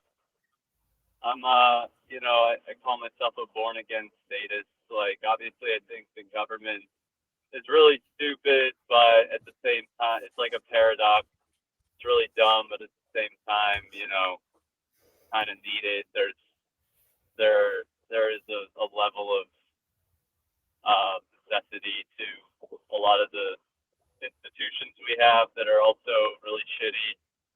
Like, yeah, I don't know, like, a lot of different things, but I mean, I'd have a tendency to agree with Noodles there, but PP, would you like to maybe bring him over to your side a little bit if you feel the need to? Well, on that thing, I don't really think it's necessary as a side thing because the digital ID thing. It's however you feel about it. The way I see it, it's just another aspect of bullshit, just like everything else. It's like, whether somebody's bothered by it or not is whatever to me. It's like, Like, you okay, know, it's going to be on your phone. You do what's know that? that, yes? It's going to be on our phones. What they're bringing to the UK is going to be on your phone. That means you've got to, and your bank account be on it too. So I suppose we get rid of our debit cards, and you'll be shopping like a lot of young people do nowadays, just waving their phone at the. For me, thankfully for me, if and when I need to, I can easily function without a cell phone at all. I Yes, personally you're have going to no have to need have to a use cell a phone. cell You phone. won't get a choice anymore. That's what's Yeah, happening. they're probably going to only push it thing in that direction. I'll really only start to get very worried if they implement a social credit system here. Then I think we should fight back. But Good luck with that. So basically, we're already, even though it's not in a formal sense, we're already situationally held to these social credit things. But yes, if it gets formalized into a phone, that would be especially bullshit, and really be something we should actively fight against. Hell, there's already so much shit that none of us have fought against enough at all yet. Like, there's so many things that should be protested about, especially the lack of edible landscape shit that hasn't been protested about. So that's definitely another thing on the list that should be fought against. Do you know that Amazon has shops where you don't have to walk in with you when you can just walk in, it recognizes who you are, you just pick up whatever you want from around the shop and walk back out. Yeah, And it's kind of I like, think they're closing down now. yeah, Chickpea. I know they're closing down, but they'll be back. But the technology already exists. Levin was telling me about Walmart somehow like having some kind of knowledge of a person. I don't know if it's their like assets or their funds or their Veins credit in their or hands. whatever, so that You read the veins in your hands. Walmart knows how much to charge someone based on their income or their like level of wealth or something. So there's going to be like adjustable prices. Oh, I see. Has anyone heard of that? No. Well, I think the thing is, like, they're doing a lot of weird shit in China right now with a lot of this type of stuff, with the whole social credit crap and like the changing of prices. What it really comes down to, though, the way I see it, is it's really just the formalization of a lot of the bullshit we're already facing. Like, for example, I've already faced hell due to like barely any social credits whatsoever my whole life, in the sense that if you're a person who calls people out on their bullshit on the spot when they do the bullshitty asinine thing, then you have like zero social credits to begin with at all, like, and you just remain there like with no social credits. Because I noticed this, even if people agree with the points that you're calling others out on, you know, if like somebody's an asshole to others or whatever, even if they agree with you in principle, they do this like deer in headlights shit to where they're like, "Ugh," and then they treat you forever on as this like potentially on edge person, so they just like try to tiptoe around. It's like, dude, you don't need to tiptoe around me. You just need to be a kind, reasonable person. That's it. Like, just don't be a fucking asshole. It's amazing how difficult it is for so many people to not be assholes. So social credit wise, tons of us are already experiencing the situational, you know, in terms of social credit thing hanging over our heads already. What to speak of if we get it put on a fucking phone or some shit like that? God, that's going to be miserable, because it's going to be like, well, for fuck's sake, if you're not the most goddamn what people call NPC, you know, neurotypical fuck person of all time, you're going to basically have no credit score ever, socially speaking, if you speak your mind ever on anything that's intense or heated or whatever the fuck else. So you can say goodbye to your social credits if you're a heated, firm, intentionally emotional person on any level at all, that has strong feelings on anything. You know, say goodbye to your social credits, because you're going to be seen as just oh yeah, that intense, overly, you know, overly heated person over there. Oh my God, you know, this is, avoid them. It's just, it's shit like that. It's like, this is just like the worst idea on the fucking planet, to have a formalized social credit system of that type, you know, because it's gonna, in other words, it's gonna give people social credits for the wrong things and social discredit for the wrong things, not for the right things. If it was like an accurate meritocracy, like, okay, you get social credits for being a notably kind person, like, okay, you know, you house people, you help people across the street when they need help, you know, you protect people, you're a vegan, hey, you get social credits for all this type of stuff, right? That'd be great if they gave people social credits for the right reasons, right? But if they give it to them for the wrong reasons, then, which is most likely exactly what's going to happen, almost Well, because guaranteed. it's all based on how other people like judge you, like other your interactions with people, like they're gonna rate you 1 to 5 stars or something, right? Yeah. So, like if you, I don't know. I mean, yeah, So, it's like anybody that disagrees. It basically people are just it will further. Well, I don't know exactly how it would work in terms of commerce, but like let's say if you you know a philosophical spectrum or a political spectrum, like it would just so harshly divide society, like just people would end up being in really hard camps with each other, like rather than even like having this kind of discourse, you know?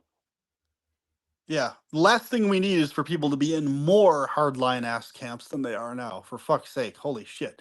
I mean, god damn it, everybody's divided on every motherfucking thing under the sun. But every little microscopic thing people are divided on nowadays from everybody else. It's pathetic, really. There's so many things people are unnecessarily divided on, too much, excessively, and you know that's why my emphasis. But I'm not sure, like, I'm not sure how it works exactly in a place like America where we have this division because, um, like, I assume that social credit would mostly just be used in terms of like commerce. Like, if you're, I don't know, you would probably rate people providing services, and the people providing services would probably, well, products or services, and those people would probably rate customers or clients, right? Um, so, and it is kind of happening with like Yelp and Google reviews, and in a way, I do like. On the one hand, I actually do think that like stuff like Google reviews is important. Um, for example, like when I go to a restaurant and I ask if something is like if something's vegan, um, and then they they serve me something, and like I actually have to go back and I'm like, wait, is this vegan? And they're like, oh, actually it's not, even though I already ate some of it. that shit has to be called out. Like there have been some places where like I found a piece of meat or something in there, and they have been extremely apologetic. They've comped the meal. They want us to know how sorry they are. They would, want to know what is it they can do things better. That place, I'm not going to leave a negative review, but the places are like, oh yeah, sorry, they don't give a shit. That place, people need to be warned about, or at least vegans need to be warned about, because they don't care, and they don't care if a vegan eats a piece of meat or not. So in that sense, I think that it is important people like, because also if they get those reviews, it will change their behavior. They don't want Yeah. to keep getting those reviews. Hopefully. Well, within Hopefully. in that fold though, that would be business credits or commerce credits. I definitely agree with that also, and most people do, because that's definitely a good thing to have commercial and business credits where people analyze your quality of service and things like that. It's just the only issue, of course, would be if that extended outside of commercial settings or business settings, where it was like, okay, social credits in general for specifically, as long as it didn't get attached to people having social credits attached to them for what they say about stuff politically or otherwise, then we should be reasonably okay as long as that didn't happen, really realistically, in terms of at least that one area. But I think the way things are going, like, once again, we already have this informal, not legally or formalized, even though of course, yes, in principle we have blah blah blah, freedom of speech and this and that. But I mean, think about it. Charlie Kirk just got shot through the neck.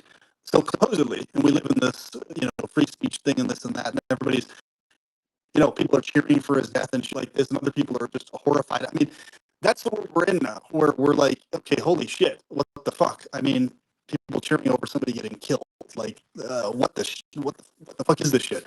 Like, I mean, the situation we're in now is there's so many social credits already hung over people's heads based on what political views they have or not, whether they're unspoken or not. And so literally it would just be the next little thing that happens to have it like now formalized in some sense. Because think about it, on YouTube or wherever else you go, you're already algorithm punished and socially punished and interactively punished. This is the reason why I personally, aside from my YouTube videos and shit like this, I feel way happier not having a Facebook, never using it for interactions or talk, because I notice it doesn't matter what the fuck I say. If you talk about or post anything that's multi-layered or deep on any level, you run into almost 90% problems from other people just because they don't fucking understand what you're saying and they misinterpret what you're saying. It can be something very positive and they just get pissed off misunderstanding what you're saying in a positive sense. Oh, hey, I'm feeling really good. Hey, oh, man, fuck you. You don't understand how hard life is just because in that one post you didn't specifically acknowledge, along with saying, oh, today's such a great day. Oh, fuck you. You don't realize that, life is so full of horrors, and it's like, just because in that one spot you didn't specifically specify all the other fucking things along with that one thing you're saying.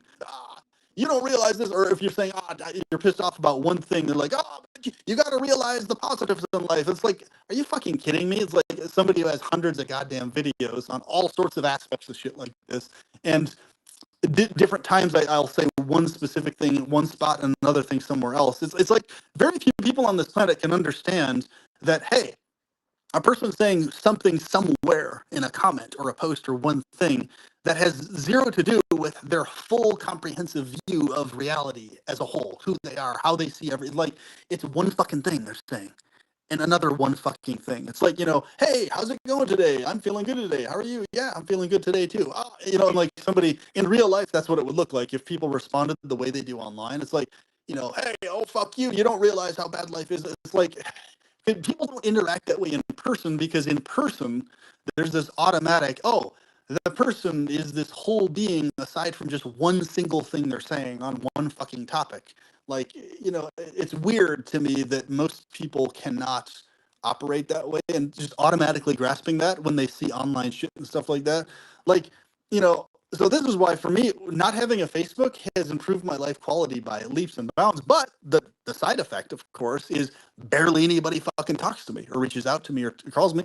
The good quality people do, but there's so few of them, so tiny. The number is so goddamn small that actually reaches out to me separately from fucking Facebook or having a social media. It's kind of pathetic.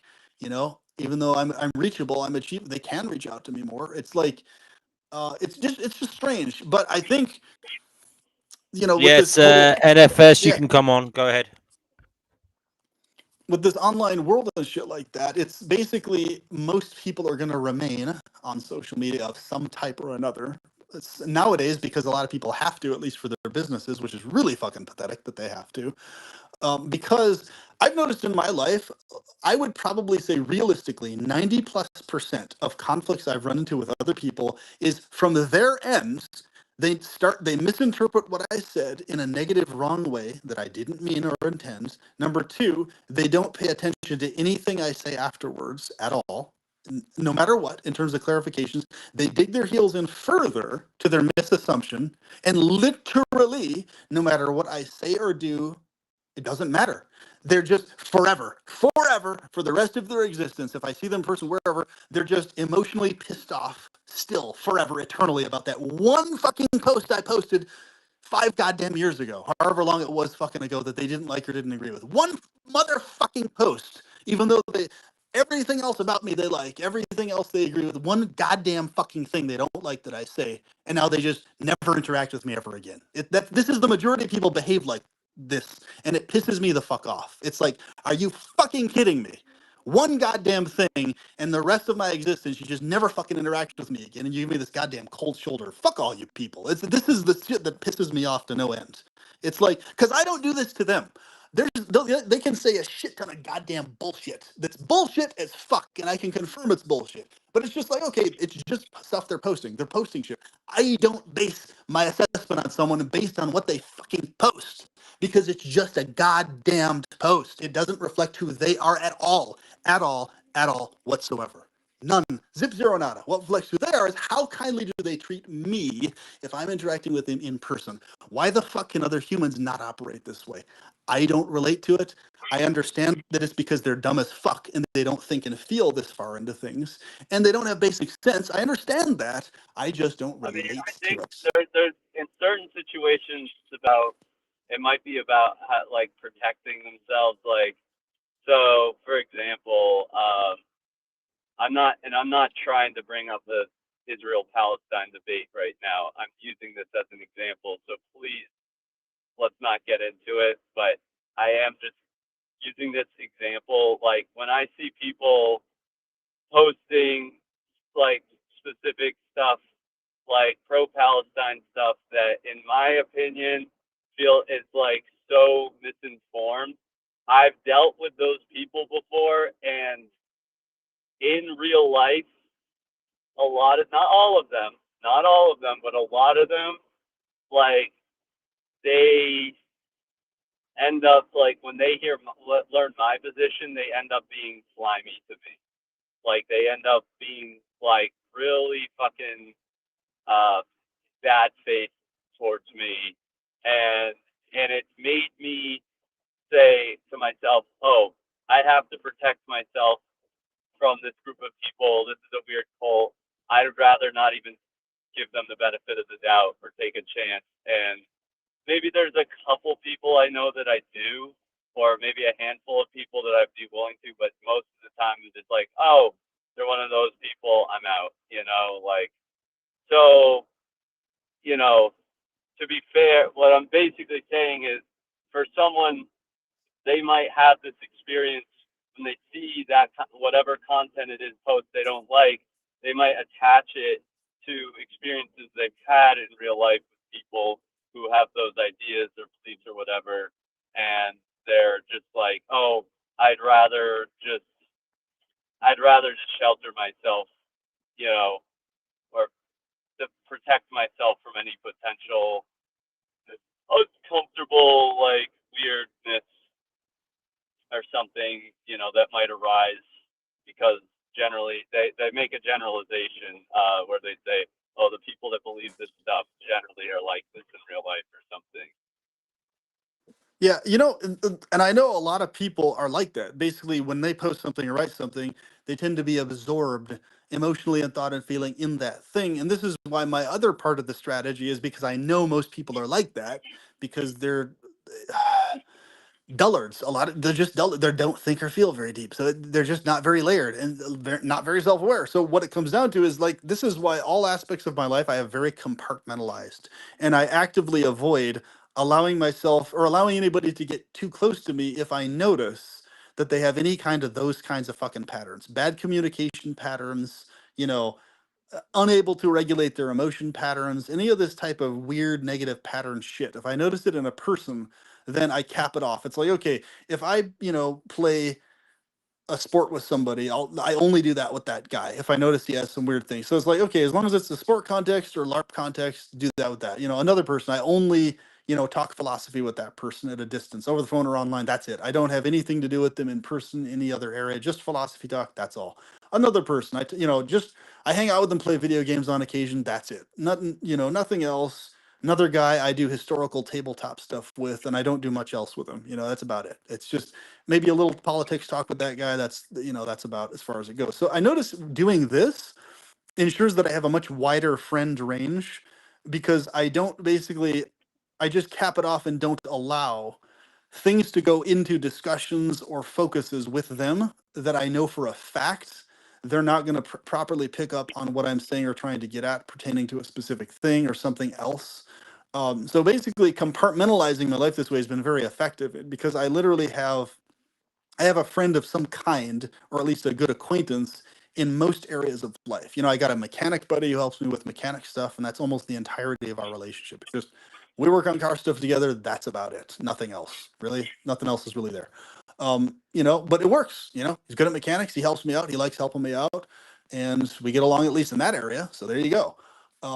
So I think if more people behaved like this, they'd have a much better quality social life instead of the second anything gets brought up. Oh, no, now let's focus together emotionally and otherwise on that thing that was brought up that I feel heated about or disagree with. Let's focus on that now, because what happens then is that's what causes people to break off friendships unnecessarily. Acquaintances break off with family members. It's like, okay, whereas me, I just have this default. I understand for a fact that people everywhere have incredibly strong emotional feelings about all sorts of shit.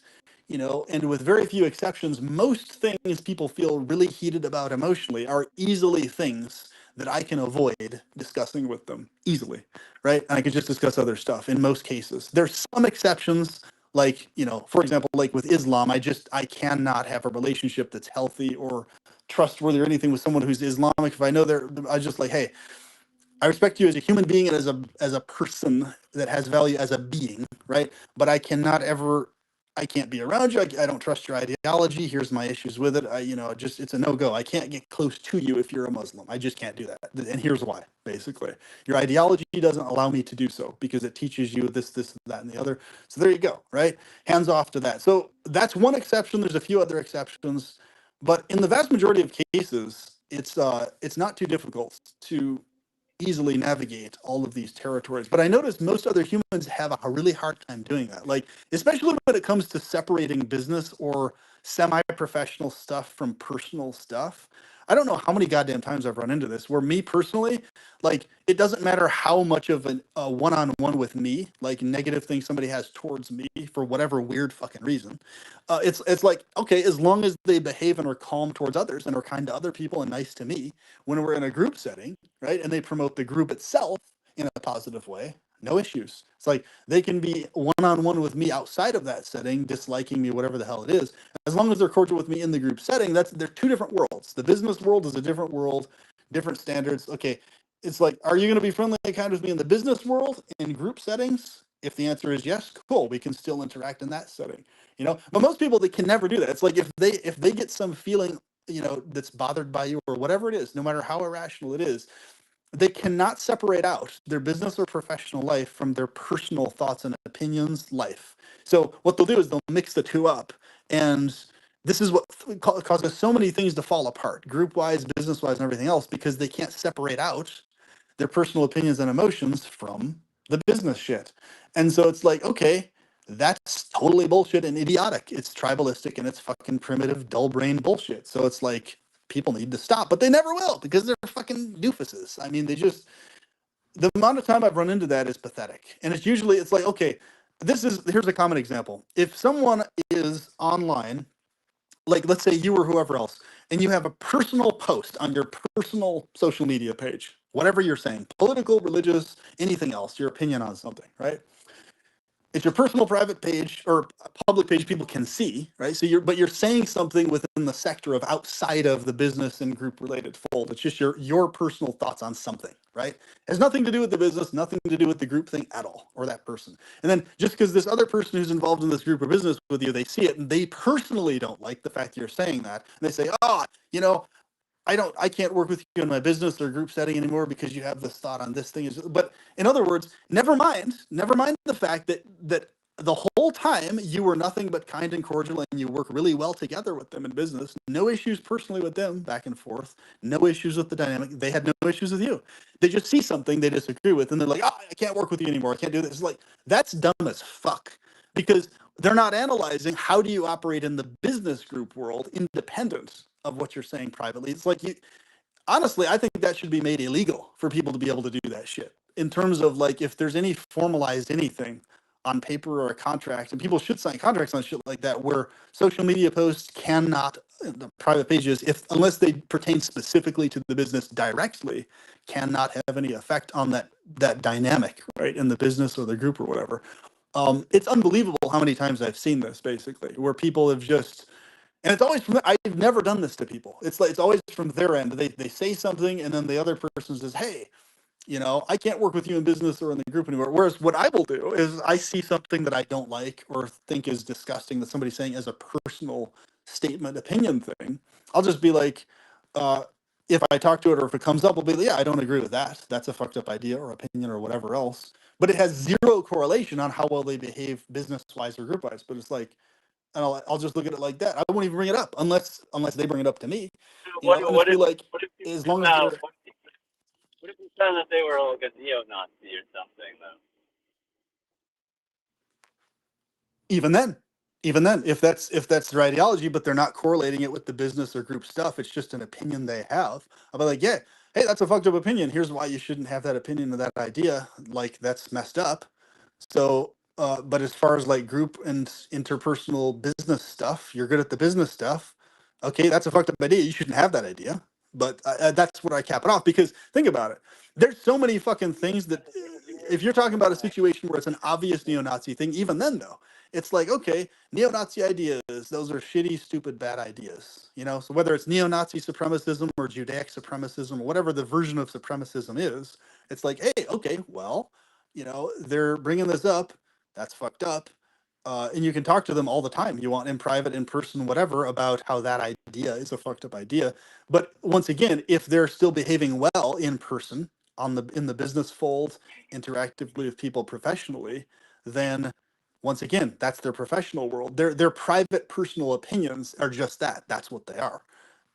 If they're not murdering someone or attacking people or physically yelling at people who are different skin colors, or if they're not behaving cruelly to people in real life, and if they're not vouching for violence on other groups of people, they're just saying opinions of, hey, the racial ethnic group should be separate or whatever the fucked up idea they have. If they're just saying stuff like this, it's like, okay, fucked up idea, but they're not a violent person. They're not harming people. They're not, saying people should be harmed. So, in other words, the only exception would be if they're saying that people should be physically harmed and attacked for being another group or enslaved or imprisoned. Something to the point where they're saying a group of people should be physically harmed or assaulted for being that group or whatever. That would be a very different thing because now they're suggesting actual harm to people. But just having ideas, because there's a lot of shit the recent years that has been labeled neo-Nazi that is not at all neo-Nazi. A lot of shit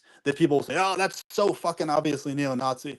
But I would even take it to the stream of even if it's obviously neo-Nazi shit or neo-Judaic supremacist shit or whatever version of it is, or neo-Afrocentrist supremacist shit, whatever version of it is, right? They're all equally bullshit.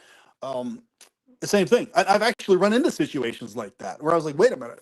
Okay, this person's nice to everybody in person. They're cool and they're chill. They're helpful. They're kind, everything else. They've just expressed an opinion that almost everybody, except for me, is wrongly interpreting as a neo-Nazi opinion. So everybody's cutting them off and flipping out. And, oh, this person has potentially borderline fascist or neo-Nazi. We can't have that involved in our group of this. It's like, They didn't say anything about fascism. They didn't say they were neo-Nazi. They didn't even suggest anything that was actually neo-Nazi anyway. Like, you're just interpreting it that way.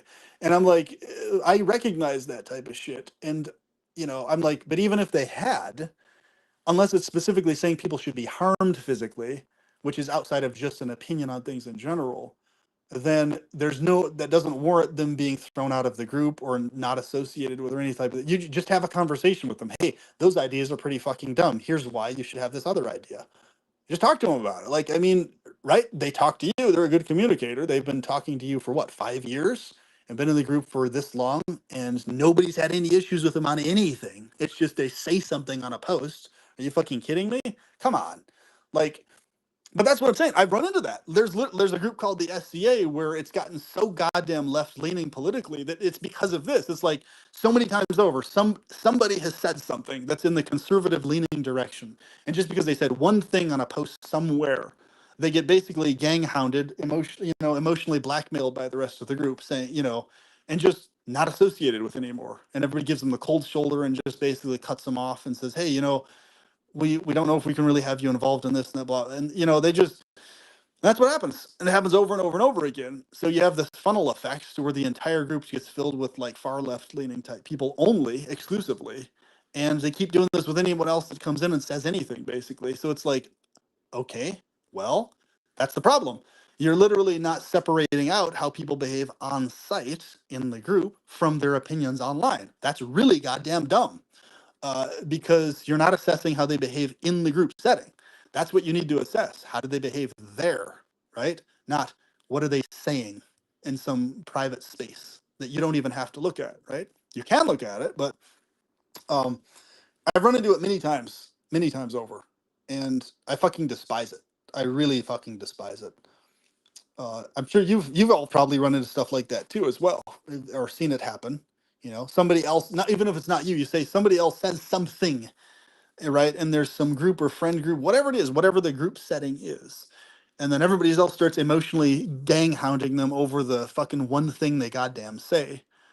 And this is what I'm talking about in terms of when I talk about non-fanatical being reasonable and shit. I'm talking about in-person behavior, correlating it with our online behavior in the sense that, hey, if we notice there's a heated disagreement on a point, we need to assess people separately in terms of how kind do they interact with us in person, aside from the point that's disagreed on, right? So how do they treat us individually? Are they nice to us, right? Do they say, hello, good to see you? Like, do they actually express interest in us in spite of the opinion stuff, right? But here's what happens. Most people cannot do this. They're incapable of it. They get absorbed in their emotions, and they get absorbed in the heated disagreement, and they identify the other person according to the point of disagreement. So, for example, an example we can all easily understand. A common one that happens is vegans and non-vegans. They oftentimes what happens is there's this standoffish. Oh, those guys over there, us over here, and it's this irreconcilable non-interactability after a handful of conversations, right? That's pathetic and unnecessary. That's stupid because that doesn't get anywhere. That doesn't improve anything socially, interpersonally with humans to other humans. It's just, oh, now everybody's closed off and shut off. Same thing with the antinatalist shit and the natalist back and forth stuff. It's like handful of conversations, and now both people are shut off from ever talking to each other again because they're emotionally because they're identifying the other person as that opinion set, as who the person is. Okay, just like we've never done that with each other, thankfully, here. So I've never identified Noodles or anybody else as, oh, you're the vegan. Noodles is the vegan. That's what he is. That's the thing he is. No, it's just a thing that you do, right? It's no matter how much it's part of what you do. It's a thing you do. I never correlate that with literally being you, right? So literally, I'm saying this would never happen, obviously, but if tomorrow, just hypothetically, you were to go full on carnivore, just out of fucking nowhere, and what the fuck, and you just eat a shit ton of meat or something like that, I'd be like, interesting. I'd just be like, interesting, kind of weird, strange, the extreme flip, but I still wouldn't identify that with you. It's just, okay, that's what you're doing. You're doing the meat eating thing. That's not you, though. You're still separate from that. That's an action, right? So it's like, okay, or whatever else you did, like randomly or whatever else I did. I wish more people were like this when it came to interacting with others, where they don't identify people according to their views or opinions, but rather as who they are, independent of those opinions they have or not at the time. So it's like, okay, and this is why I've been able to remain acquaintances and friends with people in a much more steady, solid fashion than others have, in the sense that because I don't cut people off as friends or acquaintances if I have a heated disagreement with them on a topic, no matter what it is. I don't. It's only if they're cruel to me or someone else in an aggressive, mean way that I have issues. No amount of heatedness or emotionality towards a topic, especially if it's well intended or well meaning and they believe and feel like, they're doing the right thing, or, their emotions are aligned with goodness. Well, I In would none of say those cases. in that, just what you just said there, um, then the vegan example kind of wouldn't work, because the vegans feel that you are being cruel and harming others, someone else. So it's not just about an opinion or a belief. It's about an action. What I'm saying But is heated, I can hold on, agree with you to a certain extent on heated some of the other things. heated emotions and opinions almost always involve people wholeheartedly believing that someone is harming others. I agree that I'm harming animals with that whole topic. We all agree on that. Of course they're being harmed. Like there's no question about it. But when I've noticed heated disagreements happening, it's because people get heated because they're concerned about humans or animals being harmed in some specific way. Take the Israel Gaza thing, for example. That's one example. People get heated because both sides are genuinely concerned about the well-being of people on either side. Genuinely. And that's why they're Well, heated. I was gonna say with IP, but the thing there is more about, it's about an opinion about who is right and wrong, because regardless if you're an American or most other, or a citizen in most other countries, regardless what your opinion is, you have no real stake in the game. Like, unless you're fighting for Hamas or for the IDF or Iran or whatever, um, your your opinion doesn't really do anything. It doesn't make any difference. It's not an action that's causing harm to anybody, except for the people whose feelings are hurt by your opinion. So I do see that's the difference I see there. Well, what I'm saying is, whatever minor differences there may be or notable differences, the principle in either case is the same in terms of how I operate from my end towards others. Okay. So what I'm saying is, I would agree with you on like on that end. I know people I think have deplorable right wing beliefs about things, and I still work with them or whatnot. You know, and and just as I still work with plenty of non-vegans, but I admittedly I think that has a lot more to do with societal norms and not really having other options. I think if I could boycott more non-vegans in my life without it severely, debilitating my ability to function and exist and operate in this society, then I would. so here's the thing. On my end, though, I understand what you're saying. I'm so emotionally heated about every single thing I do and I'm about, whether I'm for it or against it. Even me, the things I do in myself, whether I'm for or against the things that I do. I'm so emotionally heated about every single thing I feel and do that literally, if I operated on the principle of shifting myself out from interactions with people on all the things I'm super emotionally heated about, I would have no social life at all whatsoever. And that was my life for the most part, almost my entire teenage years up to my mid 20s. I had very little to no social life to speak of because of that, because I would do that. Every little fucking thing I felt so goddamn emotionally intense and passionate about. Everything. It doesn't matter what it is, diet, everything else. That like and even though I wasn't mean or cruel to people and I didn't flip out on anybody, I would just isolate myself from people because if I couldn't relate to their views or opinions or where they were coming from, and I couldn't really relate to anybody because there was always something that I felt heated about, that I disagreed or disliked that they did. I would have no social life at all, if I operated that way. This is why, for me, I have to operate on the principle of tuning out the heated, strong opinions and feelings of others on all sorts of goddamn things all the time. Because if I don't, I have no interactions happening. None. I'm just isolated by myself, because I'm actually okay spending my time isolated by myself, but that's not very advantageous if I spend an excessive amount of time in terms of expanding influence socially, achieving more with others socially, etc. I have to force myself to interact with others to make more happen with others on a larger scale. So it's like, I think this is what's happening with a lot of people. They're coming with all these reasons to keep themselves isolated from others. Any fucking heated thing that's a strong disagreement, and they're coming up with a reason. Okay, I need to stop talking to this person now. I need to stop talking to them also. And then what happens is, once again, what is everybody left with? Everybody's alone in their room or their house with their phone or computer or TV. And then everybody's just isolated from everybody else because everybody else is doing the same fucking thing. They're also isolating themselves from everybody else, whatever the thing is related to, whether it's diet, veganism, or any number of other topics under the sun. Same thing's happening. So here's what I've seen, even among vegans, though, a lot of times is they'll agree on veganism 100%, both be vegans all the way. They'll agree on that 100% all day and night. But on other things, there's a gazillion fucking other things they'll then disagree on, independent from veganism. And then they'll isolate from each other as vegans on those things, for fuck's sake, you know? And it's like, or shit, even choices that they is make true. within. You are right about that. That's what I'm saying, PP. right? Yeah. On the subject of vegans, I can see why we're becoming so unpopular. I can really see why, because even I'm getting bloody sick of it, and I am a vegan. What I'm saying is, yeah, I've talked about this topic before, and this has nothing to do with veganism itself at all, or the arguments themselves whatsoever, but I've noticed, at least this is from my vantage point, from what I've seen that the behavior pattern of the majority of really heavy, preachy types of vegans has Yes. overall, not in every case, I've seen exceptions, overall as a whole has caused more negativity and backlash and Yes. resistance to not veganism, but to that itself and interacting with those people, not veganism, right?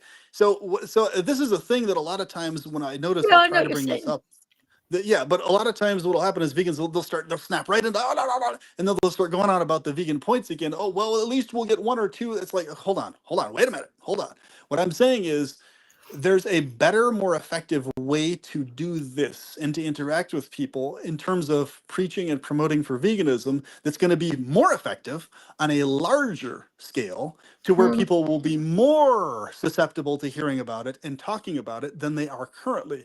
Now, Yes. you might get a certain subset of the population who responds well to really heavy preachiness and Wait a that type minute. of stuff. But clearly, none of those ways will work on you, though, right? Not What I'm saying is, surprising. most people I know, it doesn't work on them. Most people I know well who actually agree with veganism. Here's the only thing they can't stand, though. They're very similar to me in this regards. Yes, I'm one of the rare types. I still can stand interacting when it comes to that topic with you and Tanel and those other people, even though there's certain aspects of the over preachiness that happens that I feel is unnecessary. What I'm saying is, most people I know, the only thing that bothers them, they're not bothered by veganism or people practicing or the idea or the money they have no issues with any of it. It's just only solely they don't want to interact in person with other vegans because they can't stand the preachiness of other vegans, whether they're vegan or not. This is independent of whether they are vegan or not, because they can't stand that dynamic of the what I deem in term fanaticism. So that's the issue. It's like, because in other words, they associate in their brain dealing with having to be able to face the fact that they are engaging in something really awful. They're already facing the fact, Yeah. is what I'm saying to you. I This don't is what I'm know. trying I to say. don't They're already facing the think fact. they really are. I don't know. If Noodles, that's you're necessarily doing true, again because what I'm talking about. Noodles You knows doing this is everything why best, people don't want to PP. interact with you. That's why. That's the reason. It's not what you're I saying. just disagree. I think that because if these God, people were the PP. ones in the you're case, missing you my wouldn't point, call it- Noodles. PP. Noodles knows everything best because Noodles is a brain supreme. He knows everything best. Now, He actually, sickens me. you're proving TP's point now about the fact that vegans have schisms. I mean, I wouldn't consider you vegan, but the thing is like anytime someone's own feelings are hurt or someone feels their own shame or guilt Yes. about something that they don't want to handle, they have to put it back on the other person and try and make sure the other person. So in this case, it's, this is why people don't want to deal with you vegans. You're too preachy, or noodles, you know everything. I'm just gonna, you know, patronize you or whatever because I don't like the way you make me feel about my actions or something. But this is illustrating my Noodles. point. Like you said, this is exactly what I mean. What's happening, right? This is exactly what I'm talking about. Like this is avoidable though, in terms of healthier interactions and dynamics can be maintained between vegans and non-vegans and vegans amongst themselves, as long as everybody has a focus and emphasis on remaining reasonable and chill and understanding where other people are coming from on a very deep level as focus, as their emphasis amid the actual strong disagreements. Like You it know, has to be people, a difference of emphasis, is what I'm saying. you know what gets me about these vegans like Noodles and the other guy? You know what? We're only what 2.5% the entire world's population are vegans. Okay, so he is wasting time giving me a hard time when there's hundreds of millions of people out there he should be nagging at.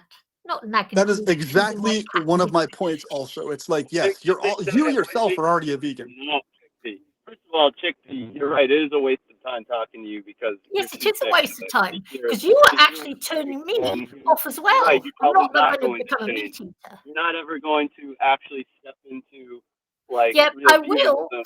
I will when my vet says so. I Like, will. you're right But on Noodles, that, but how do you know I'm what I'm not out saying there is, like talking to other people? That's an asinine statement to make. That's Yes, everything's completely asinine. It's you, ridiculous. but then you know You everything don't know what best. I'm Oh, doing. You don't know what naff. I do with my free time. You don't know what I do with the rest of my time. You have no idea. And just because I come on DNW's channel to, engage in some discourse with you guys, that doesn't mean that I'm not also out there trying to talk to other people. You have no idea what I'm doing. Somehow, I don't think you're going to be very successful because you're actually quite an irritating human being. You know everything best. Well, There's okay, not, well, there's if not that's a true, that would subject make on this two of us. planet. I've heard you talk about that you are not 100%. It's funny. I believe I've helped turn at least one or two people vegan who come on the channel. Wow! How many people have you turned vegan on the channel? How many people? One or two. Oh, right, you've done a well, great job. the numbers are out. What I'm saying is that's Can I great. just say, Tanel is actually one of the guys he turned vegan on this channel, Chickpea. So he has done good work. Cool. What? He's I'm managed saying to is, convert someone. Wow. it's kind of the point I'm trying to make is a distinct one though, because the point is not a hey, what's being said. There's nothing wrong with what's being done in terms of, obviously, yes, Doodles, you're known for doing a lot of vegan acting. That's fucking awesome. I love those videos where you're going out and with the loudspeaker and all that type of stuff. Those are some of my favorite videos of yours, actually, where you're doing that actively. I love that stuff. In fact, I even like it when, see, here's the thing that's funny about me. I am not even bothered actually by vegans, by being surrounded by them and them if you're like on me all the time about it. That in and of itself doesn't bother me in particular, really, because your points are very solid and I relate to your degree of emotionality towards it. Inside myself, I'm just kind of somewhat chuckle about it because I'm like, man, they really have no idea how much I already really wholeheartedly, emotionally and otherwise agree with them almost completely on this. So it's like what's funny to me is like I'm just saying strategically, it's a much better use of time to prioritize. And I think that's what Chickpea really is meaning to try and get at here. Correct me if I'm wrong, Chickpea, is that you're suggesting she's not necessarily suggesting you're not doing this other thing. Obviously, you are doing a ton of this elsewhere. Of course you are. At least I know that for a fact, if Chickpea didn't know that. But what I'm saying is, in spite of that going on and that being a great thing, it's a better prioritization of time to especially just mostly stick with that and just it's a recommendation. It's not you have to, obviously, a recommendation to not waste time with things like, and as an example, the whole but you're not, keeping your cats inside and stopping them from eating mice thing. It's like, because she herself as a human on her end is a vegan directly. It's like, to me, on my end, the way I see it is like, okay, cool. If I was a vegan, I'd be like, great, sufficient. Whatever extra little additional stuff you do, just so leave it. It's what they're doing aside from that, right? It's Yeah. whatever. now, Like, I hear I what tell you, saying, PP, and I tell you, us saying vegans that are I becoming could be so unpopular, both and it's this nonsense that's doing it. you both think I could be spending my time better, but how could you both be spending your time better? That's a no, question you should ask yourself. what I'm saying is I'm recommending what I consider to be a healthier strategy that's going to assist you in having healthier social dynamics continue on connected to the vegan outreach. In other words, also independent of just the veganism. So what I'm saying is us talking here is not a waste of our time. This itself is not a waste of our time, any of our time, yours, mine, or any of us. What I'm saying is it only turns into a waste of time on any of our ends if we allow the focus and emphasis to be on the heated disagreement stuff. Then it becomes a waste of all of our time. And the reason it does is because it doesn't really get anywhere. It takes up time and doesn't really achieve much. For example, when we're focusing on the points of agreement and stuff like that, I get a lot out of those conversations, a lot more than I get out of focus on disagreement stuff, right? With whoever the topic is or whatever the topic is. Like I get a lot more and I walk away with a lot more that day and ongoing from the conversation than if it's just this back and forth of I feel this strongly and then this other person feels this strongly. You know what I'm saying? So it's like when I notice stuff like that popping in or happening, I'm like, oh, well, there's an example of a thing that's not really going to get anywhere because it's a thing that both people are going to dig their heels in about, including me. If it's the thing I'm going to dig my heels in on, and I know the other person is going to do the opposite, I also recognize that as a waste of everybody's I mean, time. I don't know, So it's like, not that. I don't know that we're all, I don't know what reason all of us come on here for. I mean, I don't know, like, do you think that we're going to get any further agreeing on things too? I don't see, like, I Oh yeah, feel like this, by this, a this lot. stream is really just about, kind of just about discussion and discourse in general, like whether it's agreements or disagreements. It's kind of just, I mean, there's lots of stuff that we could spend time doing elsewhere, right? This is But sort what of I'm saying more is just that for that pastime and discussion entertainment, right? See this that noodles, discussion okay? is what helps, though. I That am a that vegan, helps people. but Yeah. you get on my bloody nerves with your constant people shouldn't feed their pets on fish. Yes, it's not nice. I agree with you, but I don't think you're going to win your cause, bearing in mind that 97.5% of the human race is non-vegan. You should be concentrating on that, not on a couple of cats, to be perfectly honest with It's you. kind of like this. It's kind of like with the antinatalist thing. Like we're basically, like Danny Shine has done this a lot. I love a lot of his videos where he's going out in public and constantly going on and on and on about why people shouldn't bring kids here and blah blah. It's just like really in your face methodologies with a lot of this stuff. Obviously, yeah, people don't have to listen; they can walk away and stuff. But he does it in a way that he goes on and on and on, over and over and over about like the why here's why you shouldn't bring kids here. Here's the and he just goes on and on and on. It's not even that what he's saying is that what people are disagreeing with in a lot of cases. Yes, a lot of people do disagree with what he's saying, but in many cases I've seen even in his videos and his methodology there, it's there's actually people who do agree with what he's saying wholeheartedly, and they'll say this to him like separately when everybody else leaves, when they get a chance to speak or whatever. It's just that they're recognizing that his methodology is not it's not the maximally useful methodology in actually convincing enough people on a larger scale to actually abstain from bringing kids here. It's in other words, yeah, it might have a small effect. I don't know about with antinatalism per se. I do know that with veganism, Gary Yourofsky's speech, which was a very militant speech, actually, I think, reached the most people and turned the most people vegan, or at least turned the vegan or vegan activists. I think were made, like the majority of them were probably made from his speech within the past however long that speech has been out. Well, it came out in 2010, so 16 or 15 years.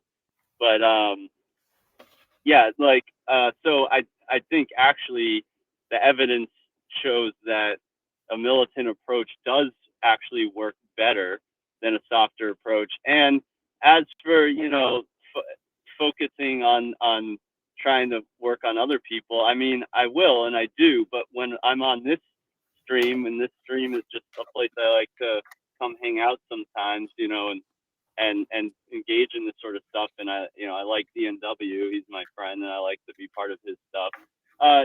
Chickpea, I'm always going to be a thorn in your side about your really evil decision to let your cats harm other animals. So I'm never But going to let up about that. here's the thing, Noodles. Look, here's my point to you. You know what, But Noodles?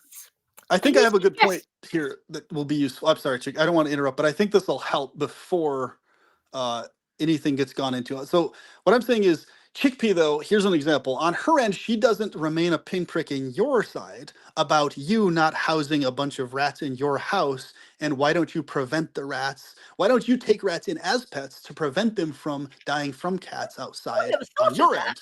Why isn't she pinpricking you about that, but you're pinpricking her the other way? Now, you're Because probably going to immediately go to the pets thing. You're probably immediately going to do that first. Okay. I have no agency. I have no agency or responsibility over another animal. She took that animal in, and therefore that's like saying like I have I knew just you would as go to much that first. responsibility to adopt children as as a parent does to take care of the child they brought here, that they What willingly I'm brought saying here. is, It's I not knew a- you would it's go to a- that, so I have a better example. I knew you would go to that, so I have a better example. That's why I wanted. I was like, I probably shouldn't use it because I know exactly what Noodles was going to say in response to that. So here, let me do this instead. Okay, take anything at all that anyone could reasonably pinprick you about. Anything.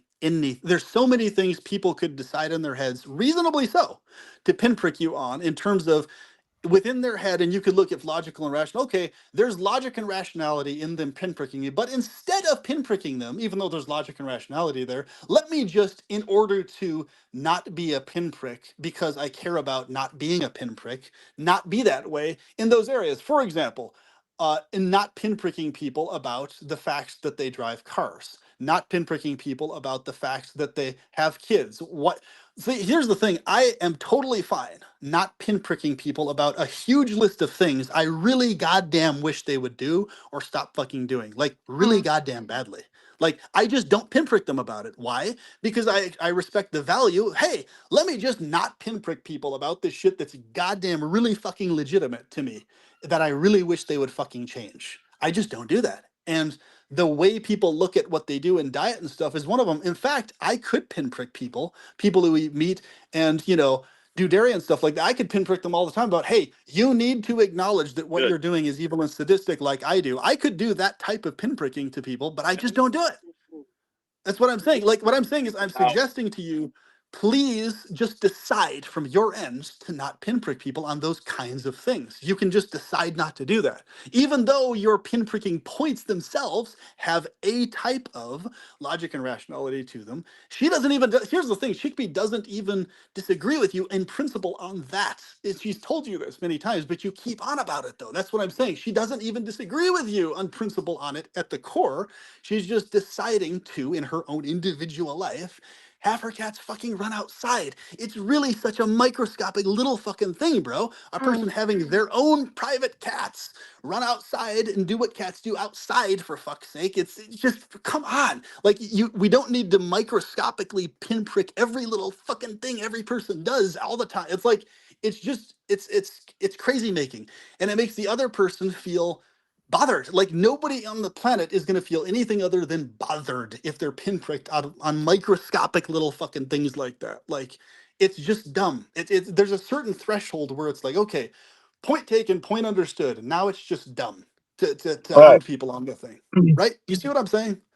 Like, Well, so here is what the difference is though. The difference is between and sorry, my phone overheated, so it shut off on me. But what you were just saying, the difference about the pinprick is I'm talking about something where there's a rights violation, whereas I think a lot of the examples you gave are not inherent. There's not inherent rights violations.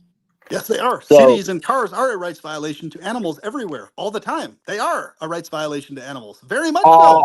that seems abstract. It's not abstract. It's very They certainly concrete. do cause harm. Well, but if you're going to call that a rights violation, they're just as much of a rights violation to humans. Correct. That's Noodles, also don't you true. think you're Bingo. better off picking up And from and if Logan and your by own that size and by that for like me? if that's your epistemic standard, then basically any kind of transportation of like on a mass scale, even if it's with our own 2 feet, is like some form of rights violation. Bingo. Exactly. Yeah, It is. I It don't agree. factually is. I do not agree with that, because that's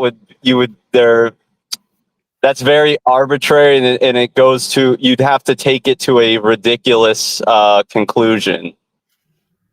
No, it's not ridiculous at all. It's very easy to understand. That's why I say, literally, with no exaggeration, Well, every goddamn thing we think and do is some actual, real world, pinpointed rights violation to other humans and I don't animals. know. I Factually, think it's a it harm. I is. think it can cause harm. I don't think that it's necessarily a rights violation. So, for example, um, like, I don't think that us buying gas per se is engaging in a rights violation. Whereas if you are like responsible for a child, right, and that child, and in this case, it would be the cat, child cat, either way, and you're saying that, and you are complicit in that child harming others, where you are full knowledge of it, you're are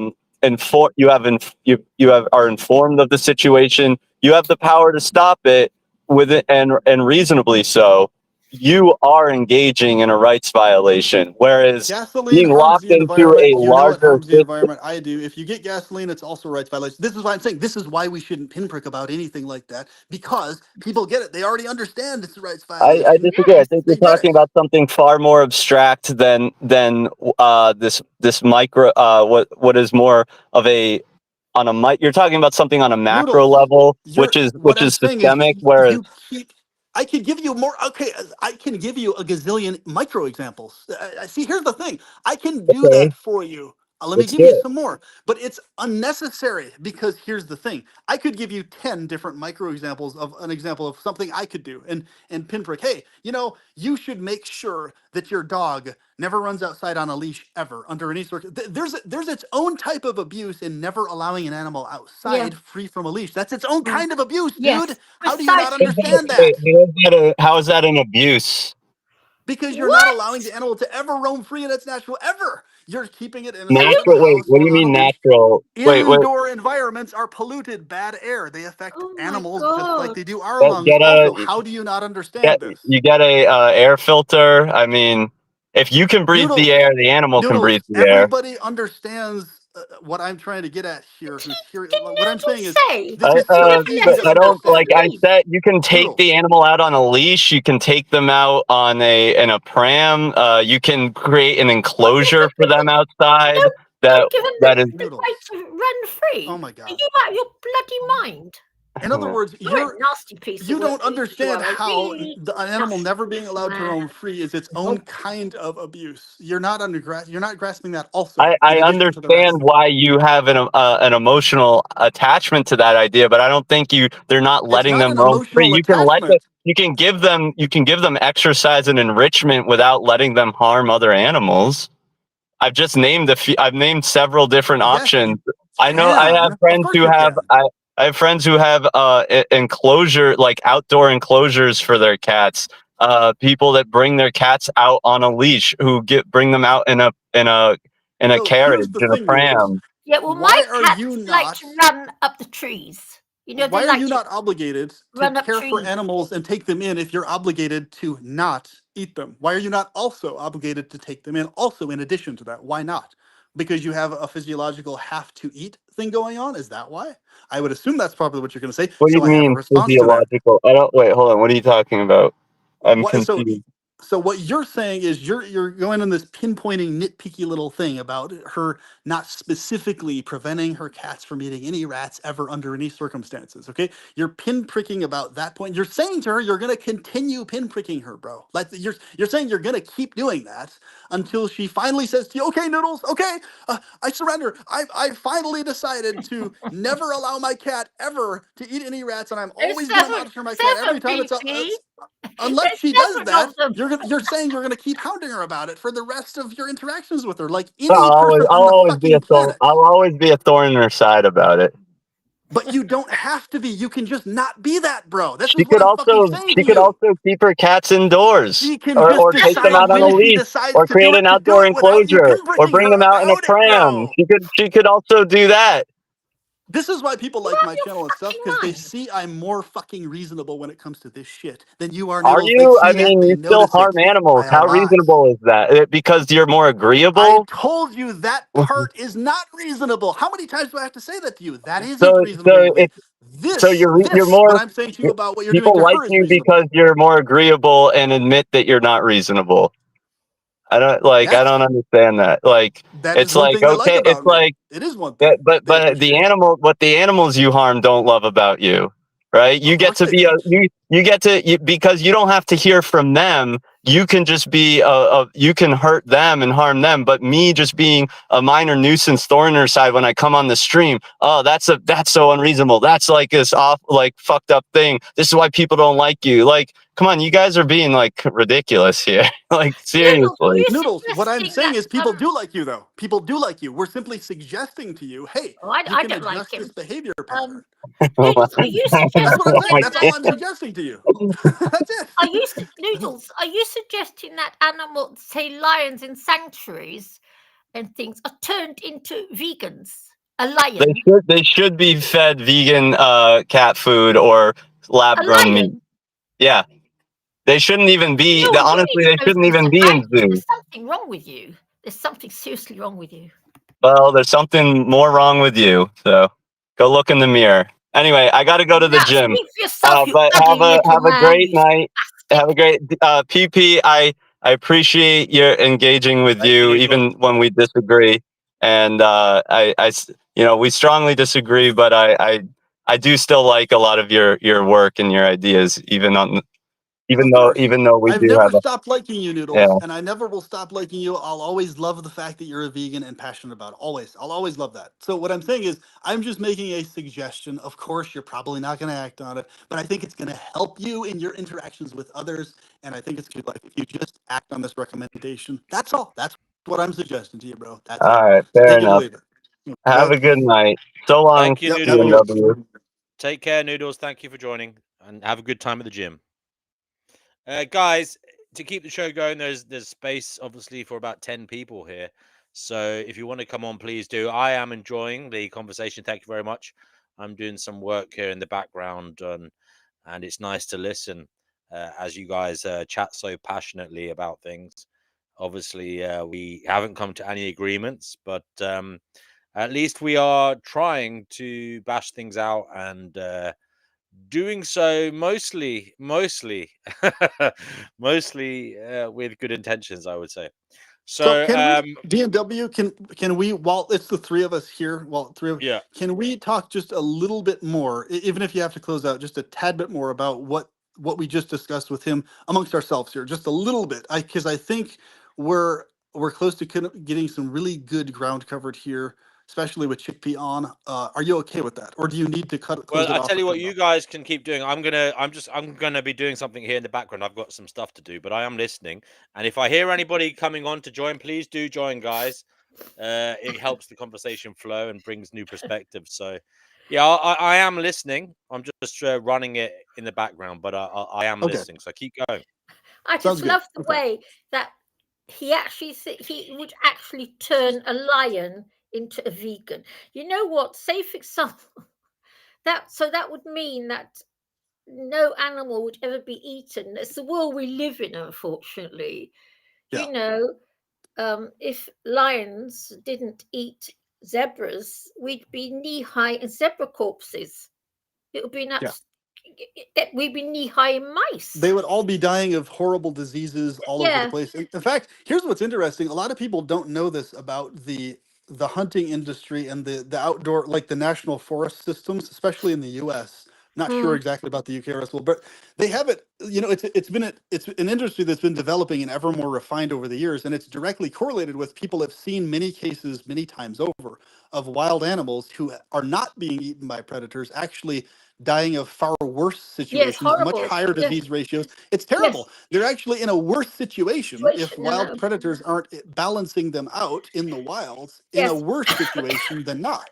Yes. So not only, but here's the thing, not only that, like what I was trying to get across to Noodles, I think he's not really, it's one of two things. He's just incredibly stubborn and he's insistent on being the way he's going to be no matter what, and that's all there is to it. Or he's just not recognizing what I'm trying to get across to him. I think he's missing what I'm trying to get to him. I really think he is, because what I'm saying to him is I know for a fact he's going to be even more effective than he is if he stops doing stuff like that, Yes. especially to fellow vegans, which you are, right? And They're so losing my support. yeah, so what I'm saying is like, okay, you, for crying out loud, Marcus, like I'm just going to it's step back, brother Marcus. sorry. Welcome. Do welcome. interject whenever you want, guys. Hello, I am in the Marcus. background. Hello, can you guys hear me all right? Yes. Yeah. It's lovely Okay. to hear you. Yeah, this is a new, I'm not used to whatever this website is, but that's cool. Yeah. So I guess what I'm trying to just say though is like you can, everybody who's listening to this who's like who gets it, they just, it doesn't even need to be explained to them, but there's this weird thing I've noticed that happens in any type of, in any person's head that gets into a space of what I would deem fanatical. And I think what Noodles was doing to you is a great example of something that most people would reasonably consider fanaticism, right? Mm. I mean, if you're gonna pinprick a fellow vegan who themselves is already a vegan and has been one for 50 fucking years, that's Mm. half a century you've been a vegan, for crying out loud. Yeah, I Holy mentioned before shit! that. Yeah. Why can't he just look at that and be like, oh my God, that's amazing. Thank you so much for being, and just, why can't he just do this and leave it at this? You know what? I would also recommend, just mention it to you one time, that's it, and never mention it again. I would recommend that you do this with your cats. That way your cat can prevent, and then never mention it again, because he understands and respects that you get it already, but you're making your own decision. If he would just do that instead of constantly pinprick and say, I'm going to keep pinpricking you on this, even though he knows you already know the points, you already understand it. So in other Yeah. words, at that 'Cause point, he's he's just doing losing. it. It's just asinine at that point. It's no longer a logic or reason thing at that point. It's just asinine at that level. At that point, it becomes asinine. And this is what I tell people. It's like, okay, if we've discussed something and I've said to you my stance on the thing, and that's where that's what I'm doing with my private life, that's my decision, and you just keep on over and over and over and over, even in spite of everything else I do, in spite of all the other stuff we agree on, that one little teeny thing, one little microscopic fucking thing you're doing or not doing, and then that's the one fucking thing you hound in on. Come on. I mean, it's unbelievably Yeah. I don't know pathetic where and Brother fanatical. Marcus went, but hopefully he'll come back. But Oh, this yeah, I is don't know why what the happened. vegan movement's becoming very unpopular, and I can Yeah, and see here's why. the thing. Everybody listening, it's like he's just going on and on and on. Yeah. It's like, 'Cause Noodles, even I'm thinking to you myself, it's I like can't you cope. doing this is exactly the reason people Yeah. don't want to interact with you, even if they're another Yeah. vegan. And here's an example. Chickpea is a vegan. That's why she doesn't want to interact with you, even about vegan shit, because she knows you're going to find the one little microscopic fucking thing she's not doing all the way to your satisfaction. In other words, that's what I'm saying. That's an example of the never good enough for them. No matter Yeah. what you do, it's never Yeah. good enough. But Like, see, I don't understand, but he actually thinks that we could turn a lion into a vegan. Now, I think that is sick. That is really, really it's very bizarre. I mean, even if we could, here's the thing, even if we could, let's say with, artificial meat or whatever the hell Yeah. else, okay? Even if we can do that, why are you going to prioritize and tell someone, I'm going to keep pinpricking you on that specific thing, even though you're doing everything else totally fine, right? You're everything else, not to mention the fact that you already mentioned to him you have issues with depression and stuff. So the last thing you need in your life is someone that's pinpricking no you worries. about some little minutia fucking thing you're already aware of. Like, this is the type of shit that pisses me off, because I'm like, God damn it, people, Noodles, everybody, whoever the hell else, I'm trying to convince you to be reasonable so that you can Yeah. have things go smoother They're interactively. It's losing like a lot of support. they Vegan are losing a losers. shit ton of support, and it's like he doesn't care that he's losing support for even Yeah, his because his. even I'm walking away from it, and I used to Because go here's the out thing, trying to convert people. it's weird to me. It's mind-boggling. It's like, okay, you're dude noodles. You're talking to people who are already fucking vegans and have been vegans longer than you've been alive, motherfucker. Come on, Mad. like what the hell? Like she's been a vegan longer than you've been alive, dude. And you're hounding her about fucking not specifically stopping her cat from eating rats. What the fuck? I mean, come on. It's That's not upsetting even an because emotional argument. That's just dumb. That's my idiotic. cats can, yeah, my cats can only catch the animals that are already down. They I can't catch. know. My cats can't catch a healthy bird or a healthy rat. They can't even catch it. It's just of all the things you could think to fixate on, that thing. Really? That's the thing you're gonna Mm. fixate on, bro? Please, seriously? That's the Oh, thing you're gonna focus on? What? they want to turn lions into vegans. What a horrible idea! A lion is a carnivore. It's a horror. You know that because that's the world we live in. That's the Yeah, world that's been created, and to a certain extent, it can't be any other way. It has to right. be like that. That's the I mean, horrible part of it all. and here's the thing: instead of just, oh yeah, that's actually a good point, acknowledged. And then this is the thing that fanatics of any type they don't seem to Mm. grasp. It's like you have to just cap off. In order, if you want longer, wider reaching success with people or your ideas or whatever, you have to at a certain point recognize, hey, I need to just cap off here because hey, this person already gets it. They're just making their decision. Cap it off. There it is. Like Yeah. there's no need to constantly on and on and on and on because you're not actually helping anybody. It's not actually helping the rats. The rats No, aren't going to be helped anymore by him hounding you. The rats are going to be eaten by somebody else's cat, if not by somebody yours. else For will eat fuck's them, sake, come on! or they'll Like get caught in a trap or whatever. they're Yeah. gonna go, something's gonna kill them if your cats don't kill them anyway. So he's not Mm. protecting the rats anyway. So what the fuck is Yeah. he going on about? He's not protecting them. So he's not the one protecting those rats from dying. He's not. So like so it's Yeah. the thing is it's like and if even if you did that with your cats, even if you prevented the rats from getting by your cats, something else would Something for else will sure kill kill them. them. Yeah. Like it's just like what is this minutia craziness about? Like Well, I it's think to not let a cat run around free outside, in my mind, is a bit cruel because at the end of the day, they want to climb up trees. They want to yeah. go out and explore. You can't I mean, the thing dissuade is an like this. animal. It's like even if someone doesn't specifically do that, it's like it's still there's nothing wrong at all, morally or ethically, about letting a cat run around and do the In cat my thing. There's mind, nothing I have wrong the with it. resources, so I let them go out. In I want to fact, that's say the hello reason. to brother Yeah. Marcus. You're back, yeah? Is everything okay now? Yeah, are you guys on your computer or your cell phone? I think like the cell phone thing is Cell phone. crashing, has isn't it? issues. Oh, Yeah. So that's basically, weird. You're sounding I'm gorgeous, I'm on Marcus. my I'm on the desktop, but there's someone here called F Society. Are you there? F Oh Society. yeah, Sorry. yeah. That's me. That's me. Right. Yeah. Okay. Well, I 1 second. You're on the Here. show because I hid your camera for a second, but I didn't know who you were. I think I've heard you what's before. his name? That F actor. Society. What age are you? Out of interest. Do I have to share? Oh, he's Well, from yeah, the Thought because Provoker channel. we're We adults talk only. a lot. Actually. Yeah, Yeah. yeah. Share. I remember PP. Are you an I adult? mean, yeah, I was on your stream before. Remember, I think you asked me this question before. My age, right? You asked Yeah. me. Remember?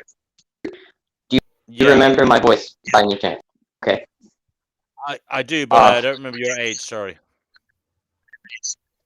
It was 23. I think I said I was 23. Yeah. Okay. Your granny. Now we've lost brother Marcus again. This is disturbing. I don't know what's going on there. But yeah, I'm sorry to hear about your Fuck the Society username. What's that about? Oh well, I mean, I chose that name because, well, I mean, society is a good place. I hate society. That's why I chose F Society. You know. Yeah, but Yeah. it sounds a little bit psychopathic in a way. You know, like It does? You know, society. Yes. Well, I think he means just this current I mean, society, this current one, not all societies. I mean, Because I would say, yeah. psychopath, and I still you know, society. We're losing you. We're losing you. We're losing you. F. We're losing you. And brother Marcus says he can't join. That's a pity. That sucks. Sorry to hear that. Vegan Equilibrium says abusers want whistleblowers silent. So basically, he's saying he is the whistleblower. You know, Nope, not wanting you you silent. are the Noodles, that's not abusers, true. and you want him to be quiet. Okay. Nope, don't want him to be quiet. Just recommending a better, healthy strategy because I'm an once again, abuser. but he's going Guys, to do stuff like try, that try forever. going on your computer, guys, if you want to come on. I think that's the solution. Go on your laptop or your So- netbook or whatever it is you have, rather than your phone. Sorry about that. So basically, in other words, the what obviously F society means. I assume he means F this current society, the way it functions and works. And I agree with him on that. It's fucked up the wazoo. I say fuck this version of society all the way, you know, out of here. Like, so obviously that's what you mean, right? F society. You mean F this version of society, right? Obviously, that's what you mean. This version, this dysfunctional society we have. Yeah, exactly. Right. Okay, Yeah. fair enough. So, but basically, I think. Oh, sorry. Go ahead. But what I'm saying F is, like, society, can you go on your computer or something and use your Wi-Fi because you got terrible reception there, mate? what I'm? Oh, okay. So basically, I'm using my the currently. Yeah. You might want to go on Wi-Fi or something and get a stable connection because it's coming through very badly. Okay.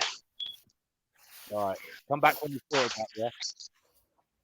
so basically saying abusers want whistleblowers silent, implying that Chickpea on her end is an abuser. Yeah, you can call me an abuser all day. I don't mind. An But abuser. calling Chickpea an abuser, I have an issue with that. When it comes to obviously, it's because she's not an abuser of at least she's not an abuser of cats around. She's not the direct abuser of the rats either. So what I'm saying is that type of stuff. That is the thing. Like no one is silencing you or wanting you silent. Nobody said anything about you being silent. What people are simply asking is point already understood. People making their decisions, please understand and prioritize vastly more important things pertaining to veganism beyond pinpricking a fellow vegan I on can what she see- does with her cats. Please. That's like it's I a can see why request. we're It's not a becoming so silent thing. unpopular. Yeah. I really So it's see like it. what's that? I can see why us vegans are becoming so unpopular. I'm glad you recognize it. I'm glad you recognize Oh it's yeah, like we're it's becoming very beautiful you unpopular. recognize it because it's like it's not even veganism itself that's unpopular. It's Yeah, the there's something, vegans it's going too themselves, how far. they behave that's unpopular. It's not Yeah. it's not even the points that are unpopular at all. It's like, and this is interesting in private conversations I've had with almost everybody I know personally, whether they're vegans or Hmm. whether they're not vegans. I've heard from fellow vegans actually. I mean, when I say fellow in terms of fellow to you, it could be other vegans that basically that have told me, they said, yeah, I'm actually a vegan wholeheartedly. I just fucking can't stand this attitudes of these preachy over the top that Yeah, like so that pinprick totally over the top. everything. That basically, in other words, they have to be a vegan in isolation from other vegans. They cannot interact with the vast majority of other vegans because Yeah, they can't escape shit like that, like little micro pinpoints on every little fucking thing. That you know, it's the never good enough thing. Like even if you finally did that with the not doing the rats thing, and even historically throughout most of Europe and other places, one of the main reasons people kept cats around on purpose yeah, was specifically to ensure that rats didn't overpopulate that's because how they- rats yeah. did spread disease. They did get into food. They did cause people to die from disease Yeah. that they crawled into everything. So if you didn't How- have a cat around, you'd have a shit ton more rats fucking contaminating everything. And yeah. so guess what? how- There you go. how Everything's dying cats from go disease the if way the they are, cats yeah. aren't killing it. Yeah, they spread disease all over the fucking place. So it's only in recent history in the modern world with all life these artificial cycle of, setups. by the way, PP, kind of slightly different, but the life cycle of a rat is horrific. Their actual life It is is. horrible. Like Of course it is. I read about being a rat. They can barely see. So when Right. when everyone thinks they have like really good eyesight and they can see in night, no, they actually walk along the side of the room. You know, they use their whiskers to sense what's going on, Yeah. and I think they have good Right. smell, right? but they Yeah. kind of have their specific trails that they walk along, and if they go outside of that, they fall around and they fall off things. They're quite clumsy, you know. And also just the most horrific part of their life cycle though is the fact that basically when they live in these little kind of familial groups, the elderly get eaten by the young. I still think that's like absolutely horrific. Have you read about that, PP? Like eventually they get to Yeah. a certain age where they're weak Yeah. and they're not Right. able to function as well Yeah, as they used to. it's And the little harsh. the youngsters behind them, other rats, basically attack them and eat them. Harsh, brutal reality. Yeah. Life That's- life is a horror story, and it is. I mean, That's it is it. it is Brutal particularly reality. horrible, isn't it? Imagine Yes. imagine like as bad as the human species is. Can you imagine if we ate each other? Can you imagine We if do. no, What's imagine if you got to a certain age and you know you were worried about going to the bus stop because some teenager was going to come and attack you and eat you. You know, oh my god. Yeah, life is a horror story. Mm. We're the lucky ones. Yeah. as humans. And you know what's interesting is like a great example, like DNW, you yourself are vegan, right? You personally, as far as I know. Yes. Okay, cool. So you understand exactly what Noodles is talking about and what he was talking about to Chickpea and vice versa, what she's saying to him. And you personally even recommend that she does the vegan food and all that type of stuff. Great. But what the difference is, you personally understand very well, as far as I can tell, the importance of not continuing to pinprick unnecessarily someone who already gets the point, it's right? PP. It's not necessarily that I don't have the energy for it. You know, I think that vegan equilibrium has made good points in the past. It's not necessarily the person you're talking to; it's about the listeners. You know, and I think that's quite an interesting perspective on this. So when you're actually online talking to somebody, yeah, and you're debating them on a matter, usually PP, me and you will admit this. Usually people are entrenched in their positions. It's very rare for somebody to come over to a different perspective, you know, especially online, Yeah. especially when a lot of people are attached to their ego and they want to save face. So they don't want to, Right. it's like the least of their desires is to, you know, change perspective in public. They're kind of entrenched egotistically in their outlook. Now, what Vegan Equilibrium says, and I do agree with him here, is it's not always about the person you're talking to, it's about the listeners. What he is trying to do is he is trying to draw out the faulty reasoning of those that he's talking to and show others listening that so that the listener can decide who is the better argument, who has the better argument, who is making the most sense, you know. But And what I I'm think saying is, that even is then, okay. though, the listeners, of course, it's okay. Anybody can do what they decide to do in that regards. But what I'm saying is, the listeners, especially in this case, and most cases that I've seen, it's the same thing. They recognize the non-necessity of the ongoing pinprickiness of little minutia things like that. Is they recognize the non-necessity of it when it comes to those things. If we're talking about a broader, larger argument in terms of not little micro minutia like that, like, you know, veganism Do itself you think though? is I one mean, thing. he did convert Tanel, so clearly it does work, right?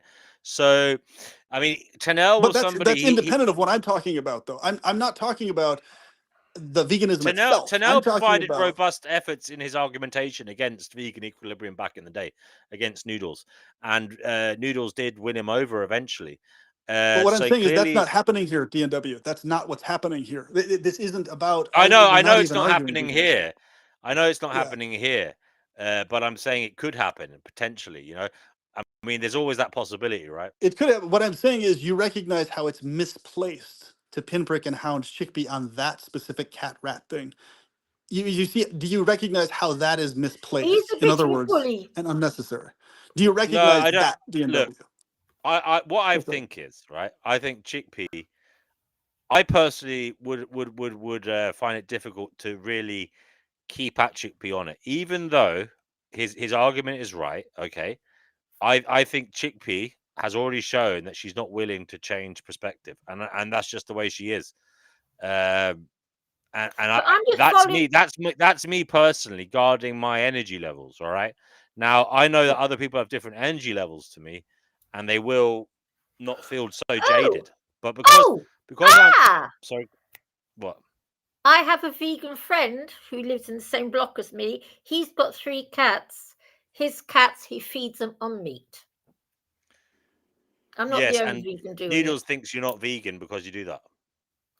Yeah, well, I don't. I wear leather. I don't wear leather shoes. I don't do anything. So I I'm mean, not. it is it's an interesting perspective because it is true that when you buy pet food, you are by default also supporting the meat industry Yes, I because know. that basically pet food is the waste products of the Yes, human I know. meat industry. Yeah, yeah. Well, So I don't it's buy just it's meat. a I buy point. It's a fish. point of chickpea. You got to admit, it's a point of contention. Yes, I know. It's Mm. harsh, brutal, grim reality. I've said that to Noodles 10 times. I know. All the while my vet says I don't agree with it, I will follow my vet's instructions. I'm just following the vet's instructions. You know, But he's are the you willing to doctor. do? Look, I'm not going to labour the point because we've spoke about it enough. But are you not willing to do your own research as well? Aside from, I mean, Yes, I'm I'm a bit Googling. worried about. I'm a bit worried. I wouldn't, in general, advise people to take one person's opinion. Do your own research, is what I'd say. I've also beat the CPL about it. I've had 2 different people, 2 different vets. I've also Googled it, and if you Google it, AI says cats are carnivores. Right Just say it. now, They've got a very short digestive tract because, contrary to what Vugels has to say about cats eating vegetables, no, cats like to nibble on grass. They nibble on grass to make themselves vomit to get rid of their fur balls. You know, I've lived with cats all my life. I've got 7 of them. I know more about cats than Noodles oh does. look, there are Noodles doesn't food have any pets. scientists working on this, and they have derived, ingredients and ways of Yes, constituting yeah. food. Well, you don't believe everything a scientist says, do you?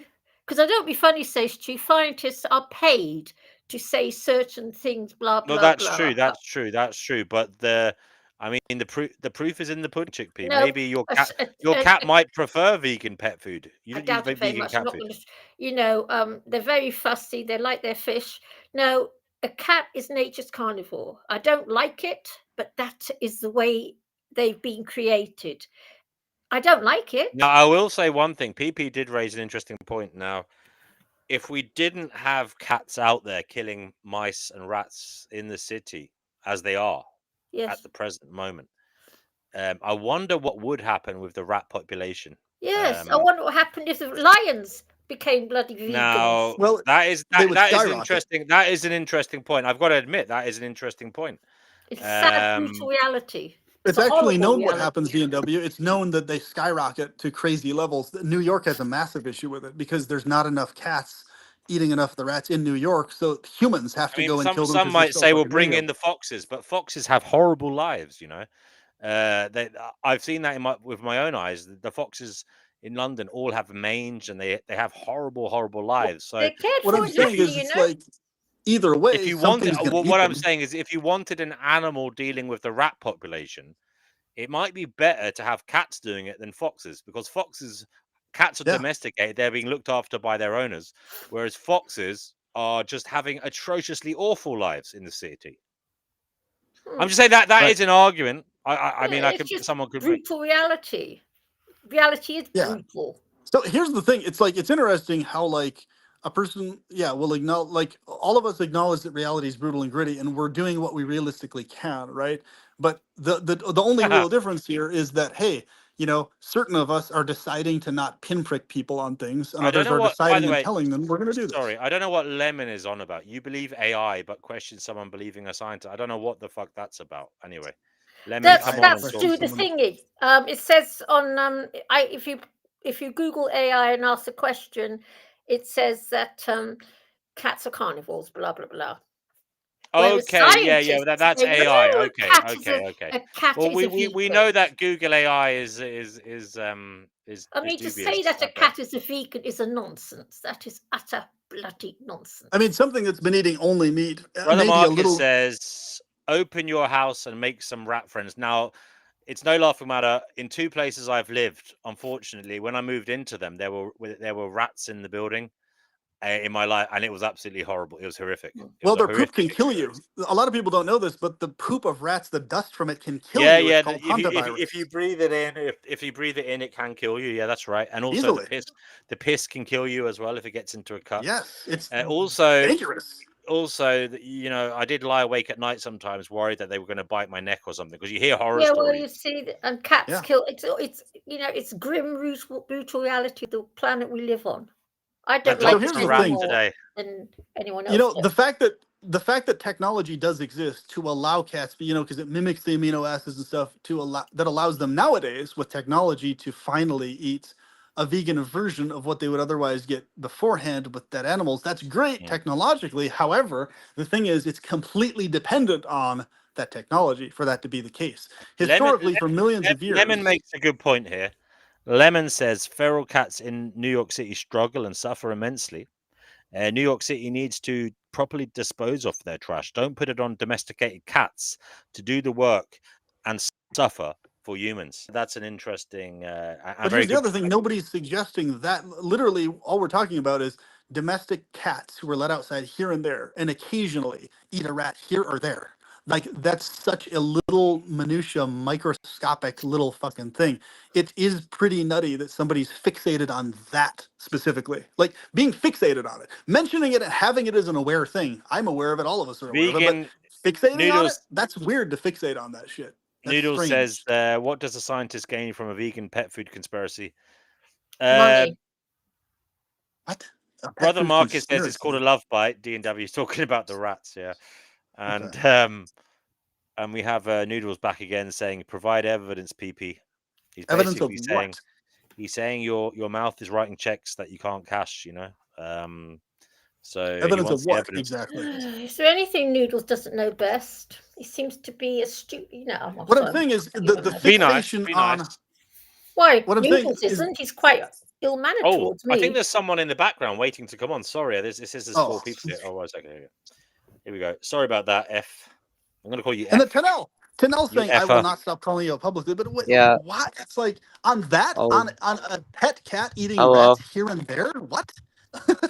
That's so bizarre to call people out and to hound somebody on that. That's so Lemon fucking odd. Lemon says PP just said there aren't enough cats to control the rat population in NYC. So Lemon is saying don't put that job on cats, PP. No, what I'm saying is oh my god. Are you fucking? Oh my god! Oh, see, this is everybody. I Who's have a not listening to feeling, guys. Fanatics I have a feeling that knows what I'm fucking famous talking about. Oh PP. my god, they still get I it. have a Holy feeling shit. that famous. I have Oh. a feeling that famous PP super volcano is about. Oh is yeah, about- this is the type of shit that eventually makes it happen months later. Oh yeah, this is the type of bullshit. It's that kind of crap. Yep. to stop that It's happening, kind we'll of go crap. to F Society. F Society, what the hell Okay. are you? Yeah, it is that wanting to type of say? bullshit. Excuse me. Sorry. Is it what? I went outside to get a better connection. That's That's better. that's Yeah, why. that's better. Yeah. I hope. I mean, I hope there's no like echoing or anything. You know, because. There is a little bit. Okay. When I talk, I can hear myself echoing on your one. Huh. I But I tell see. you what, I'll mute when you're talking. When you're not talking, please mute. Okay. Yeah, I got that. Okay, I got it. I'll just mute maybe when I'm not talking. So, yeah, that sounds good. So, what did you want to say? Oh well, I mean, I don't know. I mean, I guess I just wanted to come on maybe because I thought this was a good place to talk. I was watching you guys talk when the other guy was here. I don't know. I don't remember his name. Noodles, right? Yeah. Yeah. Yeah, I Okay. was. Yeah, I remember. I remember. PP from TP's stream, Thought Provoker stream. Okay, Yeah. wonderful. So, F is there anything you'd like to say about reality, what's going on, the future, etc.? Digital IDs, climate change, Oh, economics, can I say politics, something? Can I ask World something? War III possibilities. Chickpea, let F Society say Sorry. something. He's just got it. Well, I don't know. I mean things seem messed up. Like I don't know. It just seems like everything's getting worse. Mostly, you know. I mean, Aren't some things getting better, F Society? yeah, but I mean, it feels like when things do get better, like it's always usually like it always goes to the worst eventually. It doesn't really seem to make a difference. I mean, I hate to say it, but I know I sound negative, but that's just I don't know. That's just how I see it. You Do you know. not think the material standard of living has improved drastically for humanity? No, it has. And It has, what but about life expectancy, medical science, all these things? I mean, yeah, that stuff has improved. Like it has improved, but it doesn't mean it's gonna like make anything better because there's always like instances where people don't really like people don't really get the help they need, or they don't get like, you know, the benefits of those, Right. I guess. But is that not cause for, you know, trying to ensure that they do? Petrol Pleasurist, would you like to deal with this young man's negative outlook in it, and try to, if you feel the need to, try to enlighten him somehow, see things perhaps differently, that in a way that might help him? So I think what you're talking about is the word entropy. I'm pretty sure is what you're talking about. Where basically things tend to go to a always to the worst possible state, the worst. Things tend to settle into a really mucky, nasty, shitty situation, basically, instead of anything ever remaining positive and smooth and optimistic, etc. And that's true, especially within human societies and the patterns there as a whole. In terms of the interactive social patterns and things do tend to keep going back to that baseline. You know, thankfully, at least with technology, a lot of things are gradually improving on a large scale, like medical tech and stuff like that. You know, dental care, anesthesia, all this type of stuff, surgery, so on and so forth. In those areas, obviously, thankfully, things keep gradually improving. However, the sad thing is, along with those, also improve our ability to kill ourselves at any time completely. You know, nuclear weapons, more weapons, conventional weapons, et cetera, right? So, along with things improving technologically to heal us, also things advance that make it more effective for us to kill each other as well. And also, as we see with the online culture, you know, the misery and the anguish that so many people feel in the modern world interpersonally and emotionally due to, you know, interactivity and all this type of stuff. It's not even, and this is why I keep going on about this so much on this point of, you know, this is why it's so important to focus as emphasis on points of agreement that are the bigger, more important things, because we all have firsthand experience and we know very well of how things go in terms of if people have heated disagreements on stuff. They tend to not go very well. They tend to just divide people further, even more than they were before, to start with from the baseline. And so, because this world we live in is full of people fixating on what they disagree on obsessively, and yes, pinpricking each other on all the little minutia that they don't need to pinprick each other on in all sorts of topics, not just the rats thing or whatever.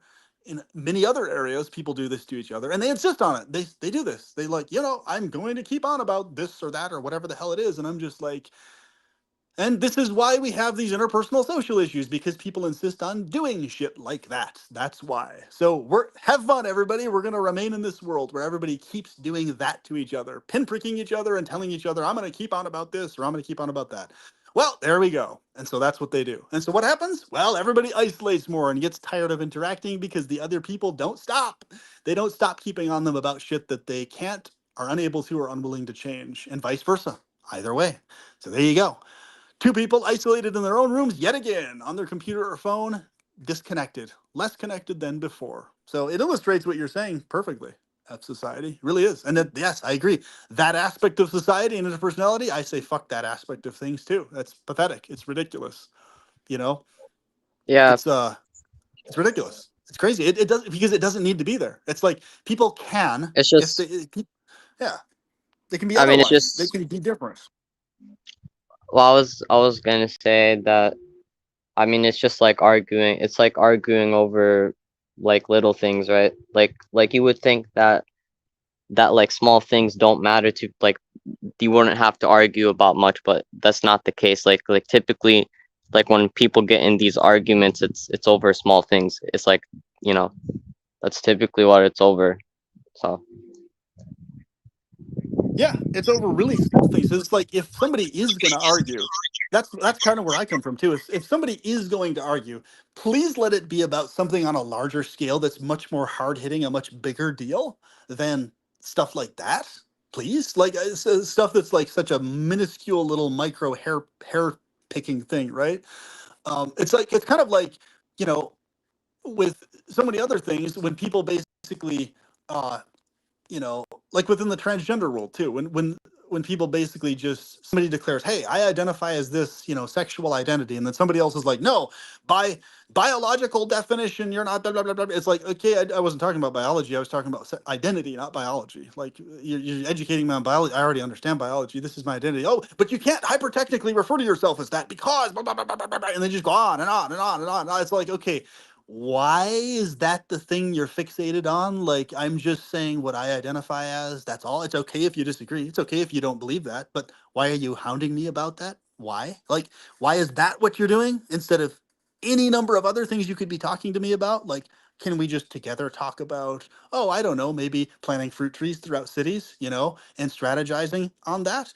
Maybe can we talk about that instead? It's like the thing is, but it's a very common thing I've noticed, and I've even experienced this for crying out loud, like where people would rather fixate on, you say one thing. Like for me, if I refer to myself as so, it's, but because you have some little microscopic ability to be attracted to certain trans women, blah blah blah. Therefore, you can't be actually are hyper technically officially straight. It's like, okay, fine.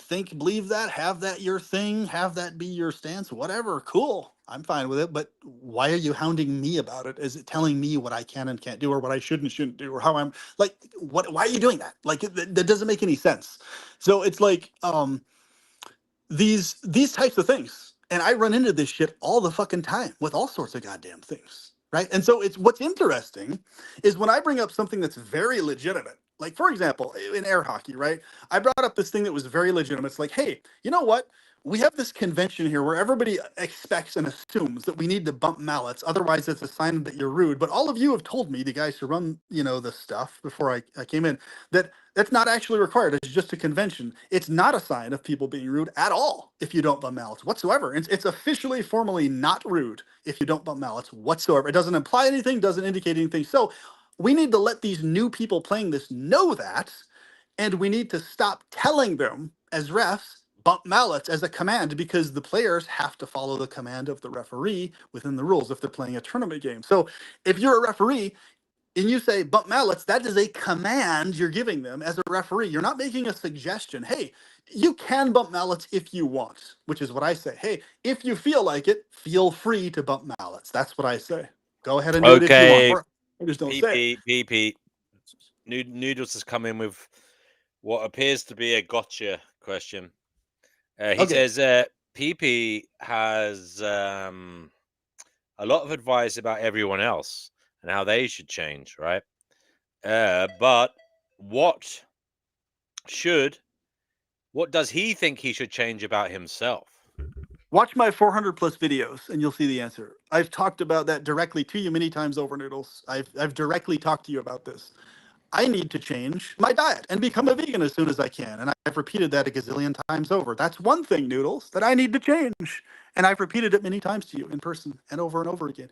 And many other things I need to change about myself in terms of becoming a more calm person, not having so many homicidal ideations when people are cruel or assholes to me. That's something else I need to change and work on. And I've told you that before also, I think, maybe, or at least something along those lines. Anyway, I'm telling it to you now if I haven't said it before. Point being, a lot of stuff I need to change, and that's a side topic. And my point is, you're still doing the thing there that we're talking about. Me and Chickpea have been talking about all along.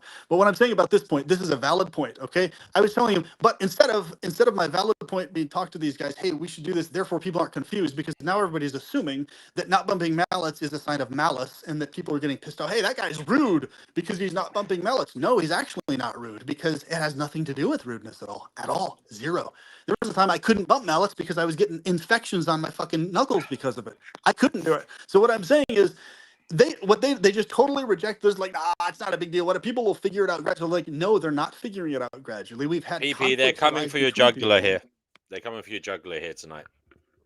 Lemon says air hockey is so important to talk about because according No, to it's not a PP, jugular. That's nothing to do with jugular. I'm making an example of there's valid things that people deny. So when something's actually valid on a broader scale that actually affects things in a bad way, you bring it up, people resist it. No, you can't do it.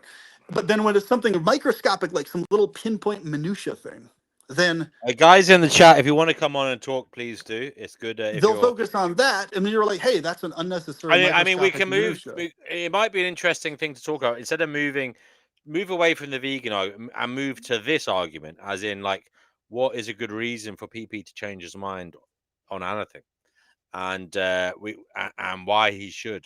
But try and talk about the kind of dynamics of argumentation. How much proof does he need, etc., etc. How much emotional pull, etc., etc. What is the rationale for changing one's mind? What is the necessary requirements for one to change one's behavior? This would be interesting to talk about. You know, The if necessary you want to come on and requirements talk are about that, please do. the necessary requirements in terms of changing behavior are the person has to feel emotionally compelled enough to do so. It's really that simple. And on top of that, on top of feeling emotionally compelled enough to do so, they have to also, on top of that, have solid logic and reasoning behind why they do it, independent of just the emotions, if they're a person who's logic and reason based heavily over emotions. So, like, yeah, if you're just a mostly emotional person, all you need is the emotional alignment. That's it. That's all you need. But, basically, and on top of that, you have to have physiological alignment and ability to physiologically do it realistically. Basically, all three. You have to have all three in place, whatever the situation TP is. says, PP, do you care to join him in becoming a Jain? Is that Jainism? That religion is quite nice, actually. No. I Jain, love when he brings up the Jane thing. That's so fucking funny because that's by the always what way, he throws back at vegan equilibrium every time. Hey, vegan equilibrium, why aren't you a Jane? Always. That's always. I love it. It's fucking hilarious. It's ridiculous, but it's so funny because it illustrates the point perfectly. I like well, Jainism, right? by the way. I do. I have no wouldn't issues mind at all. It's great. Yeah. So it's we like have what's Jane. funny about it. You hear us? Can you talk? Is it working this time?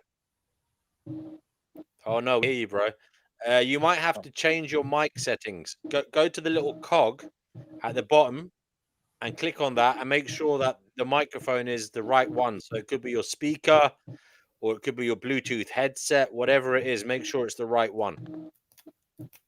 And also close any other volume things that you have going on in other tabs. That might be helpful. Sorry guys, you were saying.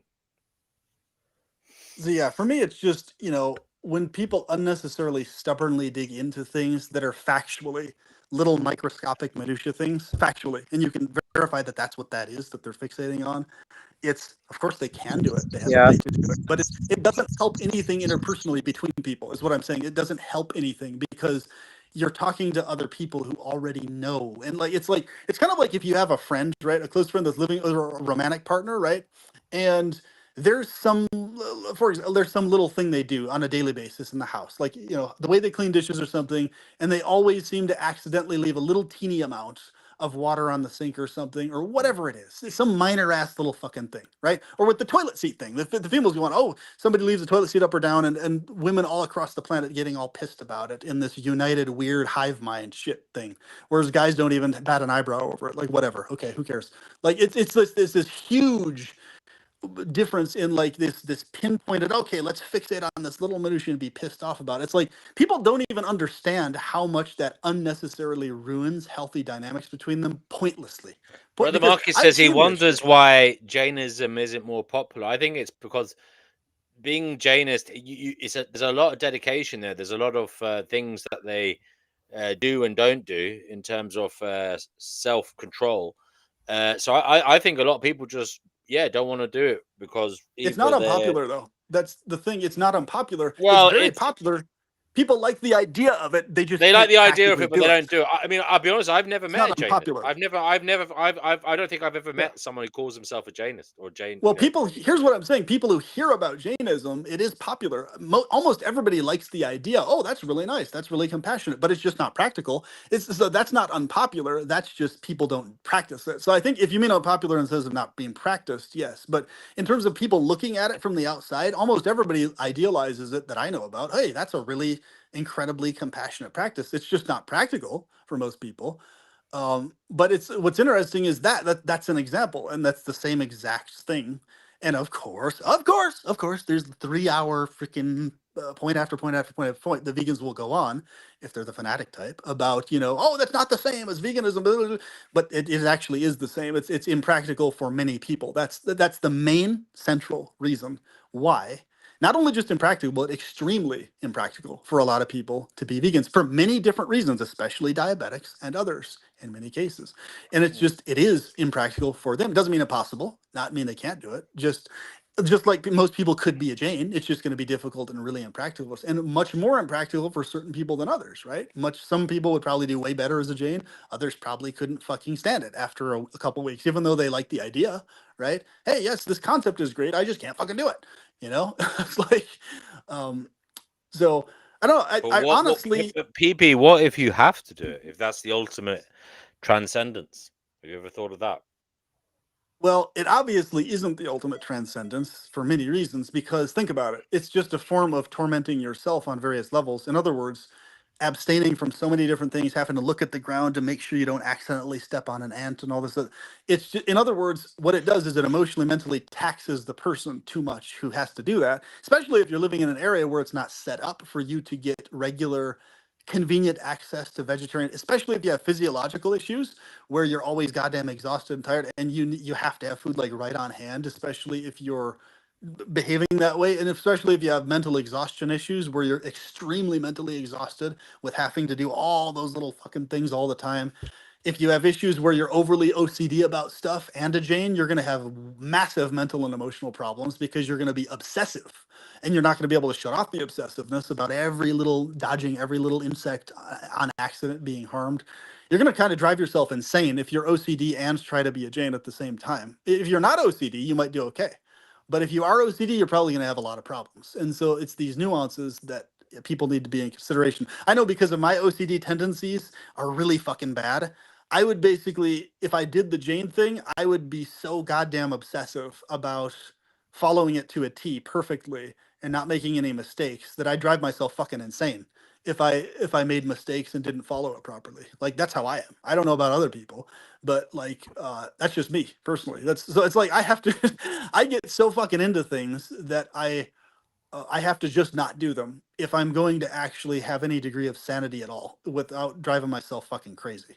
And this is why I had to shift out of religion and shit like that for that exact reason, cult stuff, because I got so into it. Go Anything I do, I back take and very tell us, serious. because I do like hearing about your Hare Krishna days. What were they like, and what was your day-to-day life like when you were a Hare Krishna? So yeah, today I maintain certain aspects of the practice, but when I was thicker in it in terms of surrounded by the community and all that type of stuff, and I adhered to certain other doctrines that I no longer accept. Basically, in those days when I was in the cult periphery of things, basically, even though certain cult things, thankfully, I never accepted, I was basically in a situation where I did take it so obsessively seriously that it caused me mental and emotional issues because of how seriously I took it, in the sense that it was impossible because I'm an overly self-aware type person. I couldn't shake off the things that I knew I accidentally did to harm or offend someone. And there's a gigantic fucking list. If you look in these books, there's a huge list of here's all this list of offenses, accidental and semi-intentional offenses, and here they are. It's like, what the fuck? You expect anybody to be able to adhere to these things? Holy shit. But guess what? I looked at that and I was like, yep, I'm going to do my best to adhere to every single one of these things as much as I Can you give us an possibly example, can. please, of like a few of them? Okay, some really over the top shit. Like there's like 64 different regulations about like, how you worship, how you walk into the temple room and worship the deities, right? Like where you stand, how you stand, the angle, how long you sit in a certain spot, the clothes you wear, not wearing specific fibers, threading, like, oh my God, it's just like what you wear clothing wise, how you bow, how you sit, when you do it, what times you do it, how often you do it. It's just what the fuck. I was looking at this and I was like, who the fuck wrote this? Like, even when I was trying to take all that stuff seriously, I was like, none of this is even freaking possible for anybody to follow. Like, even some of the things self contradicted each other. So it's like, even the things that didn't contradict each other were over the top. And it's just like, nobody's going to be able to do any of this without committing a gazillion offenses constantly, nonstop. It's like, what kind of being would set up a system or even allow all of these minor ass fucking things to be quote unquote offenses? It's bizarre, right? So I was like, holy shit, interesting. That's why India has all the problems that it has. They have all these bizarre over the top fucking regulations for every fucking thing, especially when it comes to temple stuff. No wonder they can not get anything done economically or socially. They're spending all their They're time doing and effort pretty on this all right at temple the stuff. moment, though, brother. They're doing pretty all right if you keep an eye on things at the moment. What I'm They're saying doing is much the better ones than who are these. doing the ones who are doing all right are the ones who don't go over the top on all those little micro things. They're actually just living their lives and being like, okay, they might go to the they're not doing all of those minutia things is what I'm saying. That's why they're doing well and living a good life. In the past, things were far more stringent and more obsessive about that type of stuff, way more than they are today. But nowadays, they're finally freed from a lot of that, and that's why they're doing better, because they're no longer bogged down by these weird, bizarre regulations and stuff, right? You've been fact checked. You've been fact checked by Vegan Equilibrium here, aka Noodles. He said your comment about diabetics is outlandishly ignorant and false. Just so you Some know. diabetics who have reported to me from their ends that they've experienced physiologically difficulty practicing. That's all I'm saying. It has nothing to do with ignorance. I'm saying what they have told to me personally. Diabetics is a general thing that I've encountered. I'm not saying any scientific statement or anything of the type on that whatsoever. But see, here's the issue. That's why I've stopped. This is why, right? That type of thing is why I've stopped for the most part, unless it happens to happen on these chats. I've stopped talking to Vegan Equilibrium about veganism outside of this fold for the most part, for that reason, because he never stops with that stuff. He never stops with it. He always goes in about it and Yep. does it again and again and again and again.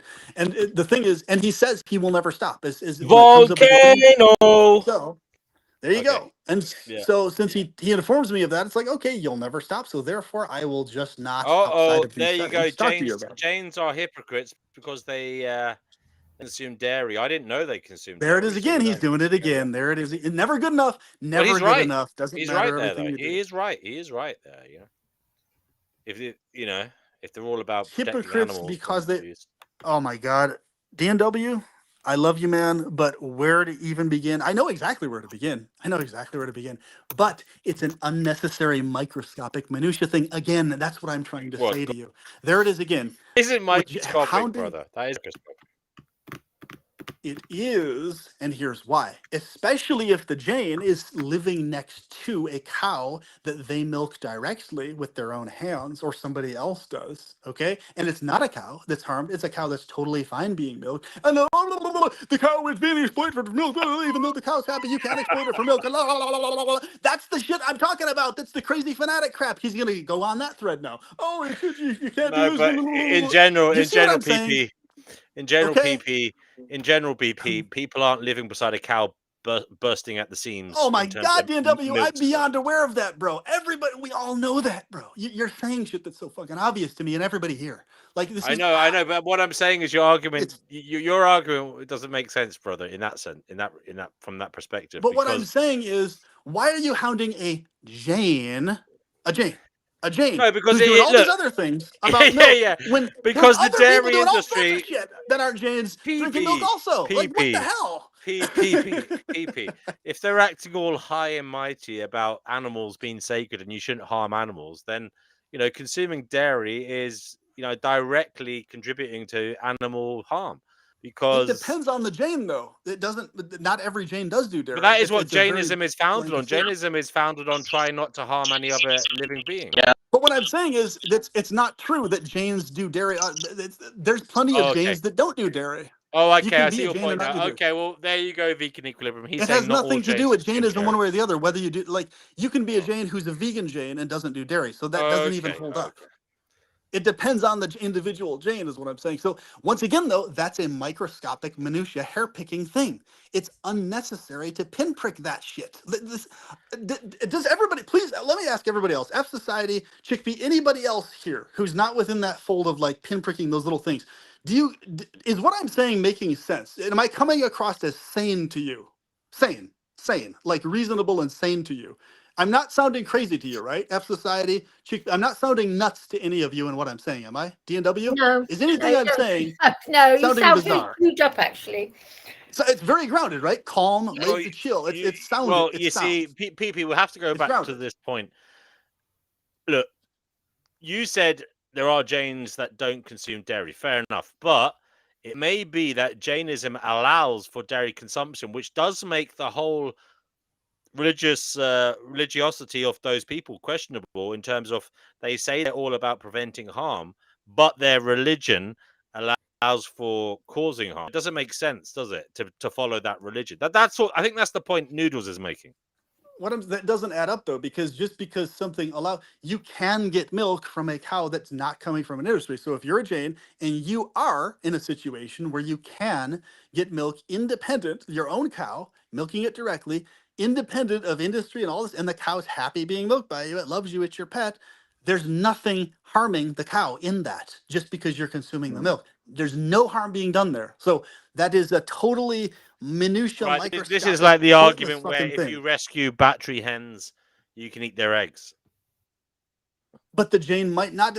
What I'm saying is everything else everywhere, aside from Jainism, does milk any like it's. But if the Jain individually is not doing milk, then they're not doing milk. Like it's not this thing saying you have to drink I milk. think you So basically provided a strict criterion for where you feel it's not abusive. Okay.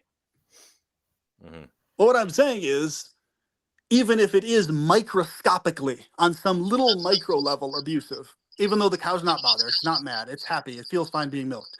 Okay, some microscopic little weird argument as to why that's abusive. Okay, sure. Yes, it's a type of little microscopic, teeny tiny little bit of abuse. Okay, maybe in some weird argument way. Sure. Okay, fine. But once again, it's a minutia little fucking micro thing. Why is that the thing that anybody would fixate on? Why?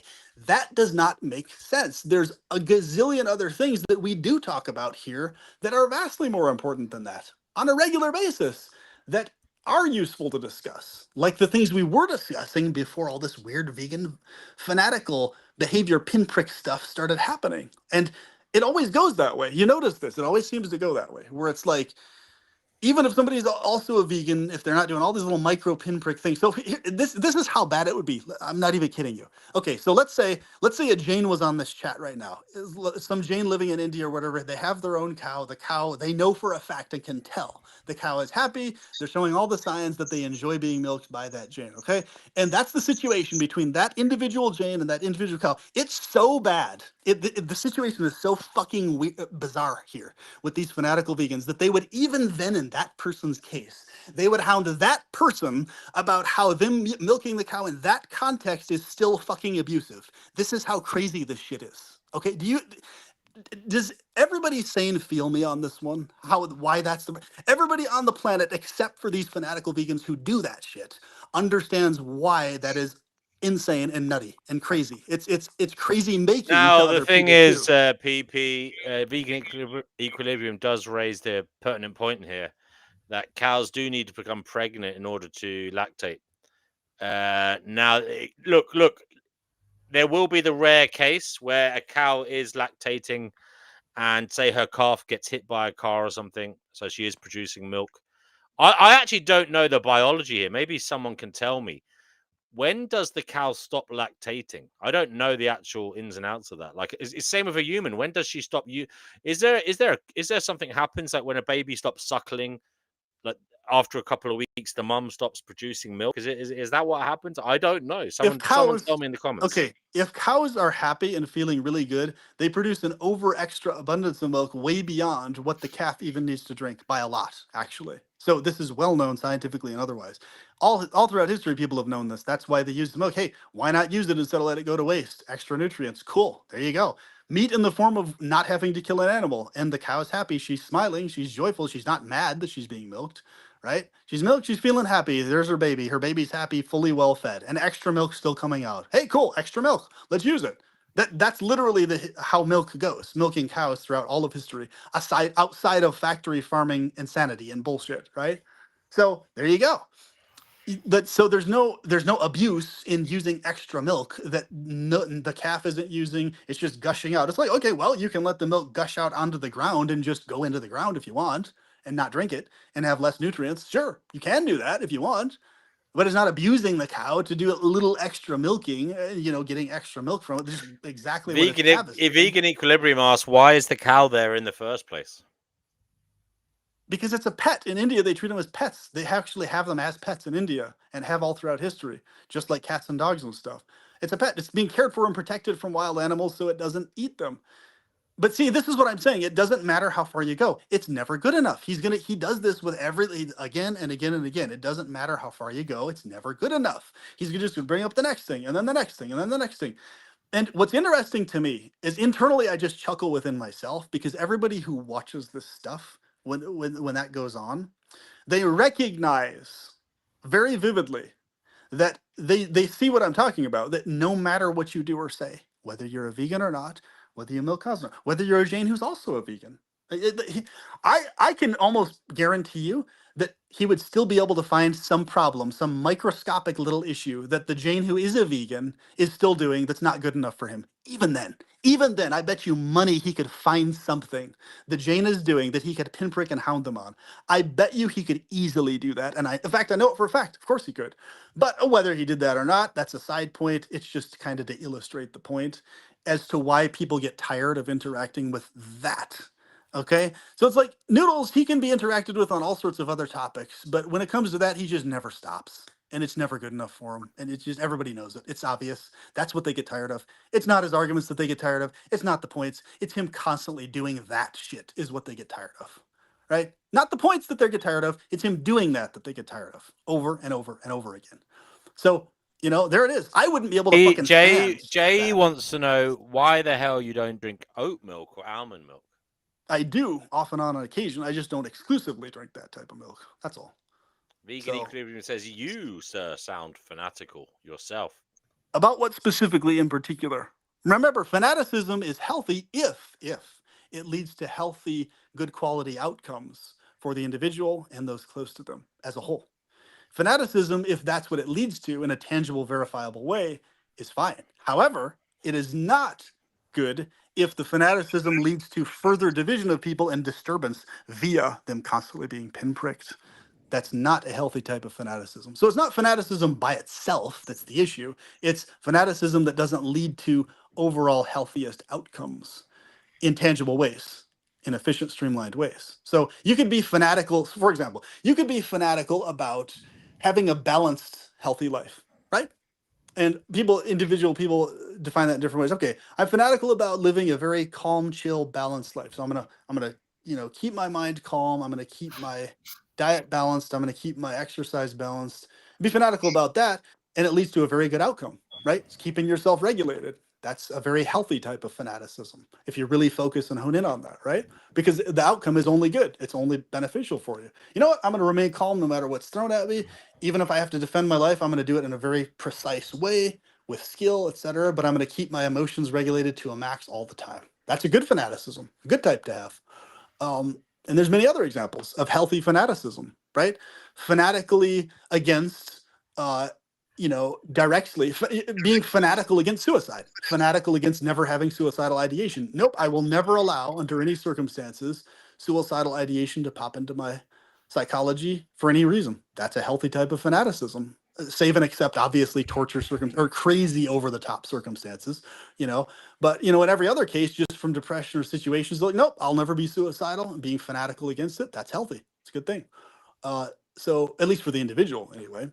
Many other examples of healthy fanaticism, individually, here's the thing, individually being fanatical about veganism to where you're going to stick with that your whole life and continuing on fanatically to continue promoting it as a thing, that is also a healthy type of fanaticism, as long as the strategy used in doing so, does not cause overall interpersonal worse problems from the thing in that sense. So yeah, the fanaticism by itself in that one area of you staying vegan is great. It's good for that, but it's not good in other areas for healthy social interactions with even other vegans, just because they Can don't I do, say something? yeah. Can I say something? Grumpy Guts, I've just been reading up on that vegan cat food you were telling me about. It's dry food. I don't feed my cats dry food. It's very, very bad for their urinary tract. They get cystitis. I've learned this about dry food because I've had cats all my life. Dry food is apparently good for their gums and their teeth, though. So Yes, a little bit, I don't- but not a full diet of it. A little bit, yes, but not a 100% diet. And I've had vets tell me that because I've had cats with cystitis. They're very You can prone- cook. You can cook if you really wanted to. You could cook some. I've looked up. There are things you can make yourself in a pot that would be soft as well. I'm just saying if you really wanted to. Well, I don't cook, as you know. Oh, that's true. But it's all grain. Now, What about if you? What about if you? Oh, okay. Yeah. So Right. I read the ingredients. It's grain. It's very expensive, and it's just grain. You can You know, get soya grain, ones. that's not good for a cat. A cat is a carnivore. Don't care what anyone says. Then the cats have got a long intestine. Yes, your dog has got Oh my gosh. what? We're gonna have to. You know what we're gonna have to do, guys? We're gonna have to do one massive stream on this subject because it keeps coming up and again. We're gonna have to have a video on it, or a series of videos on it in one stream, providing all the evidence, all the potential products on the market, reviews, etc. And then Chickpea, you can stand there and give your opinion. Thing is, D&W, there's only this stuff's The truth all is, very we new, need the relative information. but We need it in front of us. Otherwise, we're pissing against the wind. yeah. Thing is, Grumpy Guts, this vegan cat food is very, very new. Let's see what the results are in 20 years' time. I wonder if a cat lived 20 years eating grain. Brother Marcus says, "Do you not even make pasta or rice?" No, I eat all my food raw. I eat bread, lots and lots of bread. It's all raw. PP says raw. the sane and reasonable will clearly feel grounded with what he has said. Yeah. So, guys, there is a link in the chat if you want to come on here. Please do.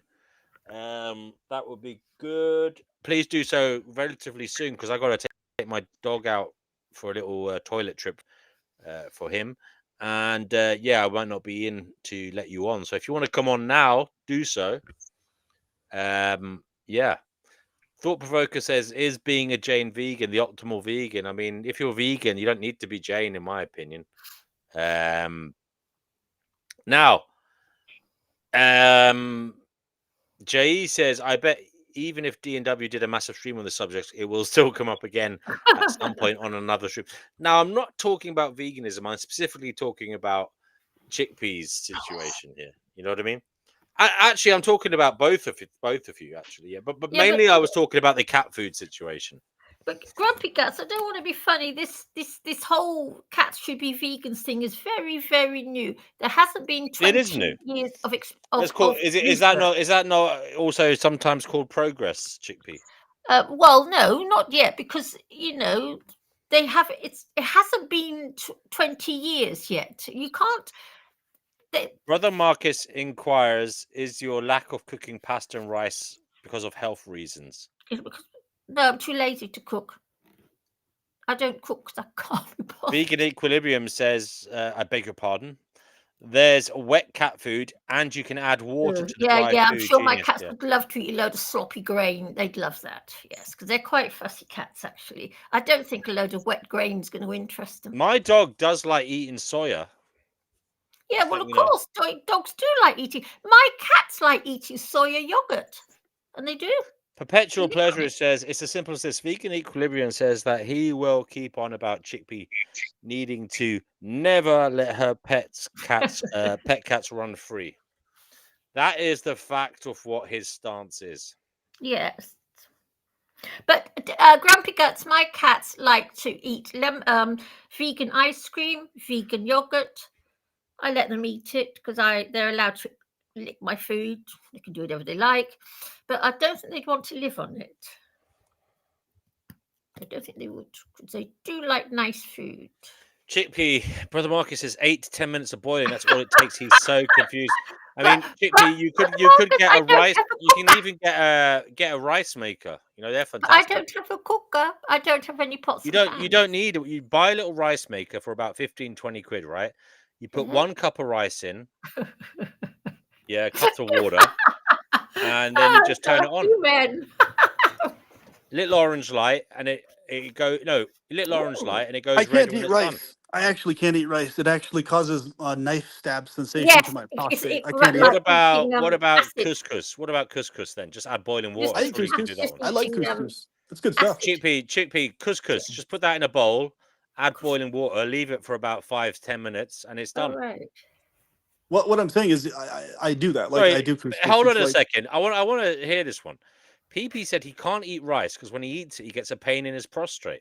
yes, it feels like a stabbing knife because it's Yeah, DHT being blocked. It's I one thing get my body terrible can't handle. digestive problems with rice. My body cannot handle anything that blocks DHT to any notable degree. So rice is known to block DHT to high levels. So Okay. you know, it's known to do that mechanism wise. If you look online, you can see this, and that's why it causes me that sensation. So I found this out because I didn't know it was causing me that stab sensation. But then I finally correlated. Oh, every time I eat rice, I get this knife stab sensation up my rear end, and it hurts like Yeah. hell. I Oh, don't that's my understand it. prostate. I've never heard of this, people. Can you explain the mechanics of why this happens? Okay. Sorry. So the mechanics are because what it does is it causes the prostate to slightly shrink up and tighten up somewhat. So since my body's hypersensitive to everything I do and everything I Wow, put okay. in, because DHT being blocked actually causes the prostate to do that. So this is why when they prescribe guys stuff who have enlarged prostate, they describe stuff that blocks DHT, which saw palmetto is one of them. However, it's a bad idea to block DHT because it actually can scar the prostate in many men's cases, like in my case.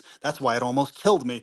And after saw palmetto almost killed me, that's how I found out that rice was something I absolutely couldn't eat either, and that was causing me the stabbing up my Yeah. rear end sensation What ever does since the a kid. It's hold on a horrible. second? Well, what does the rice do chemically? That's what I'm saying. Can you explain What the that? rice does chemically is it blocks the conversion of testosterone over to dihydrotestosterone, which is the active form. So basically, in other words, Have you discovered a cure for baldness? Rub rice on your head. What's interesting is the cure for baldness is actually higher DHT, not lower. There's actually okay. bad research behind a lot of that saw palmetto stuff. It's actually because DHT lubricates the prostate and it assists with healthier hair growth. And I've confirmed this firsthand actually. So hold on a basically, second. I'm getting sorry. It's a bit late here. Rice does it have a negative effect on everyone's prostate, or is it just yours? it doesn't necessarily have that degree of effect on everyone's prostate. However, it's well known that in the countries, the Korean countries and India, it's well known that in these countries, one of the reasons that they have, I should say, let me put it this way. They eat a lot of rice in those areas, right? And it's known that DHT does in fact rice does block DHT, the conversion of testosterone over to DHT. So in my case, I just feel it hypersensitively, whereas most people don't notice it, just like with a lot of fucking things, okay? So what I'm saying is, in those countries, most people don't feel it and don't notice it, but genetically over time, this is what I hypothesize. Much research has been done in those areas, and the penis sizes of men in those areas tend to be smaller ratio-wise throughout the world compared to other areas when studies have been done on this. And I hypothesize highly likely, probably due to the fact that DHT is being blocked in their diets to a very high degree. More so than in places where rice is not eaten at a high level, because in other areas, DHT is not being blocked, and DHT is known to be connected to penis size being larger. For example, so what I'm saying, because the prostate is connected to the penis. Wait. Hold on. PP, hold on. You know what you were saying about DHT, right? Like, and testosterone and all that related stuff. Yes. I was gonna say that DHT also, if you like, I think there's been studies on this, right? That DHT actually causes hair loss in men and women, mostly men though. Like mostly men. What I'm saying is there's a lot more to it than that, and that overly simplistic explanation is mostly related to bad research, and that's the same reason why men get wrongly prescribed saw palmetto nowadays, even though saw palmetto is known to have killed many men due to the nightmarish suicide it induces, and to the fact that it's known to have shrunken many men's penises, made them rubbery, shrunken their prostates, scarred their prostates, and this is well known and well documented. However, it's probably going to take another 5 to 10 years before it's formally recognized worldwide. After there's another 10,000 plus cases or more, hundreds of thousands. Once it happens to enough men worldwide, then eventually the medical industry will finally formalize, hey, we acknowledge this is actually a thing now. Right now, it's at the level, it's called post-finasteride syndrome / Solpameto syndrome. It's at the level of doctors know about it. They've been told by a bunch of men this is happening, but because there's not enough guys worldwide yet that it's happened to, they haven't formalized it as, yes, this is actually a thing in a subset of the male population where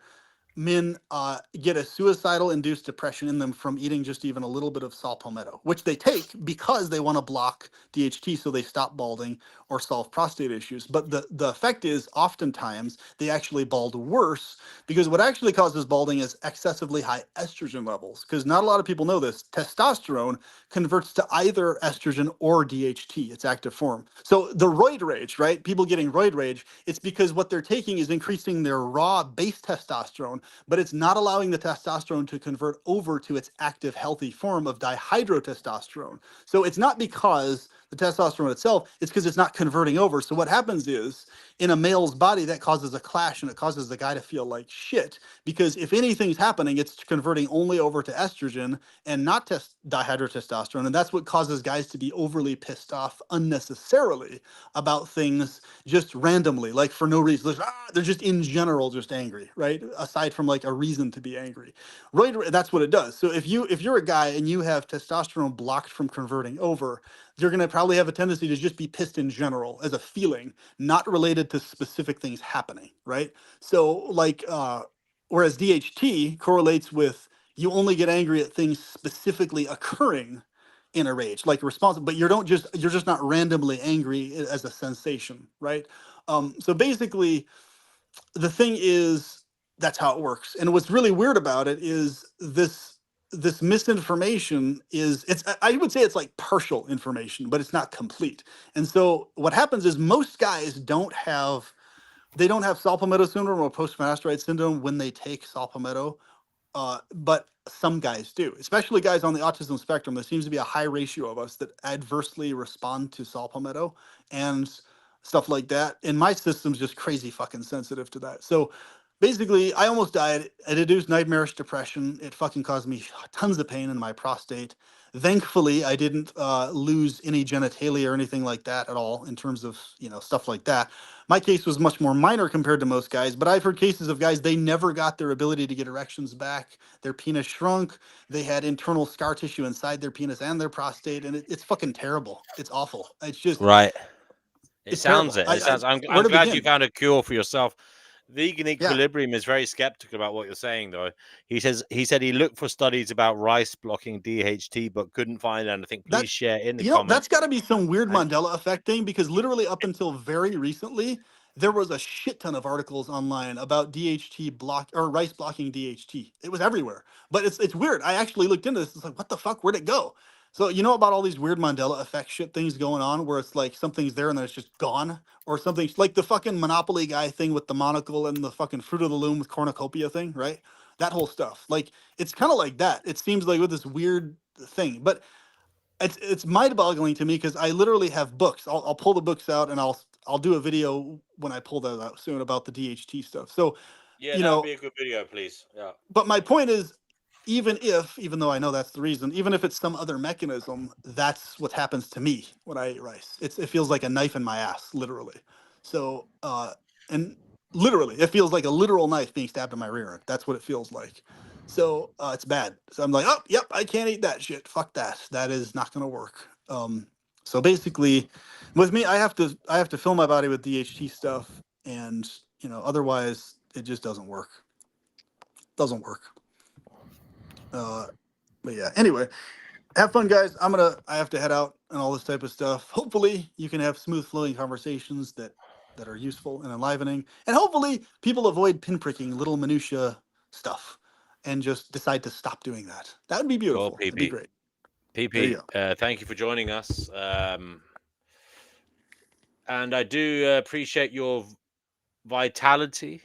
Clearly, whatever you did with your prostrate has perked you up, and you're firing on all cylinders. Plenty of testosterone there to energize and drive you. So you've done remarkably well. I mean, we've been here for 6 hours, 47 minutes, and I think you've been there for most of that, chatting rapidly with great consistency and very few breaths taken. So remarkable feat of human, you know, ability to keep talking. So congratulations on that much. Thank you. Thanks for having me on, and thanks for the good stuff. Good Yeah, it's been times. lovely meeting you, PP. Yes, likewise, Chickpea. It's Have a always good nice one. to talk about grumpy things. And if you could look up those sources for that study, those studies, if you could find anything and make a video, etc., I will. show the pages in your books. Yeah, that'd be good. It's absolutely bizarre that the articles on it just disappeared off the internet. And he also Very said weird. share the information you're getting about roid rage as well. What's So there's a wrong whole with it? load of homework for you. There's a whole load of I'm not homework gonna- being put on your desk. I'm not going to over prioritize it, but I'll get to it when I can conveniently. Put it that way. I'll get to Roid it. Oh my rage? goodness me. There you go. There Silly you man go. mean road rage. All right, Right, take guys. later. Take care, PP. Stupid Guys, man. anybody else want to come on, because we've been this has been a mega marathon stream. So I Actually, think is time going fast for you, Grumpy Guts? it kind of has, yeah, kind of has. Isn't it flying by? You know, for me, it just flies by so fast. And if even the minutes go fast, it's really, really weird. And Marcus is saying, I'm lazy because I don't cook. Right. Yeah. No, I eat everything raw and just with loads and loads of wholemeal bread. Because I can't be bothered. I'm too old to care anymore.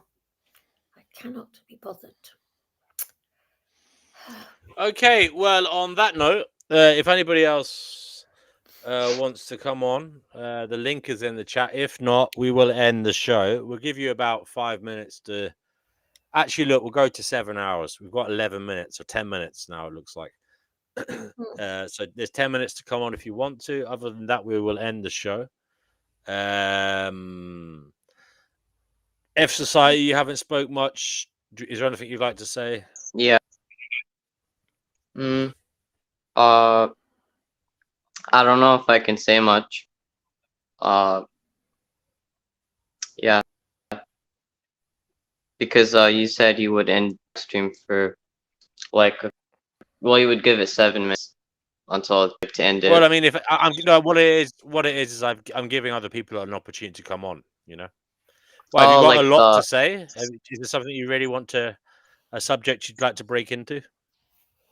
Yeah, if I can remember, if I can just remember what I have on my mind, I think I could say a lot. I think I have a decent amount to keep, like, to say, you know, because like what's the point of coming here if I'm not gonna say? I mean, I had my mic muted. I had my mic muted because PP was talking, and I thought maybe, like, you know, there would be interruptions of, yeah. So why isn't Brother Marcus here? I don't know. Actually, no, Marcus. Do From you? Discord. All Yeah, I right. do. But Yeah. I think it's something to do with the streaming form I'm using today.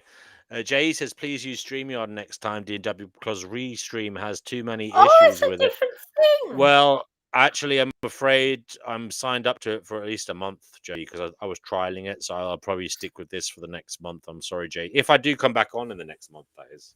Oh, I We thought haven't they had a made stream in a while. But... changes. I didn't realise. Mm. So how's your little fur baby?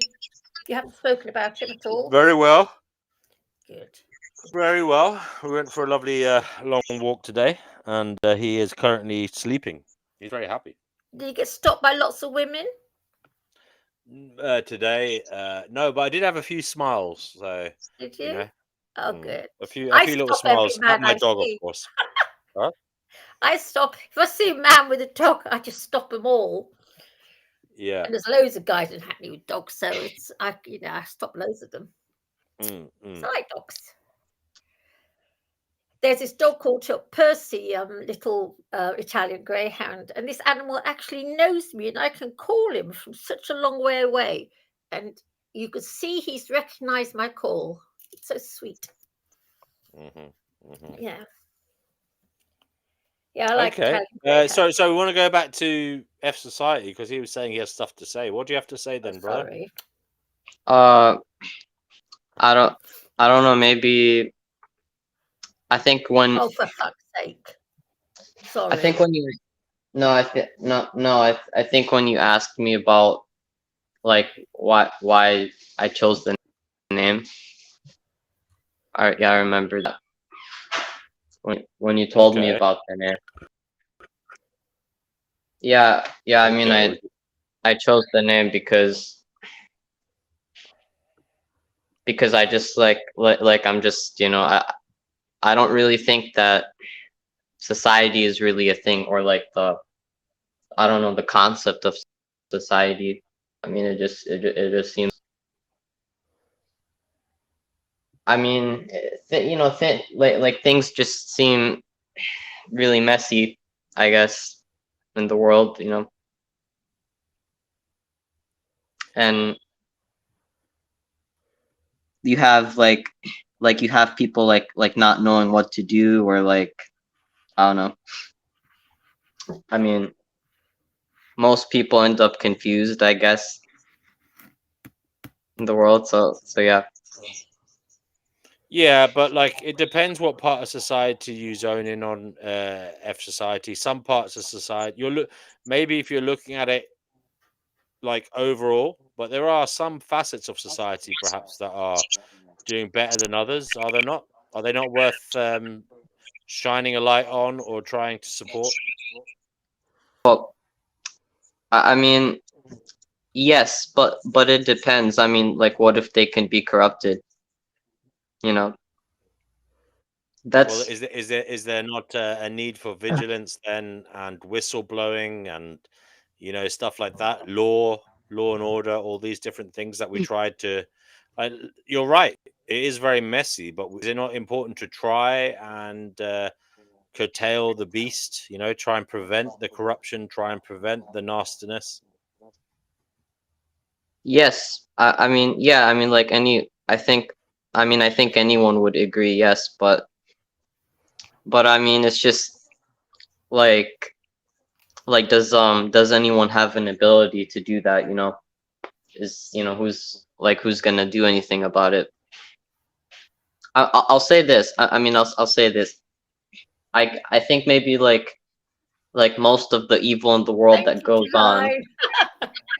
like it's not like I don't think it's actually done by people who do something. It's just I think it's done by people who choose to like sit there and do nothing about it, basically. Yeah. That's why it's important to be a thorn in people's sides about shit, right? Squeaky wheel gets the grease. Yeah.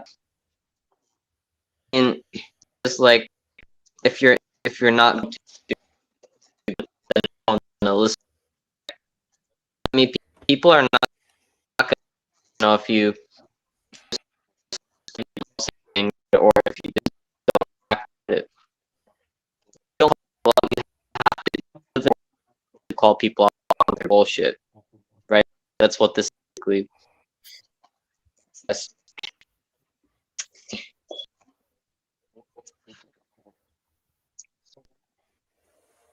We're losing you, my friend.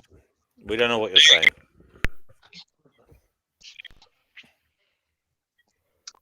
Stop talking. I just. Okay. Noodles, you've come back. Is there something you'd like to say? No, I was just coming back to hang out.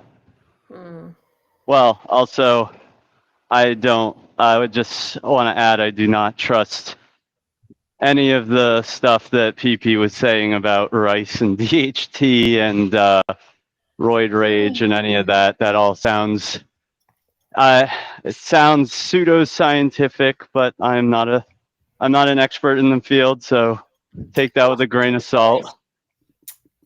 What's an expert? Okay, Yeah. take care to Divine Hazel. Night, Divine. But DHT, like it has side effects. It blocks like it's people bald. It increases baldness. It's known to do that. I have no idea.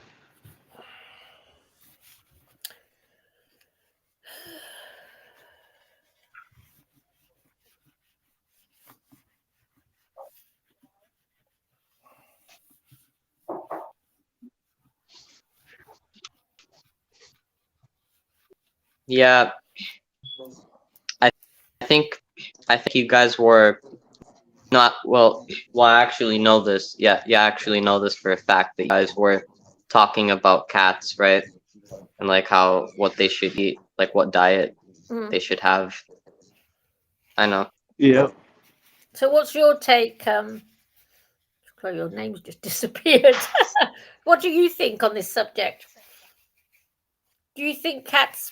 Thank you, Divine. I love you too. See you in a few days. I'll talk in a few days. So, F Society, what's your take on cat food? I mean, I don't know. It depends. Well, I mean, it could depend, like what type of cat it is. You know, like what species. Like all what? Cats have, or well, you know. or like maybe like what if they have like health issues or things like Well, that. yes, because the thing is, if you feed cats too much dry food, and I have been in this situation, they can get terrible cystitis. They can. You just add water. You've never had any pet cats, have you? I have. Really? How many? That doesn't matter. Oh, right. Okay. So I've had cats all my life, but you being I've expert. had cats. What do you like? Who are you? You don't know shit. So what are you saying? Really? Yeah, you don't know how many cats I've had, and it doesn't even matter how many cats It doesn't matter how many cats I've had. All that matters is the health Why don't outcome you data. just naff off, little man? Go and pick Hey, up some be of your own nice. size. Yeah, I mean, there has to be like a better way to, I guess. Yeah. Well, you can't dispute things with bad faith people that are arguing in bad faith. So it's kind of pointless, you know. I like I'm off DNW's idea of It's lovely having chatting to like you. an actual Bye. stream that's dedicated to looking at all of the you know, science behind it, looking at the different How brands. old is this science, Noodles? This science is a couple of years old. That's all it Not is. a couple of years. No, it's been out for probably the past 10 years at least. It hasn't. I'm pretty sure it has. Well, not according to my vet, it has. Of course, I forgot. Well, we won't know this time, but I would say everybody gather their information, and we can have a proper screening of Well, all my the vet relative says data. whatever. And Noodles, I know you think you're a fucking expert. Yeah, I know your vet's retarded. You don't know more than my vet knows. That's not possible. You're too stupid to know as much as a vet knows. You're too thick. Your stick is too short. He's not thick. He's not thick. He's not. You have what's called Dunning-Kruger chickpea. Yeah. All right, guys. Before we start World War III, I think we'll end the show. But Yes, it that'd be was good it was one of idea. those ones. It was a rather bumpy affair, and I enjoyed parts of it. Other parts were a bit turbulent, but you know, we're landing safely in our destination, and you know, the weather is rather pleasant, and all is okay. You can leave the plane safely. Please don't forget your luggage, and don't forget to buy whatever it is you need in duty free. Good luck with your onward Okay. travels and enjoy your stay. Oh, Thank you very thanks, much, Grumpy everybody. Cats.